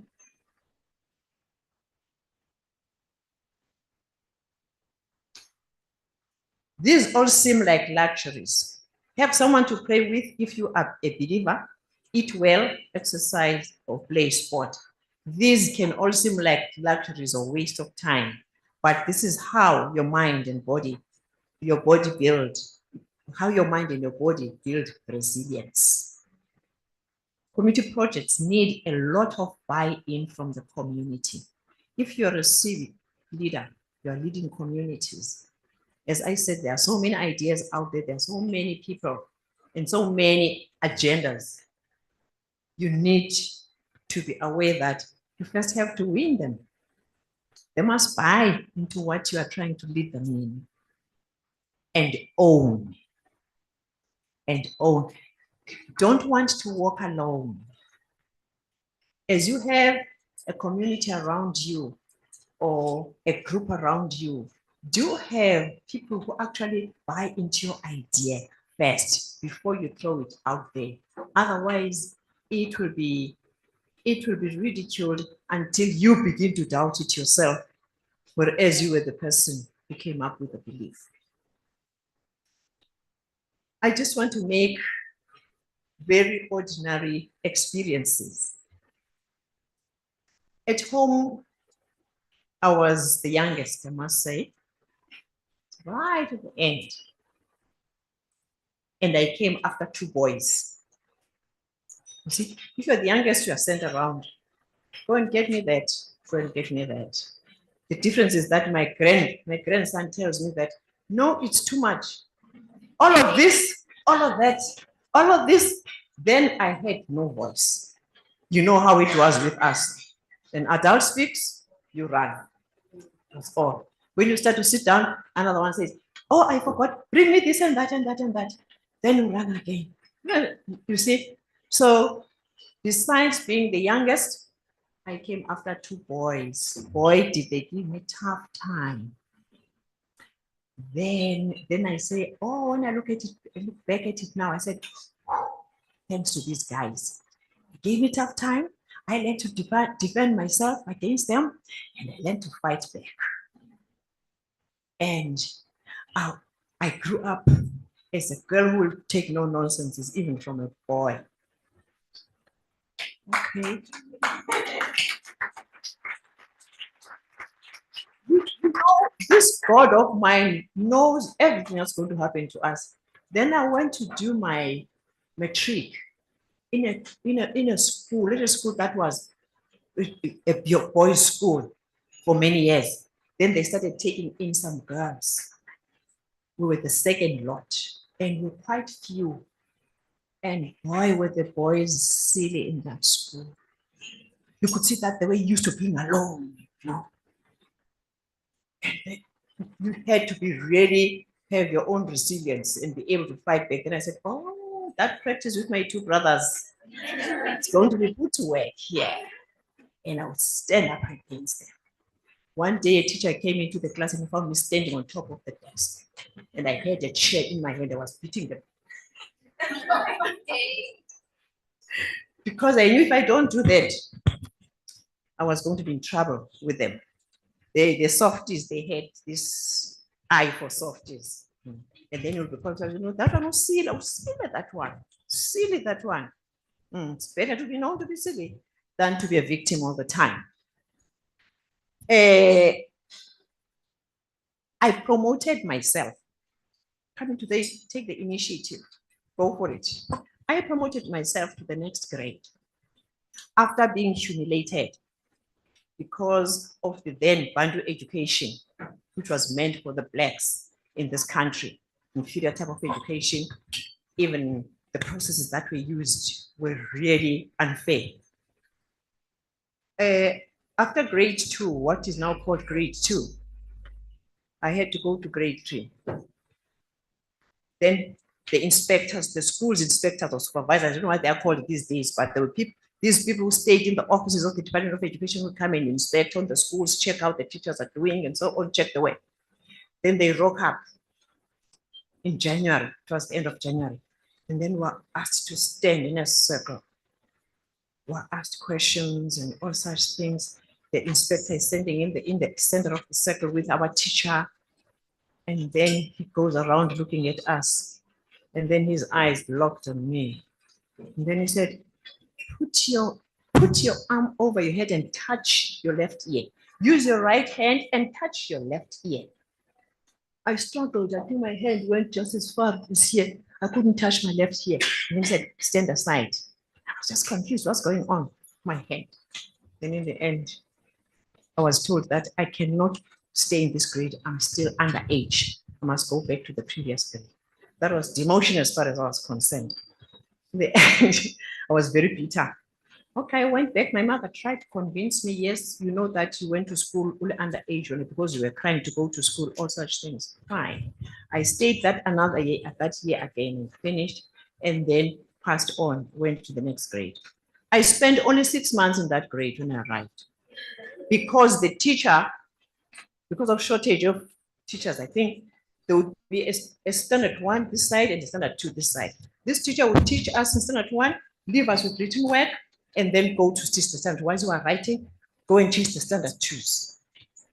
And then I would write this work and finish and start listening to what she's teaching to the standard 2s. When question time comes, these boys will say, they're not talking to you, understand? I said, you don't know it means, can I tell them? Oh, can I tell them?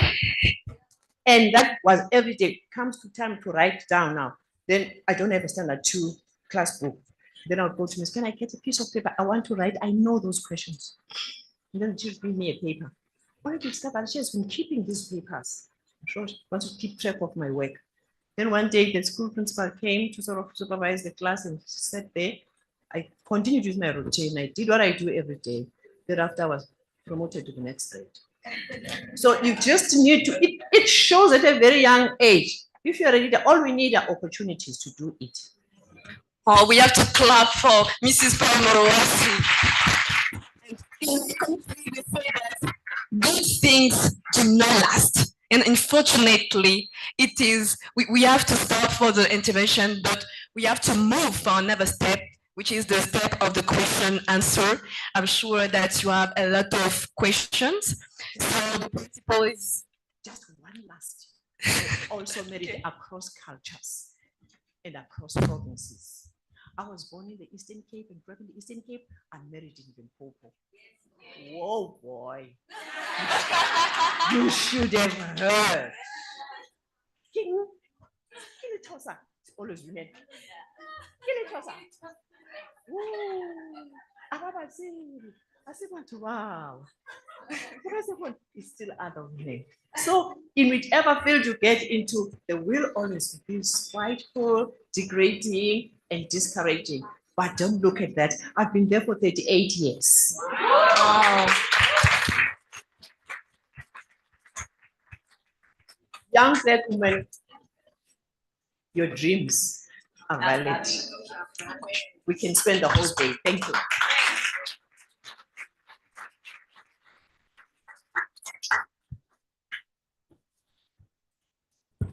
Thank you so much, ma'am. Sorry. Yes, please. We can clap until she comes to.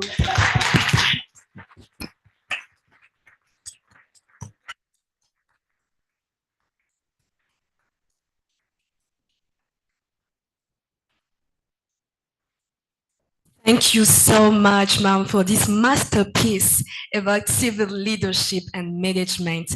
And I am so happy to have the honor to be with you today. So like I said, it's the moment to move from the photo questions answer. So the principle is very simple.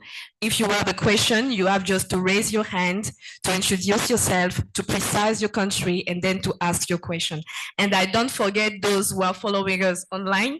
If you want to ask a question, you have just to write in the chat box. You just introduce yourself, you precise your country, and then you ask your questions. So do you have any questions? Okay. Good afternoon, everyone. Okay, my name is Isa Hondle from South Africa, and my question is, on one of the slides I saw that you mentioned that a positive thing that women can do is to imitate the person that they love. So I want to ask a question as to how do you maintain your authenticity while you imitate the person that you love? Because most of the time, while you're trying to imitate the person that you admire, you often lose yourself and you now become them, you know, yeah.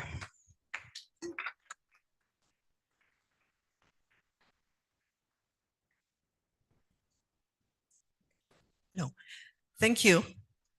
One thing sure, we all have role models in our lives, starting within the inner circle, the family we come from. Much as you cannot change and become that person, but there are things that you emulate, the things that you pick up from that person, which you also put into practice. They usually are the positive things, though even the negative ones do encroach in. But once you get to a stage where you can actually identify between wrong and right, you actually, and you want to make a better person of yourself, you actually pick on the right ones, on the correct ones, and the acceptable ones, and you emulate them. I've had many role models in my life, starting from my own family, the teachers who taught me, and even the mothers I've met outside in the field of community work. Thank you so much. We will take just one question from this side. I saw a hand here. Good afternoon once again. My name is Oamukhetsi and I'm from South Africa. So firstly, I'd like to thank you for teaching us and reminding us on the importance of feminist governance and collaboration. And also, we need to continue this conversation in our perspective country, feminist realities, but also conversations that we need to be having around responsibility and accountability as young leaders in our respective countries. Thank you. Thank you.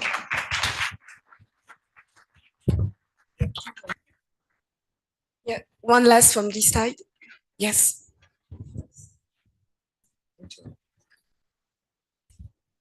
Yeah, one.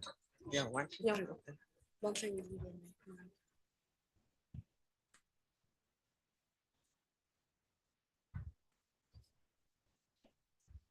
Good day.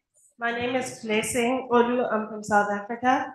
My question is just with regards to trying to strike a balance. I think similar to her question, a lot of what little and young girls are told is you're in a world where you're fighting to make it and they're men. And so in the spaces I've been in and that I occupy, like the political space and leadership spaces, you find yourself as a female leader almost like fighting to prove your leadership, which leads sometimes to you losing your femininity. And so that brings me to my question to say, how do you maintain your femininity while still forwarding the feminist agenda and pushing to enter these spaces where we're not really allowed to enter?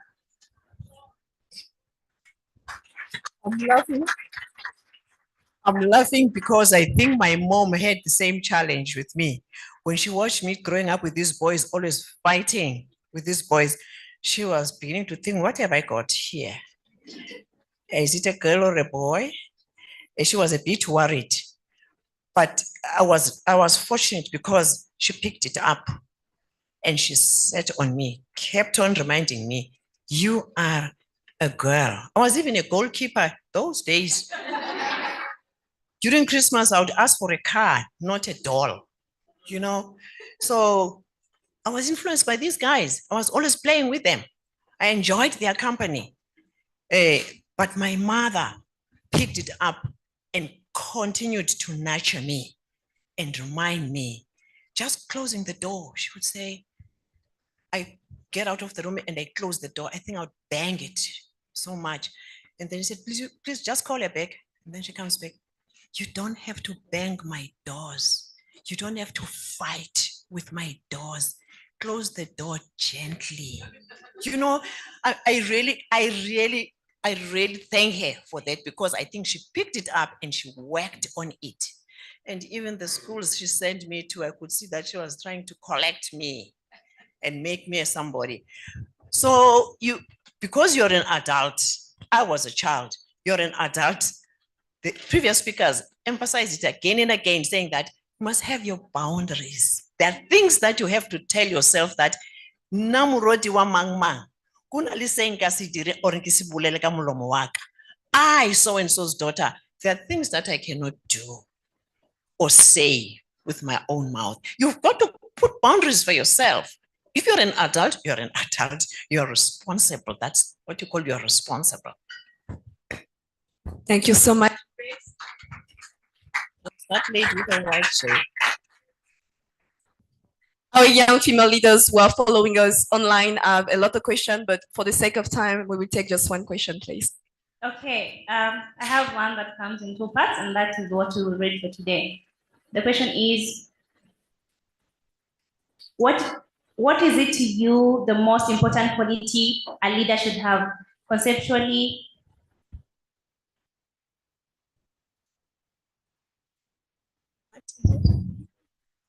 What is that? Can you repeat it, please? Yes, just a minute, I'm sorry. I don't quite get it. I'm sorry, also I'll read the question again. What is it to you the most important quality a leader should have, conceptually speaking, a female leader, and because we are often criticized based on our gender, what is your take on criticism of our leadership skills based on gender as opposed to capability? We're always often criticized based on gender. I don't think gender really has got anything to do with it. However, we all come from communities and we have our stereotypes. I think that is what drives all these ideas which end up becoming which become absorbed and owned by people. That if you, in the community where you come from, these are the beliefs about females or about males, and then those things are taken, we take them everywhere we go. So now, as far as I'm concerned, what I believe is that every human being has it in his or her the ability to be a leader in a certain field or in a certain area of life, irrespective of what gender that person is. Thank you so much, ma'am. Can we clap again to thank our distinguished guest? So thank you so much, Mrs. Pearl, for your precious time that you have devoted for the training of the young female leaders that we are. So like I told you, it is the end of this session about civic leadership and management, but it is not the end of the whole program. So please stay focused, because I can guarantee you that the rest of the program is full of interesting things. So Sis Bentley, the floor is yours for the next step of the program.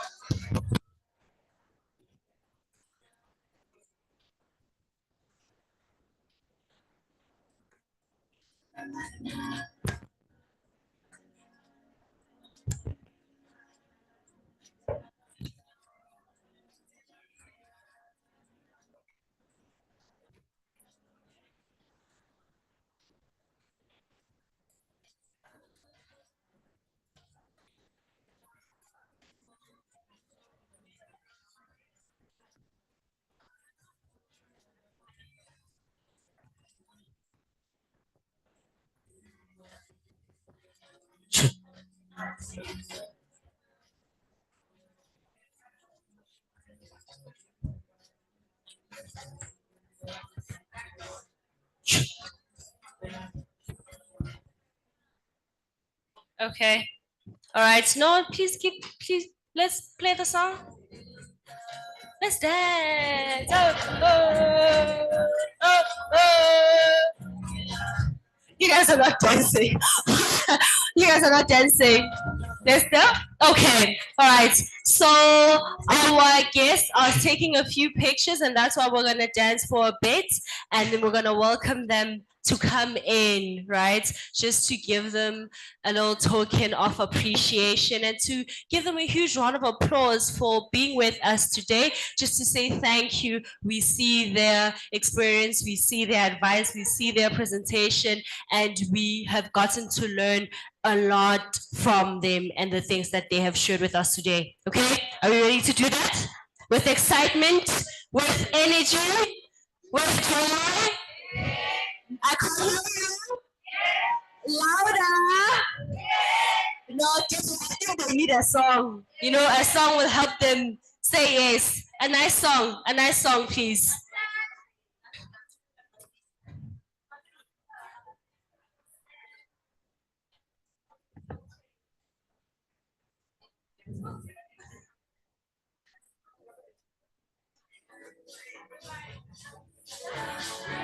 And we're gonna take pictures.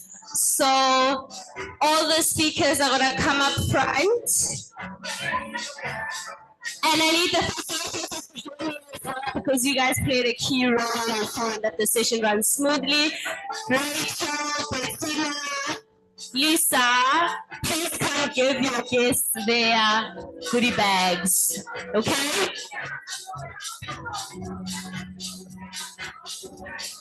Just all stand here.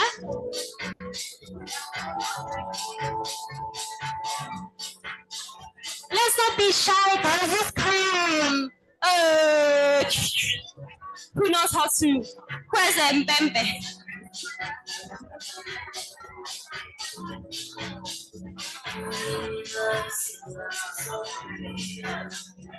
Okay. Yes. Yeah. Please come up. Let's clap for Miss Pearl. We see your work, we see your experience, we're thankful that you have spent the time and the energy. Maybe take a cute picture. Right? Rachel? Okay. Perfect. Thank you so much. Give it up for Lisa. Thank you. And we're gonna have to see our guest speaker, Miss Ethel Kruger. Let's clap for Miss Ethel. Thank you so much.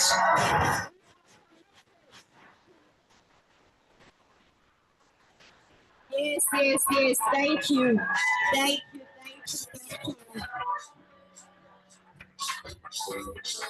Thank you so much for making the time. We appreciate it.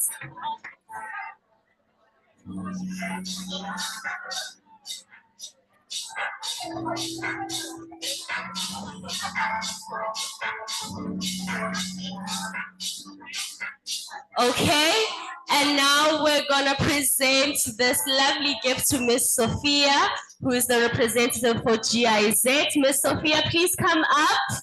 You are so deserving. We're thankful for you.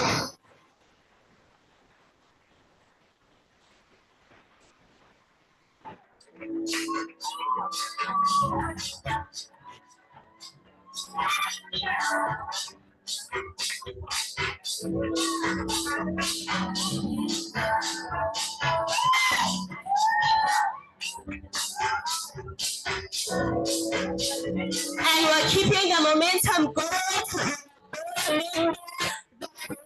Gorgeous Miss Crystal. Please come up to take your booty back. That you are deserving. Okay, so she'll take it later. But in her absence was me. Let's go. Let's keep it going. Okay, all right. And you know, this is just to say thank you to all of you as well for being here, for being present, and making the time to listen to all our guest speaker and ensuring that they are heard. Thank you so much. Okay, all right.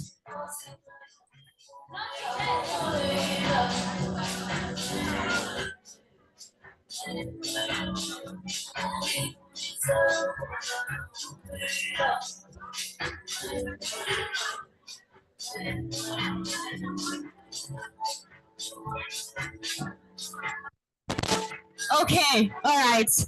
And you know, today everyone must also vibe, you know. You get a bag, everybody gets a bag, and the person that's getting the next goodie bag is our Miss Universe.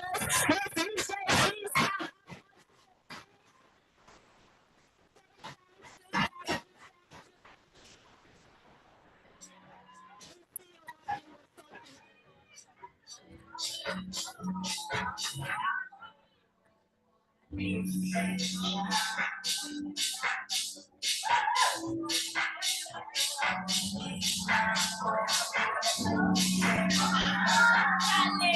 Of course,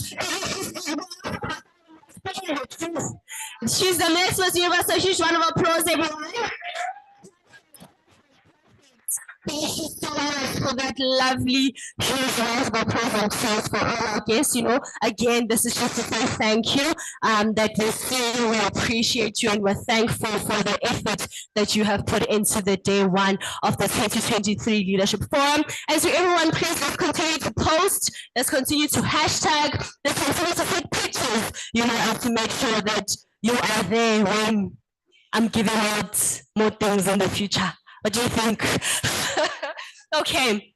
So we'll move on to the next session, which is our public leadership management. And this will be facilitated by another sister of mine who is a YFL within TheALI. Her name is Muriel Nyambo, and she is joining us as an online guest. So please, Muriel, just try to prepare yourself as I read your bio to make sure that you are ready to kick it off for us. Muriel is a 26-year-old Cameroonian and young female leader of the Amazon Leadership Initiative. She has a BSc in Women and Gender Studies from the University of Boro and is currently pursuing an MSc in Women's Studies at the same university. As a young graduate, she marked her own debut as a gender activist through volunteering with Association Females, and here she engaged in empowering young persons with valuable information on sexual and reproductive issues. Her engagement paved the way for her recruitment as a staff of the association. Muriel enjoys reading in her spare time and doing research, which enabled her to partake in a competitive essay in 2020 under the theme Save a Girl Child in Cameroon, where she came third. Clearly, she's an amazing writer. Muriel, please just confirm that you can hear me so that we can clap and cheer and get excited as you are about to lead the last session for us. Can you hear me, Muriel?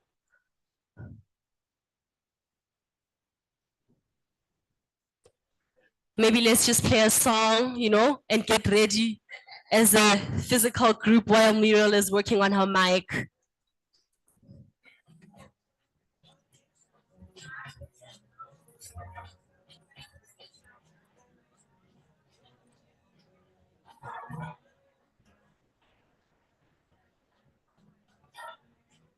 Let's just have a thumbs up when you're ready, Muriel.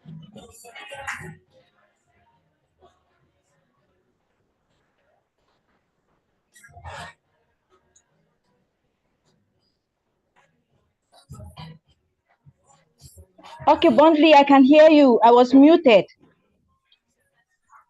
Okay, perfect. We can hear you and we can see you, and we're absolutely ready and excited to kickstart. Let's give a huge round of applause to Muriel as she takes up our next session, everyone. Over to you, Muriel. Okay, thank you very much, Bondley, for that very warm introduction. Good afternoon to all our distinguished guests and young females joining us today in person and virtually. I'm called Miriam Nyambo, and I am a young female leader in Cameroon, and I work with a local organization called Association Femmes et Enfants. And I have the honor and privilege of being a facilitator for this session on public leadership and management. Why do I say I feel honored? I feel honored because I attended the second edition of this very prestigious forum as a participant. And this year, I was given the opportunity to be a facilitator and to facilitate this session on public leadership and management. So before I start, I want to urge us all to get our notepads ready, our books, to take down notes from our distinguished speaker. And please, we should endeavor to share on our different social media handles without forgetting to use the hashtag Black Girl Your Dreams Are Valid and the hashtag TheALI 2023. So before I present our speaker, I'm going to use a little biblical allusion. I guess as Christians, we all know the story of the wedding feast at Cana, where Jesus Christ turned water into wine, and the best wine was served last. So for this session on public leadership and management, we have the opportunity to listen to another perspective on what public leadership and management is all about. And I have the privilege of presenting our guest speaker, who is an expert when we talk of equity, diversity, and inclusion. She's an economic empowerment legend. She's a determined lady. She's a mentor to young ladies like ourselves, whom she calls queens. She's a go-getter, and I call her an embodiment of knowledge. Please lend me your ears as I read out her biography. Ms. Johnson is the director for the City of Scottsdale, United States of America, where she is responsible for leading the equality, diversity, inclusion, and belonging strategy for the organization and community. Her career has been focused on equitable access in municipal government, education, and nonprofit organization. Her extensive career in local government included serving in several cross-functional leadership positions for one of the largest in the country and leading many organizational initiatives. She's committed to mentoring women and girls and has developed educational youth programming that focuses on leadership, development, community service, and building self-esteem. That is actually very important to note. Ms. Jackie is the owner and chief visionary of J2 Creative Strategies, and in 2022, she launched the Equity Collective, a non-profit organization focused on advancing social justice and equity in the community. Please, are you ready to listen to our guest speaker? Please, if you are ready, can you give her a thunderous round of applause as she takes the stage to inspire us and enrich us? Thank you very much. Ms. Jackie, the floor is yours. Can you hear me? Yes, we can, ma'am. Okay, great. Thank you. I did have a presentation. I don't know if it's going to, if you're able to show it or not. If not, I can try and share my screen if that's possible.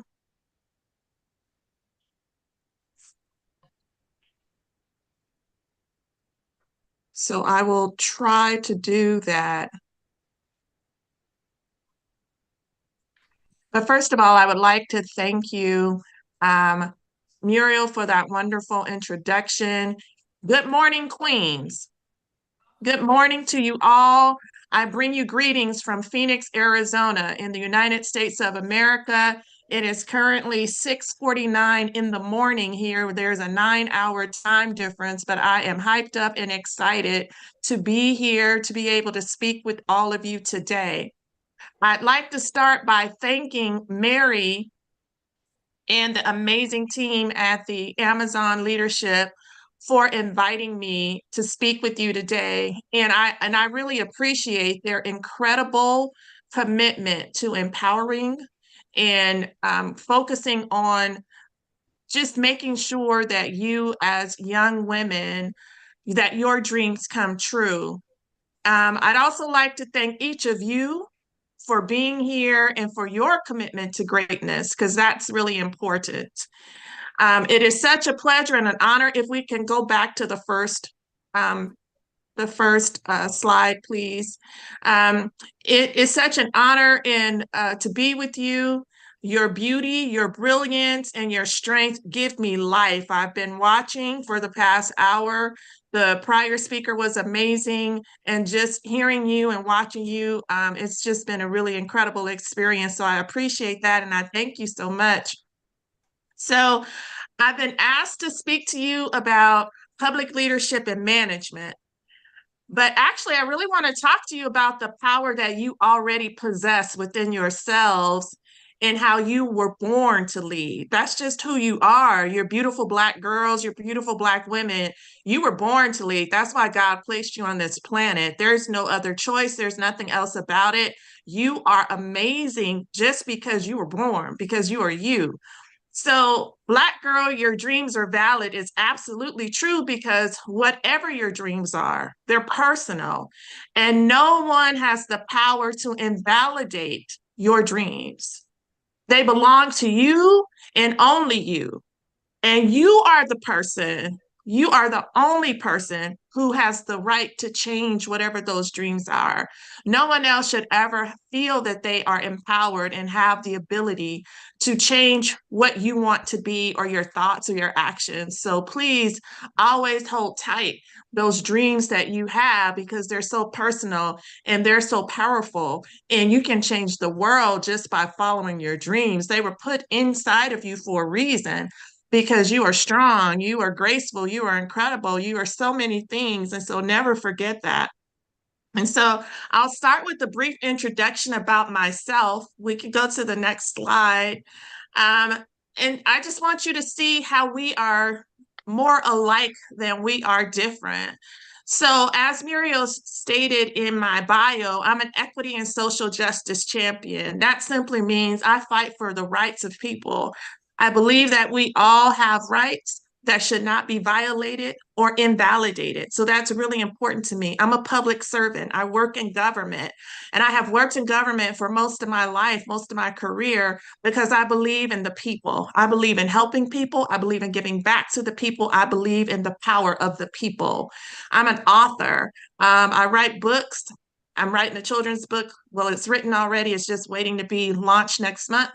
I write poems and spoken word, and because the power of writing gives you the power of expression, and expressing who you are is it's important, and it just allows you to, that creative side of you, to just flow. I'm a creator not only of the written word, I'm a creator of, when I think about something and I think about I want to make a change in a policy, a program, a process, I create that change. I make it happen. I don't sit back and wait for other people to do it for me. I believe in me. And if there's nothing else that I've learned through my time and power on this earth, is that if you sit around, as the previous speaker said, and you're waiting for people, it may not happen. So have the believe in yourself enough, love you enough to know I can create change. I can make change happen. I mentor. The reason I mentor is because I believe in everybody after me, everybody. I believe in everybody around me. All people need is someone to believe in them. And so I believe that when you give back to other people, that is so more fulfilling than trying to worry only about you. So I spend a lot of my time mentoring people. And then what happens is you get a reputation for mentoring people, and then other people come to you, and it is the most rewarding work. And it costs nothing other than giving your time and your talents and sharing your wisdom with somebody else, so that they can grow and become the best possible versions of themselves that they can be. I'm a civic leader. I connect people. If I find out that you do something and I know somebody over here needs that something, I'm going to connect the two of you, because there's power in connection. This world is just, it's big and small, and we can connect with one another. We can help one another. We can push each other's businesses. We can help each other grow. I was watching the documentary about Tyler Perry. It's called Maxine's Baby. And the reason that Tyler Perry, for those of you who know who he is, the reason that Tyler Perry has become the business mogul that he is because he found a need in the Black community and he served the people. And that is what we can all do. We find a need in our communities and we serve the people. So you're visionaries. You already have a vision. Sometimes as we're young and we're growing and we're developing, we get a little confused about, okay, what is our vision? But you have a vision. And there is a reason that you have a vision. Write it down. Keep track of, your thoughts and your beliefs, and then go back and revisit them. Do a vision board. Make sure that you hold on true to who you are as a person, and don't let other people change you. I'm a business owner. I just believe that, you know, we can own things without having to look at it as a way of chasing money, but we can own businesses to help others. I'm an inspirational speaker. I love talking, probably, as you can tell. I'm a convener of critical conversations because sometimes, at least here in America, people don't want to talk about the tough stuff, but we need to if we're going to have change, if we want to make change, if we want to make it happen. And then on the other side of that, I'm a godmother to two amazing little boys. They're my great nephews, and I just love them dearly. I'm a follower of Christ because without him, nothing is possible. I'm a daughter, sister, aunt, friend. I'm a sorority member of Delta Sigma Theta Sorority Incorporated, who does have a presence in Southern Africa. I'm a cheerleader. And when I say I'm a cheerleader, I'm your cheerleader because I believe in you. I believe in everything that you want to put your mind to. I believe in your efforts. I believe in your energy. I believe in you. So I'm your number one fan. And this is my first time coming in contact with you. So that's just a little bit about me. So moving on next to the next slide. So Madam C.J. Walker is the person in this picture. And here in America, we always talk about Black girl magic. We talk about Black girl magic, and I'm going to just share a little something with you. So here, we are disconnected, in a sense, from our origins. We're in America. We were forcefully brought over here through the slave trade. And so we understand that. We understand that our connection is to the motherland in Africa.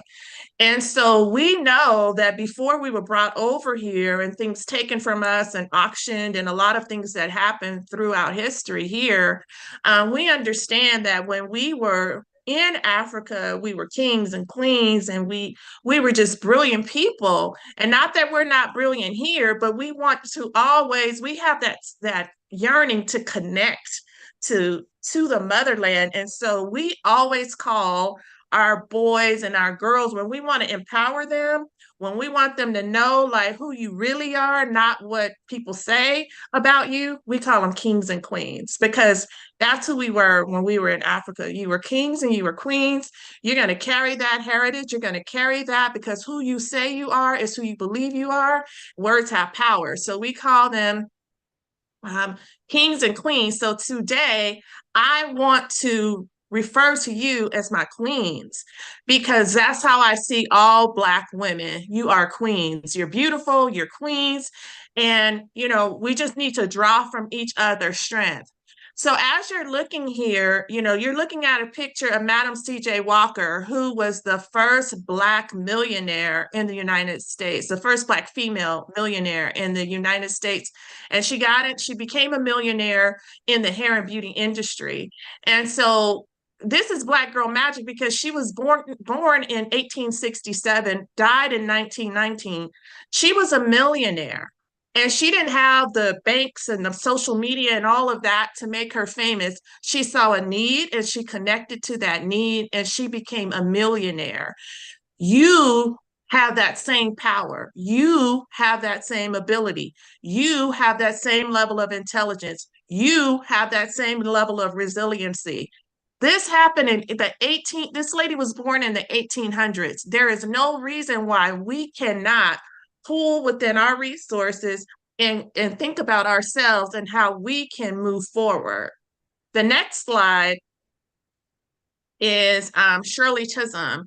And a lot of people may not know about Shirley Chisholm. She was the first Black person to run for president in the United States of America. In 1972, Shirley Chisholm ran for president. So long before Barack Obama, there was Shirley Chisholm, a Black woman who was the first Black woman who became a congressperson in 1968. These women are my heroes. That's who I idolize, who I think about, because they were making moves back when we didn't have a lot. and they were making moves. They dug deep within themselves. They saw a need, they saw a problem, and they sought to fix it. And so Shirley Chisholm and Madam C.J. Walker were both social activists. They were both politically connected. They both really did go into the community, and they fought on behalf and worked on behalf of Black people. That's what we can do. So yes, Queens, you can be your version of these women, whatever that looks like. One of the people that I think in modern times that I think a lot about is Rihanna.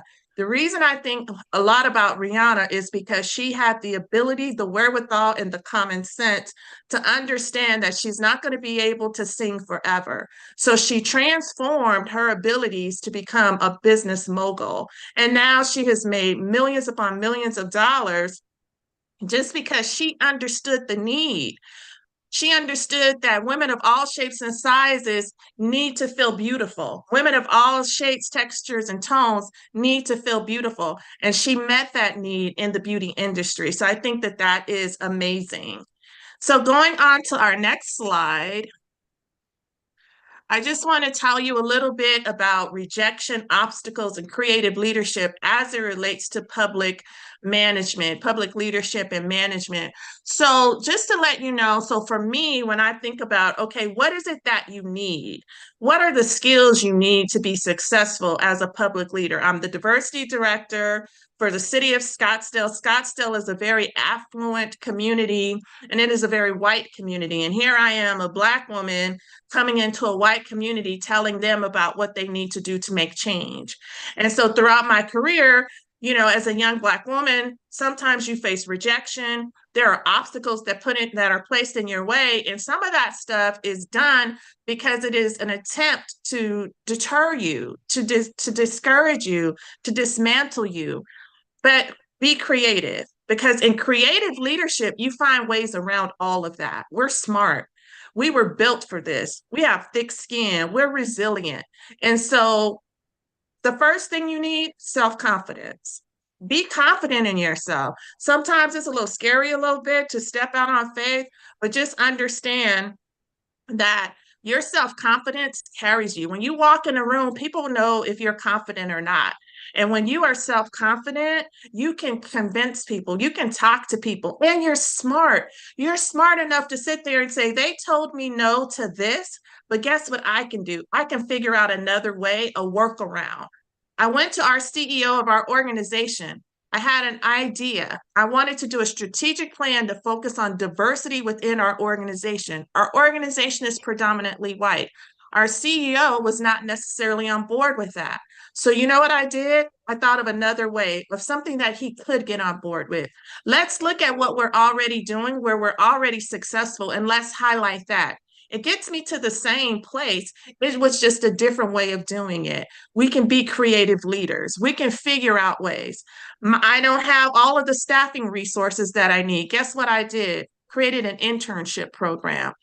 Got volunteers to come in. Now people are calling me out of the woodwork, wanting to volunteer with me, wanting to be an intern with me, because I was creative. I didn't let we don't have budget money, we don't have time, we don't have this stop me from my mission. My mission is critical. My mission is important. So guess what we're going to do? We're going to figure out another way to get the same thing done. And then when people see you getting all this shine, when people see that you're doing all these great things, guess what people want to do? Jump on board. They want to step in. They want to help. They want to figure it out. So trust me, when the answer is no, sit down. Don't get all bent out of shape and frustrated. Sit down and figure out, how can I make this answer yes? How can I figure out another way to make it yes? So have the confidence in yourself. Secondly, have a passion to help others. When you have a passion within yourself to help others, that will fuel you. That will be your energy. That will drive you. And you'll make sure that, okay, this is not about me. This is not about my ego. This is about helping other people. And when I'm focused on helping other people, all kinds of energy and all kinds of thoughts and all kinds of creative things come my way, and I can figure out what do they need and how can I help them. Okay, have a vision and a determination to make a change. And so, yes, it means sometimes you're going to be like a little bit like, okay, can I do this? Is this, Yes, you can do it. Of course you can do it. Have a vision. The Bible says, my people, they falter because of a lack of vision. So you have to have a vision. You have to be able to say, okay, I may not know specifically all the steps in between A and B, but I do know at the end of B, this is what I want to see. I want to see this happen. And at the end of seeing that happen, I can figure out what's in between, but I have a vision and I don't want anyone to rob you of your vision. Stay the course with your vision. And then understand how to fill a need. So when you see something that is needed, and even in government, it's not hard to see where there is a need. What needs to be fixed? What are the needs of the community? What are the needs of the people? What are policies that need to be implemented? Because policies are very important. So fill a need. Sometimes I think people get really caught up on well, how can I look important and what is my title? Titles will come. Titles come with success and when people buy in, but that's not even the most important thing. Feel the need. Find the need, fill that gap, fill that space, and there you will find purpose. And purpose is so incredibly incredible and very important. Understand how to create change while you're working in a bureaucracy. Government is filled with red tape, and we got to wait for this to happen and that to happen and all of that. So understand, okay, how can I still, even with all of these barriers, all these obstacles, all the things that I have to work through, how can I still make change? What's the little bit of change that people are willing to support me on? How can I look at something and get people's buy-in? What's important to them? What's important to the decision makers? And then how can I make sure, okay, I can make change and get to the same result without doing it in this very bureaucratic way that doesn't help people. The other thing that I will say, and what's really important, be the voice of the people. Sometimes people don't feel that they have a voice, and going into government and trying to get people to understand, okay, this is what I need from you as a person who's in the community, who's not working in government, can be scary. And so you can be the voice of the people. You can help break it down so that the people understand, okay, this is how this works. But also you can break it down to government officials so that they understand the needs of the people. And so being a voice of the people and not being afraid to be that voice and not being afraid to speak up and understanding your power and your ability and how you can connect with the community, because I always feel that that's extremely important, but how you can connect with the community is a way of how you can also empower the people. So understanding that being a voice of the people is really, really important. And so I just want you to know, as I call you queens, I just want to break that down to you so that you take this with you. So I'm gonna go to two things. My time may be running out, I'm not sure. But here we go. So queens, you're qualified. That's the Q in queens. You are qualified. You're understanding because you're here today. That tells me you're understanding. You understand on so many levels. You understand the need to be successful. You understand the need to be empowered. You understand the need for information. You understand the need for connectivity. You understand the need to grow. You have understanding. You're excellent and you pursue excellence. Again, that's why you're here. Besides, you have no choice but to be excellent because you're a Black girl. I mean, that's just the way it is. You were just born into the greatness. You're energetic, you're ever present, and guess what? You are enough. Don't ever let anyone tell you you're not enough, because you absolutely are enough. You and your skin and your beautiful selves, you are enough. No one can tell you that you're less than. Don't receive that. Don't let people rent space in your brain. No, no, no, no, no. You are enough. And lastly, you are noble. You're, first of all, my African queens, you are noble just by the soil you are on. You are noble. You were born into it. And so everything about you is queen. Everything about you, no matter how old, no matter, what position, what appointment, you're just a queen. You were just born into this space. That's who you were born to be. So I want you to understand that. I always want you to believe in that. And I shared that I'm a writer and and so I want to read one stanza, and I'll take whatever questions that you may have from me. And that is, so I wrote it's a spoken word actually, but I actually I have to write stuff down, and it's called What is Black? Right? And I talk about all the things that represent Blackness, at least from the American perspective, but all the things that represent Blackness. But here's something that I want you to know. I end this reading with, so what is Black? Black is resilient, Black is strong, and Black is beautiful. Black is beautiful. Black is beautiful. You, my queens, are Black, and you are beautiful.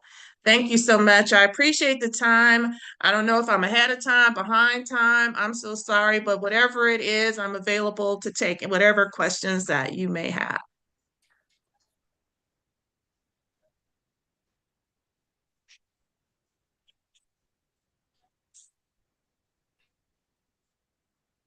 Thank you very much, Miss Jackie, for your intervention. Dear young female leaders, didn't I tell you that Miss Jackie is just an embodiment of wisdom and inspiration? Please, if you felt inspired by everything she said, please, can you give her another round of applause? And for our online participants, please, a burst of your favorite emojis will do. So I'll be taking a few questions. I'm going to start with my virtual family. I'm going to be taking 2 questions from my online family and a question from a participant in person. But I'll begin first with the personal question, Ms. Jackie. So we live in a world where identifying our niche and working within that niche is quite difficult. But when I read your biography and the interview you had with Independent Daily, I noticed you have a niche and you have worked in that niche for over 20 years, working on diversity, equality, and inclusion initiatives for underrepresented and minority communities. So I want to know what has been your secret and what advice can you give young female leaders like us who aspire to ascend the professional ladder? Thank you. Thank you for the question. Well, first of all, I will say that my career was not easy. And so I faced a lot of the obstacles, and that's why I'm so passionate about helping others. So what I would say in terms of longevity, I started helping businesses, Black businesses, woman-owned businesses, et cetera, to get contracts in municipal government and city government. And through that, and actually before then, I started helping talented Black youth get internships in corporate America. And so through that, it just became my bachelor's degree is in social work. And so having a desire to help other people is natural. So I would say understand your purpose and walk in your purpose. I think sometimes we try to force things that are not, maybe because somebody wants us to be something or told us that this is what we're supposed to do, but it may not feel natural to us. So find what your purpose is and try to work in your purpose. And the other thing is create opportunities where they don't exist for yourself. So when I started down this journey, a lot of stuff didn't exist. I just became an advocate. So my job may have been one thing. I advocated for other people, and I still helped people in the area that I felt very important about.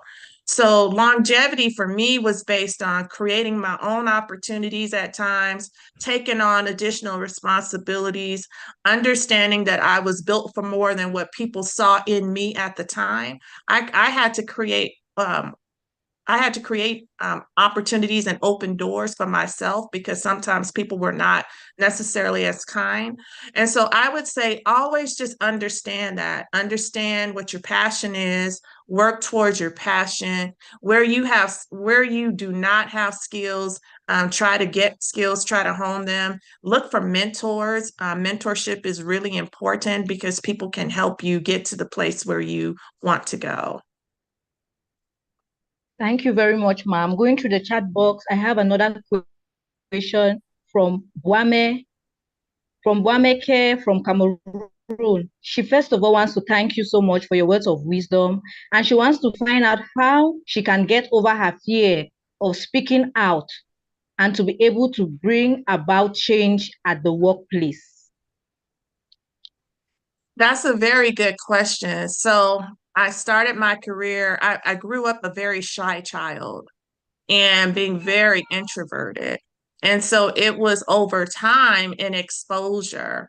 So let me just say this. I always tell people, work within your natural abilities and then seek to grow. So if the fear of speaking out is based on maybe that's not who you are as a person, you can also do things in terms of the work that you do. So you may be able to help people by, okay, right now is not the time to speak out, but I can still mentor this other Black girl over here. I can still reach out in the community and help other people. And so, and then that gives you confidence when you start having success in those other areas. But everybody may not be the person that has to speak out. We always need people behind the scenes, and we always need people that can rally around folks. And so if you are the person who is in my ear encouraging me or encouraging the person who is the one who has the big voice to speak out, that's just as important. But I would also say, really think about what is the need? Are there some other people around me that need me? I'm in a place of position where I can help others. Let me try and do that.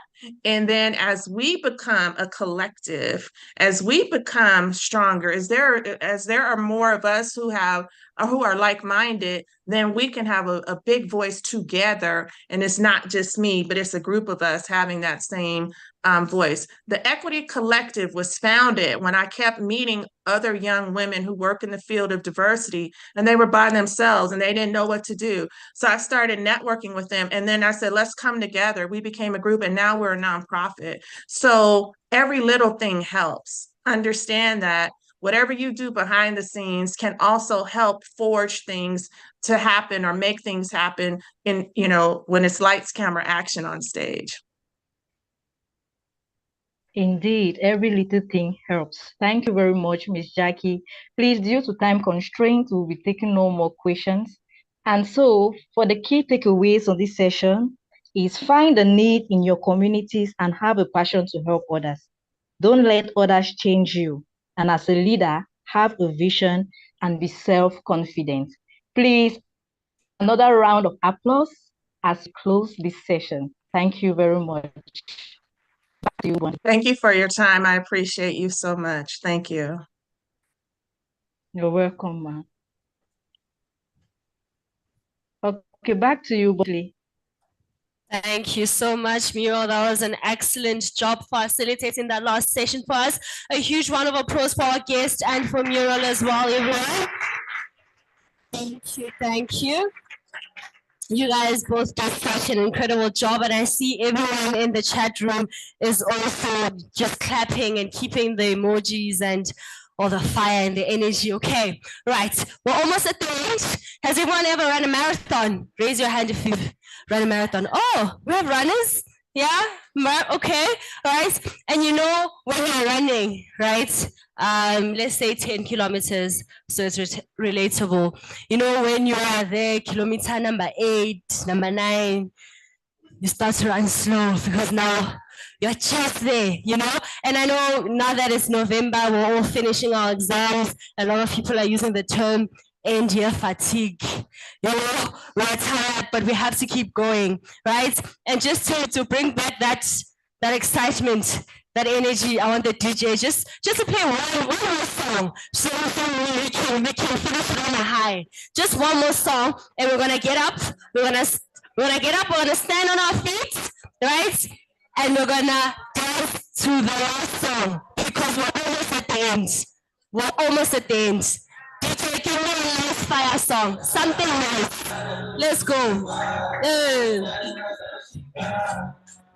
Let's take those videos. Let's take those videos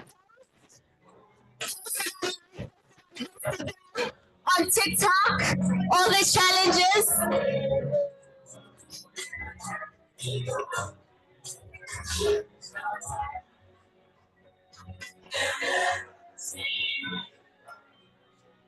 Of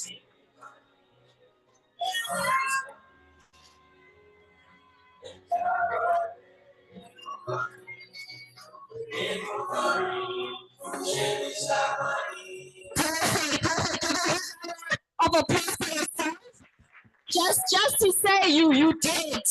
You did it. You've been here since the morning and you're almost done and you are a champ just for that. You are a star. And Black Child. Your dreams are valid. Black Child. I want them to hear from Joburg, guys. They must have read by Joburg. Let's go. Black Child.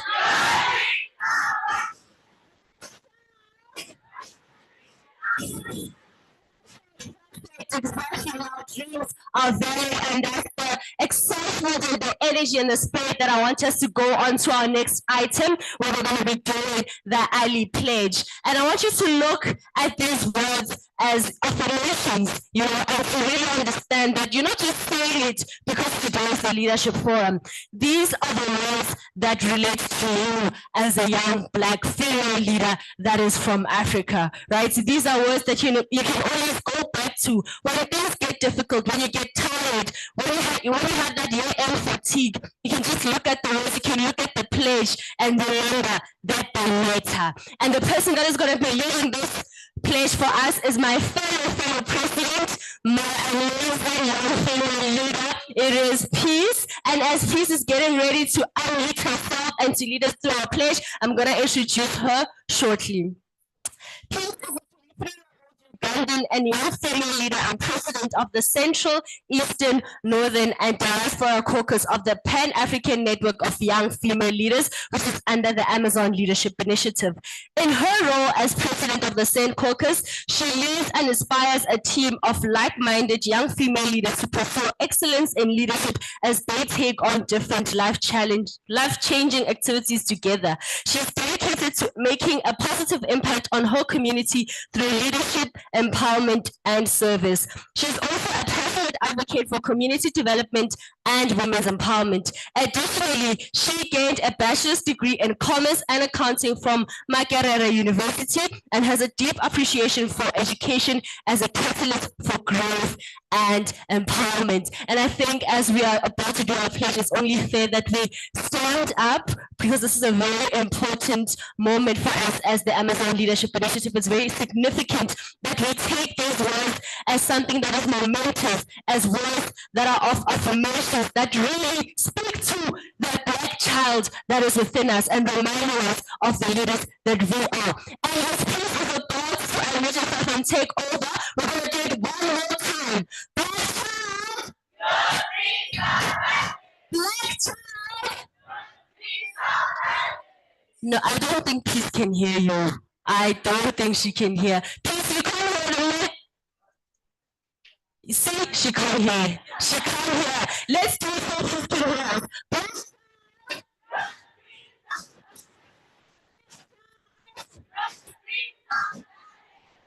Okay, no, she heard us this time.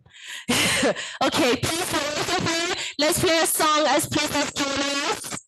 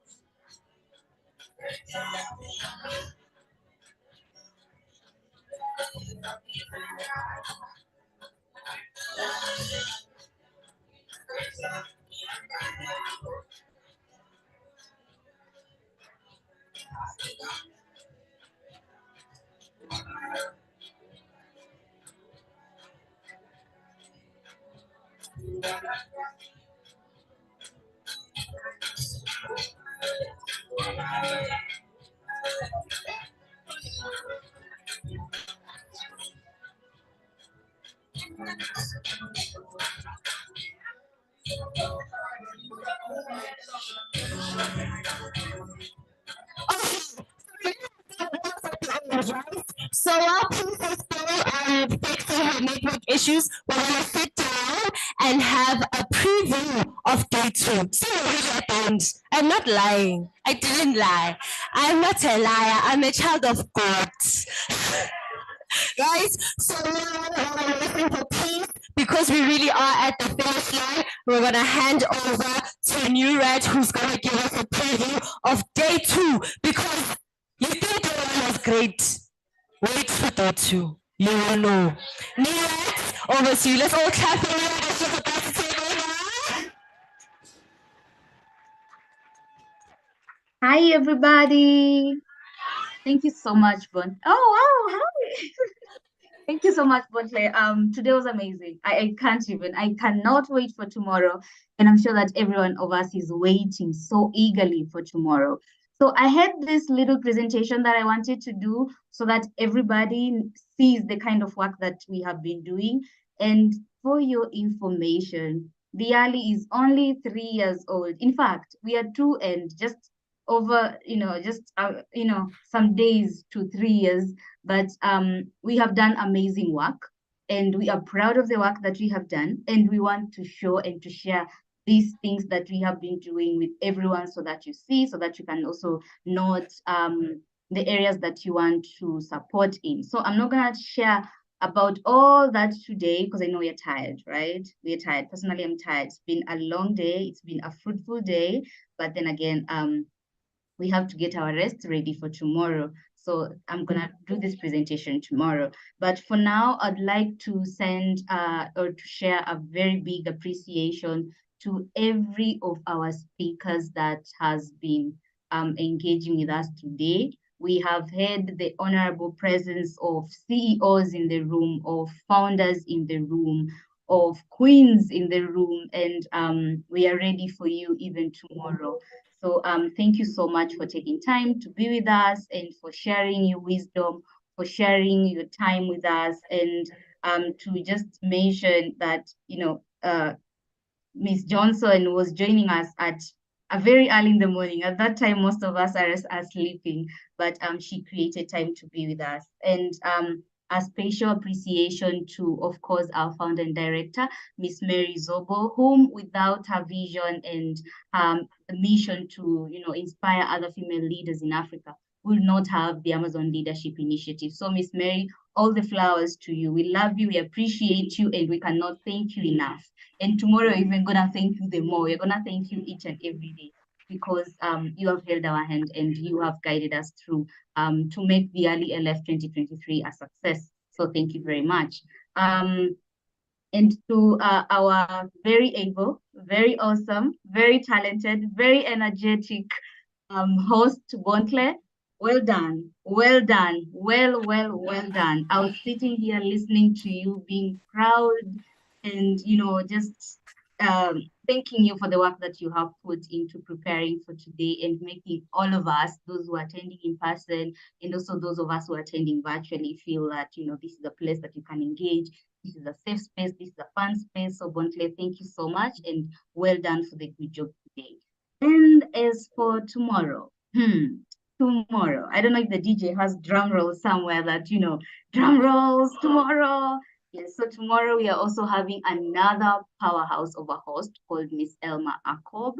So if you think the energy is going down tomorrow, you're thinking wrong. The energy is gonna go up, if not even higher and higher and higher. So come ready, come prepared to be inspired again, to learn even more tomorrow, and we're gonna have an amazing time. Also, we're gonna have we have a lineup of speakers who will be taking us even deeper into business leadership and management and also civic leadership and management. We have the likes of facilitators like Chidima from Uganda, Emily from Botswana, who are going to facilitate these sessions with our speakers. We have Miss Tumi joining us tomorrow, Tumi Komanyane. We have Miss Nikiwe, Dr. Nikiwe Kaunda from Open Society Foundation. We have Ms. Bonolo from the Center of Human Rights of the University of Pretoria. We also have Ms. Galina Sophia from GZ, Aware Program. GZ, for your information, are our proud sponsors. So thank you so much, GZ, for creating time and for believing in the dream of one African girl and the vision of other myriad African girls and young female leaders of TheALI. So thank you so much for giving us this opportunity and for allocating your finances, your resources to assist us have make TheALI LF a success this year. And so I know that Peace was supposed to assist us to do the pledge. So we're going to do it tomorrow. Don't worry about it. Because we have our affirmation, sort of, our poem or affirmation that we say all the time. And we embody these things that we say in this pledge so that we can continue inspiring ourselves each and every day. Because as you've heard, some of the speakers were mentioning that we have to appreciate ourselves. We have to continue growing even ourselves. So this pledge serves as that thing that helps us and assists us to keep going forward in the work that we do, in the line of advocacy that we are in, and to continue being great leaders. So thank you so much for joining us today, everyone. In the morning, we were hitting 600, joining us online. So thank you so much for everyone who's joined us online and also those who are in person. And I wish you safe journeys as you travel back home. And for the online gang, see you tomorrow. Bye.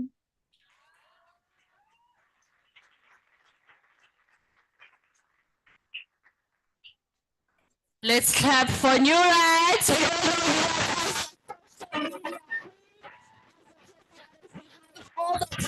But you continue to see each and every day. She's doing such an incredible job. Thank you so much, New Rights.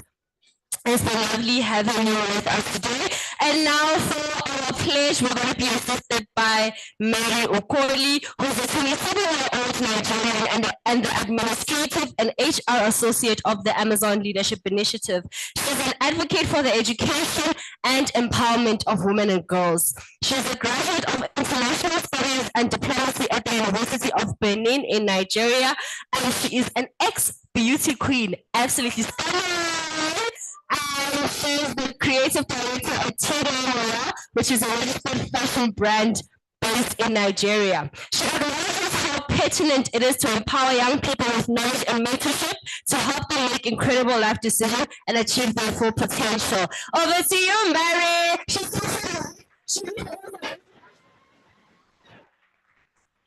Thank you so much, Bentley. Thank you so much, Bentley. You flatter me so much, really. So ladies, I know that we are pumped. We're ready to make change in our world and in our society and to promote gender equality. So just as Bentley has said, this is our pledge that we believe in, and this can be your affirmations every day. Even sometimes that you find yourself down or low, you can say these things to yourself, all right? So if you know you're ready, stand up. Let's do this. On my count, we're going to start is at the last page of your brochure, on the page 51. Let's go.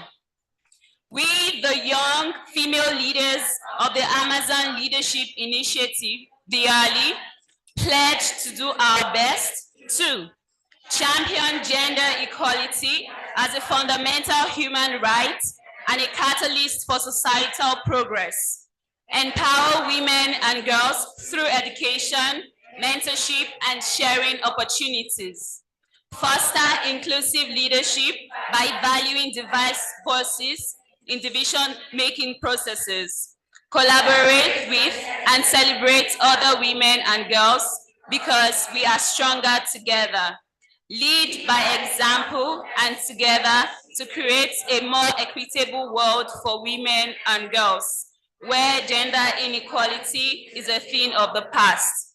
I am an Amazon. I am confident in myself and my unique abilities.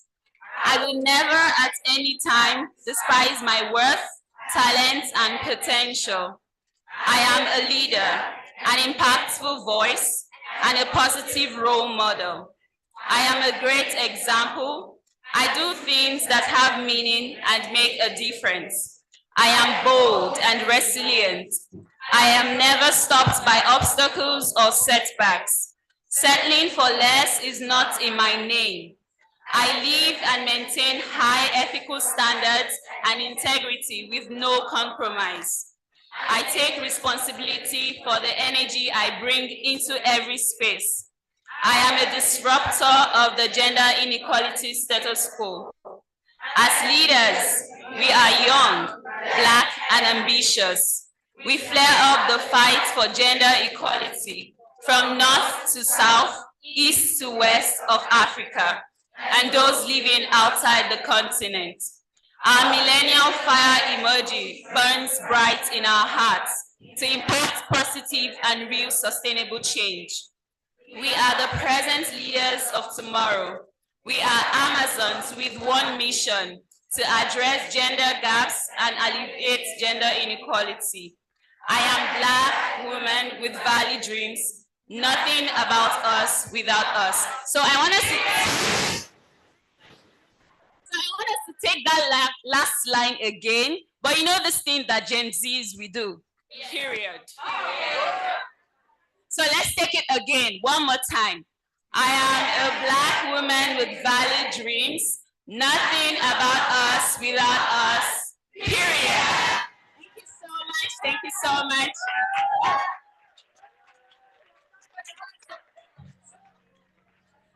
Period. That was absolutely stunning. Thank you so much for participating. And remember, these are the words that you need to continuously say to yourself, that nothing about us without us. Period. I didn't see it. Let's do it again. Nothing about us without us. Period. Woo! Perfect.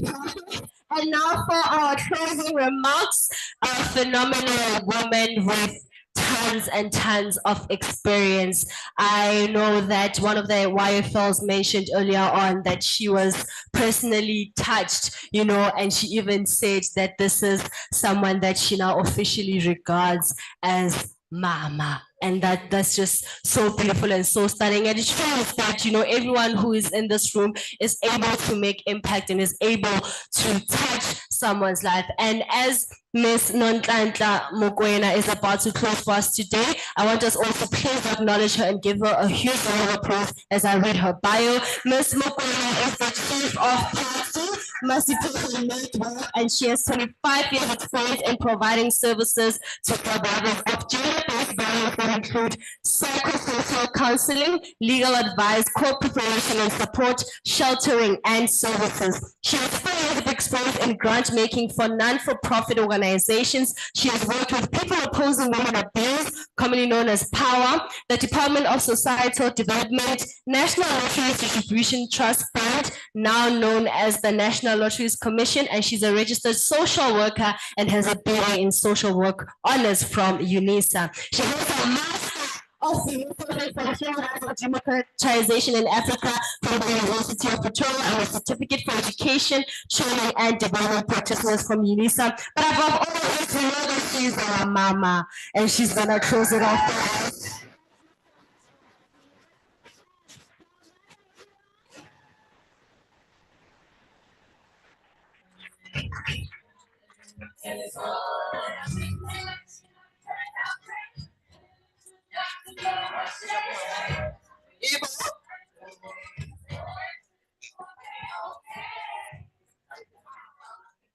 Good afternoon. This day cannot end until we show respect and honor to Mary. And South Africans, you know how we do it. Umerilo, umerilo, abangaze bambona. Umerilo,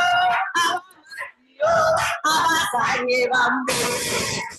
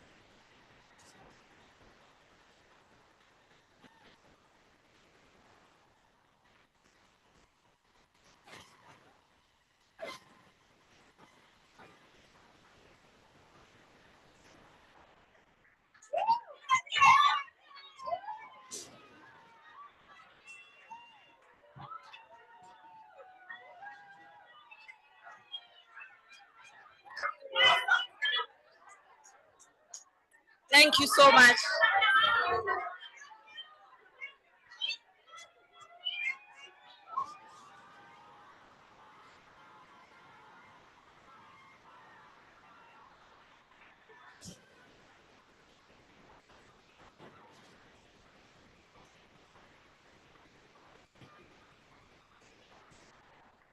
Yebo.